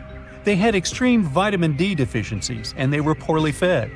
Maybe Thoth got angry with these baboon keepers. Just a guess. Since there's never a boring day for archaeologists in Egypt, they also found human mummies with golden tongues. Since Egyptians were all about the afterlife, they believed that golden tongues might help a person speak once they pass to the other side. I mean, it's a long shot, but hey, why not? Some of these mummies were placed in wooden coffins with goods, such as necklaces, pottery, golden artifacts in the shape of lotus flowers and scarab beetles, and iPhones. Just kidding. A new temple was also unearthed recently in Egypt. Scientists believe it was dedicated to honor Zeus Cassios. That deity would be a cross between Zeus, the almighty Greek deity of the sky, and Mount Cassios. While digging around the Sinai Peninsula in Egypt, archaeologists spotted 2 pink granite columns poking out of the ground. And bingo! They believe these columns represented the temple's front gate and collapsed during an earthquake many years ago. And speaking of deities, there weren't only super serious deities. Recently, scientists unearthed a golden ring in a city south of Cairo. No, Frodo, it's not magical. It was a normal gold ring, but it had the depiction of the deity of fun, officially named Bes. This deity is often described in sacred texts as a happy chubby dwarf. Today, many tattoos we get are sorta deprived of any sense and are made of aesthetic purposes only.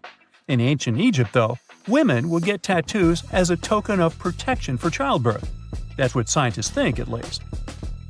Around the Nile region, scientists found some mummies that had well-preserved tattoos, which is a rarity since the skin deteriorates so easily. 2 of these women tattooed their lower backs, and the drawings were simple. They were mostly pictures, including that same chubby dwarf we just talked about, Bes. He also had a side hustle as the protector of women during childbirth. Now, would you believe me if I told you ancient Egyptians invented robots? No? Well, that's because that's not entirely true. Sure, they were astronomers, mathematicians, and engineers, and somehow they also squeezed an eccentric invention into that package. An automated deity some scientists called Hathor. This wooden statue had been in the Metropolitan Museum of Art for years before someone noticed its secret. With the help of an X-ray machine, specialists discovered a mechanical operating system inside it. The pulley-like axis goes from the statue's shoulder to her left leg. When the system rotates, the statue raises and lowers her hand. Hey, pick me! Pick me! I got my hand up here. Secant, cosine, tangent, sine, 3.14159. Yeah, that was the cheer we heard coming from the trigonometry club back in the day. For the rest of us in math class, terms such as sine, tangent, and pi were just bewildering. Who invented these and why? Was their only purpose to make it harder for students? Well, not quite. Trigonometry was invented by the ancient Egyptians. They needed this knowledge to construct pyramids, and they did a pretty good job too. The Great Pyramid in Giza still stands today, some 4,500 years after it was built. No recalls either. So let's get out of that classroom and on a journey through time to reveal the secrets behind the ancient Egyptians' precision. Here you are, standing on the Great Pyramid's construction site, some 9 miles from Cairo. Well, the city still isn't there, as you're surrounded only by the desert and teams of construction workers. They're transporting large stone blocks weighing 2.5 tons each. They're inside a wooden sled that sits on large rollers. A crew of 8 men rolls these blocks along the ground. You immediately think of the rollers on a supermarket cash register. The principle is exactly the same, but the scale is greater, much greater. Scientists estimate that the Egyptians used 2.3 million such blocks in the Great Pyramid alone. And the block in front of you is one of the lighter ones. The heaviest of them weighed up to 15 tons. But where did all these blocks come from? Most of them originated from quarries around Giza. It's not that impressive, you think? But wait until you hear how ancient engineers transported the granite used in construction over 500 miles to the pyramid. There were no railways or highways back then, but the mighty Nile was always there. Researchers even believe that the Egyptians dug a canal to connect the Nile directly to the pyramid's construction site. All they had to do then was to wait for the flood season to begin, and voila! The rising water levels floated the heavy stone blocks for them. But how did they lift the enormous stones on dry land to stack them up to the top? Did they use oversized cranes? Well, ancient Egyptians worked around this problem, literally speaking. One of the workers is now pointing to the giant ramp going around the pyramid they're building. This is how a mountain road zigzags its way to the top. If the ramp went directly to the top of the pyramid, then workers couldn't pull the stone blocks along it. It would be too steep. Scientists have calculated that 8% could be the maximum incline. So ancient Egyptians just extended the ramp around the pyramid. Again, these are all theories, as the ramp could have been inside the pyramid, as some researchers suggest. The exact building method is still a mystery, guarded by the Sphinx. That's its real name, right? Wrong. As the Great Sphinx is just the statue's alias. You know, the name writers take when they want to hide their true identity, or a singer's stage name. The Sphinx's real name, translated from Egyptian, means Horus in the horizon. That was the name for the Egyptian deity of the sky. The trail of mystery doesn't end there. As a man walks past you with a bucket of paint, he's going to add a touch of color to the Great Sphinx. Researchers found specks of this red color next to its ear. That was some strong paint, as it survived for thousands of years. You are now standing straight in front of the Sphinx. You look up. It's very tall, right? 66 feet to be precise. Now resist the urge to take a selfie. You can do it. Now you notice something else. It looks like the Sphinx is in the center of a giant triangle in the back. That's one side of the Great Pyramid. And no, your eyes are not playing tricks on you. The Sphinx really does sit in the center of the pyramid's lateral face. Here's where math comes in handy. A pyramid has 4 sides, called lateral faces. There's also a 5th face, the base, but that's not visible. It's, wait for it, face down. The Sphinx has one last mystery to reveal: its age. Scientists agree that Pharaoh Khafre built the Sphinx. He ruled after his father, who had built a great pyramid nearby. So both structures were finished around the same time. Let's talk about numbers again. You've heard of Cleopatra, the Egyptian princess described as a woman of great beauty. Hello? She saw the pyramids, but she lived closer to the time of the first iPhone than the time of the people who built the pyramids. Fascinating, right? You can see thousands of people around you. They're working hard to build the pharaoh's tomb. But how many of them are there exactly? One Greek philosopher estimated there were as many as 100,000 workers. Seems like an okay number for such an enormous structure, but it can't be true. Science simply can't back up this number. Egyptologists put the total number of workers at 30,000. And yes, Indiana Jones was one of them, at least on the big screen, but he showed up late. Egyptologists know a lot about the pyramids, but not everything. Not because they don't want to, but because they haven't yet dug up enough evidence. They can only guess how the building process went. First, engineers would arrive to choose the right spot and do the necessary measurements. That's why they needed all that complicated math. Then, it's time for sourcing the material, the large stone blocks I mentioned earlier. When boats deliver them to the site of the future pyramid, workers can finally do their thing. They operated in smaller groups, but there were at least 2,000 of them chiseling and carving away at any given time. Sounds like a typical construction site today? Well, that's because it is, just thousands of years ago. It's amazing what ancient Egyptians were able to achieve with just copper and stone tools. The pyramid is now complete in front of you. But is it the same pyramid we see today? Why is this structure shining bright in the desert sun? Isn't it supposed to be a dusty yellow color? Well, no. Human activity and the elements have completely stripped the outer layer of stones over time. Expert craftspeople polished these blocks using nothing but stone and sand. The end result was a smooth and shiny rock. On the day it was completed, the Great Pyramid of Giza was a perfect triangle of light. Its polished sides acted like giant mirrors, reflecting the powerful Egyptian sun. This is the point where you should put your glasses on, and that shiny thing you see at the pyramid's very top is actually gold. The capstone at the top of the pyramid is called a pyramidion. It was covered in sheets of gold. As you can guess, these were the first stones to disappear.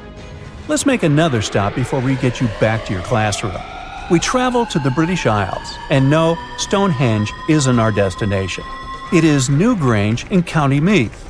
Scientists estimate that the ancient peoples of Ireland built this stone monument around the year 3200 BCE. This makes it older than both Stonehenge and the Great Pyramid in Giza. The function of the circular mound in Newgrange is the same as the one of the Great Pyramid and equally mysterious. The estimated amount of loose stone present in the valley is over 220,000 tons. And it's not just randomly thrown on a pile. The order in which the stones are set makes the structure water-resistant. That would explain how Newgrange had survived for so long. Kinda makes you want to splash out the cash for that waterproof phone case, huh?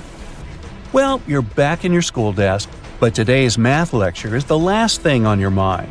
You're thinking about how great the Egyptian pyramids are, and if we have something similar today.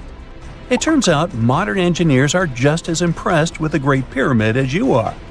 There's a glass pyramid sitting in the main courtyard of the famous Louvre Museum in Paris.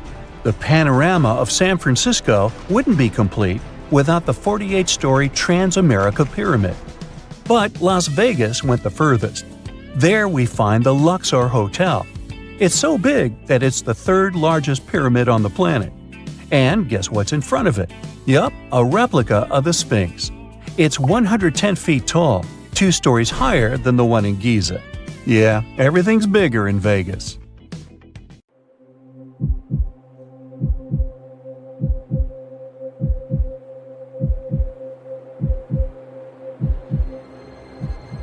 Leave it to people wandering on Google Earth to stumble upon the world's newest and weirdest places ever. Like this mysterious pyramid discovered in Antarctica. Soon enough, the internet blew up with all sorts of theories regarding this unusual shape. Could it be a sign from a different life form? Is this pyramid indeed natural, or is it man-made? For starters, it's not the first time we've discovered a pyramid in the Antarctic. The first one was observed by the British Antarctic expedition in the 1910s and kept secret for a long time. Its discovery being kept hidden only added to the mystery. A second such structure was discovered in 2016, which further increased the interest in the matter. The mystery was soon enough deciphered by scientists. These formations are just mountains. They're located near the Ellsworth Mountains, a range over 250 miles long, so they're just mountain peaks that have broken through the ice sheet. As for their particular shape, it's just a coincidence. Pyramids are found throughout nature. The Matterhorn in the Alps and Mount Ballenstinder in Iceland, for example, are quite similar in terms of shape. As for the official name of these peaks, they're called nunataks, or peaks of rock peeking through a glacier or an ice sheet. Antarctica has way more incredible features, like the fact that it's home of 60 to 90% of the world's fresh water. That's because its ice sheet is the biggest on our planet, stretching across 5.4 million square miles. I'll spare you the calculations, but that leaves only 1% of the continent ice-free. Antarctica's ice reaches 2.7 miles thick at its deepest point, meaning half the height of Mount Everest. Should it ever melt completely, our sea levels would rise to roughly 200 feet. It wasn't always this cold, though. At some point in our planet's history, Antarctica had some average temperatures as the city of Melbourne has today. It took a lot of research, but scientists figured out that Antarctica's temperatures could have reached up to 62.6 degrees Fahrenheit. Sure, that was 40 to 50 million years ago, but if you think about it, it was at the same time when dinosaurs roamed our Earth. Time is also different on this icy continent. All the lines of longitude that help us calculate different time zones merge into a single point at the South Pole. Here, there are 6 months of daylight in the summer, followed by 6 months of complete darkness during the colder season. So, scientists working here stay, on average, in the same time zone they've come from.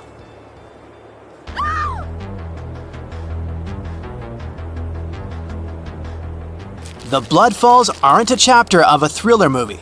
They are merely a series of waterfalls located in one of the driest regions of Antarctica.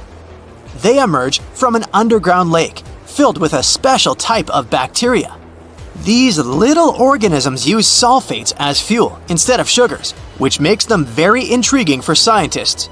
The water contained in this lake is so full of iron that it basically just rusts when it meets air. So, the reddish color of the waterfall also gives it its trademark name. The megalodon was the largest predator ever known in our planet's history. In terms of its location, the megalodon lived practically in all waters on our globe, except near the poles. The reason why there were no megalodon teeth found in Antarctica is probably because the gigantic creature was adapted to only warm tropical and subtropical waters. If you plan to visit Antarctica by boat someday, just know you might not get there on a non-metallic boat. The hull of your transportation device must be made of either steel or aluminum to withstand the harsh weather conditions here. Antarctica isn't home to a lot of bugs. In fact, there is only one true species of insect that calls this place home. It's a wingless midge called Belgica antarctica. This fly is so tiny that it only reaches 0.08 to 0.23 inches long, but it's still the Antarctic's largest terrestrial animal. A lot of Antarctic fish also come with an antifreeze substance in their blood. They don't necessarily need it for protection against the cold temperature, but mostly against touching ice. These antifreezes are made up of large glycoprotein molecules. They surround any small ice crystals that may form, making sure they don't spread through the animal's tissues, which could cause a lot of damage. They also create a sort of small pillow blocking the sharp ice crystals, so they're less likely to cause any pain. It also doesn't rain a lot here on this icy continent, but one amazing meteorological quirk of Antarctica is that it's full of diamond dust. This dust is basically small ice crystals that pop out of humid air close to the Earth's surface. Think of it like an icy fog. As they flow through the air and get touched by sunlight, they begin to sparkle, making visitors here feel like they're surrounded by diamonds. It's probably the last place you'd want to go into labor, but in 1978, the first person was born here ever. Emil Marco Palma was its name, and ever since, 10 other people have been born here in Antarctica. There's a lake on this icy continent that is so full of salt, it makes it impossible for it to freeze over, even if temperatures can go as low as 5 degrees Fahrenheit. That's because pure water freezes at 32 degrees Fahrenheit. Water that has salt in it, or any other substance for that matter, will freeze, but at a way lower temperature. That lower temperature is adjustable depending on the substance itself and the amount that has been placed into the water. Antarctica was the last official continent to be discovered. It remained completely unseen until the 1820s. But it took another 20 years to confirm it was actually a continent and not just a group of icy islands. Just because it's really cold here doesn't mean you can't go on a date here. One December night, an American scientist that was posted in Antarctica logged into a dating app simply out of curiosity. He was certain no other profiles would show up, but to his surprise, he found someone soon enough. Another researcher who was stationed just 45 minutes away, by helicopter of course. They eventually got together and went on the first date in Antarctica ever recorded. Apart from ice, this continent has something else way more abundantly than any other piece of land on Earth: meteorites. If we look at the research done by scientists, meteorites have equal chances of reaching any place on our planet. However, once they go through our atmosphere, the situation is a bit more complex. That's because different climates on our planet, like the humid ones found near the jungle, have a lot of moisture and oxygen, which will corrode most meteorites. The climate in Antarctica is really dry, so the possibility of meteorites corroding is little to none. More so, it's way easier to spot these rocks on the icy white surface of this area than in any other place on Earth. If you're not scared of the cold, you'll surely freak out when you hear about the winds here. That's because Antarctica is for the most part the windiest place on Earth.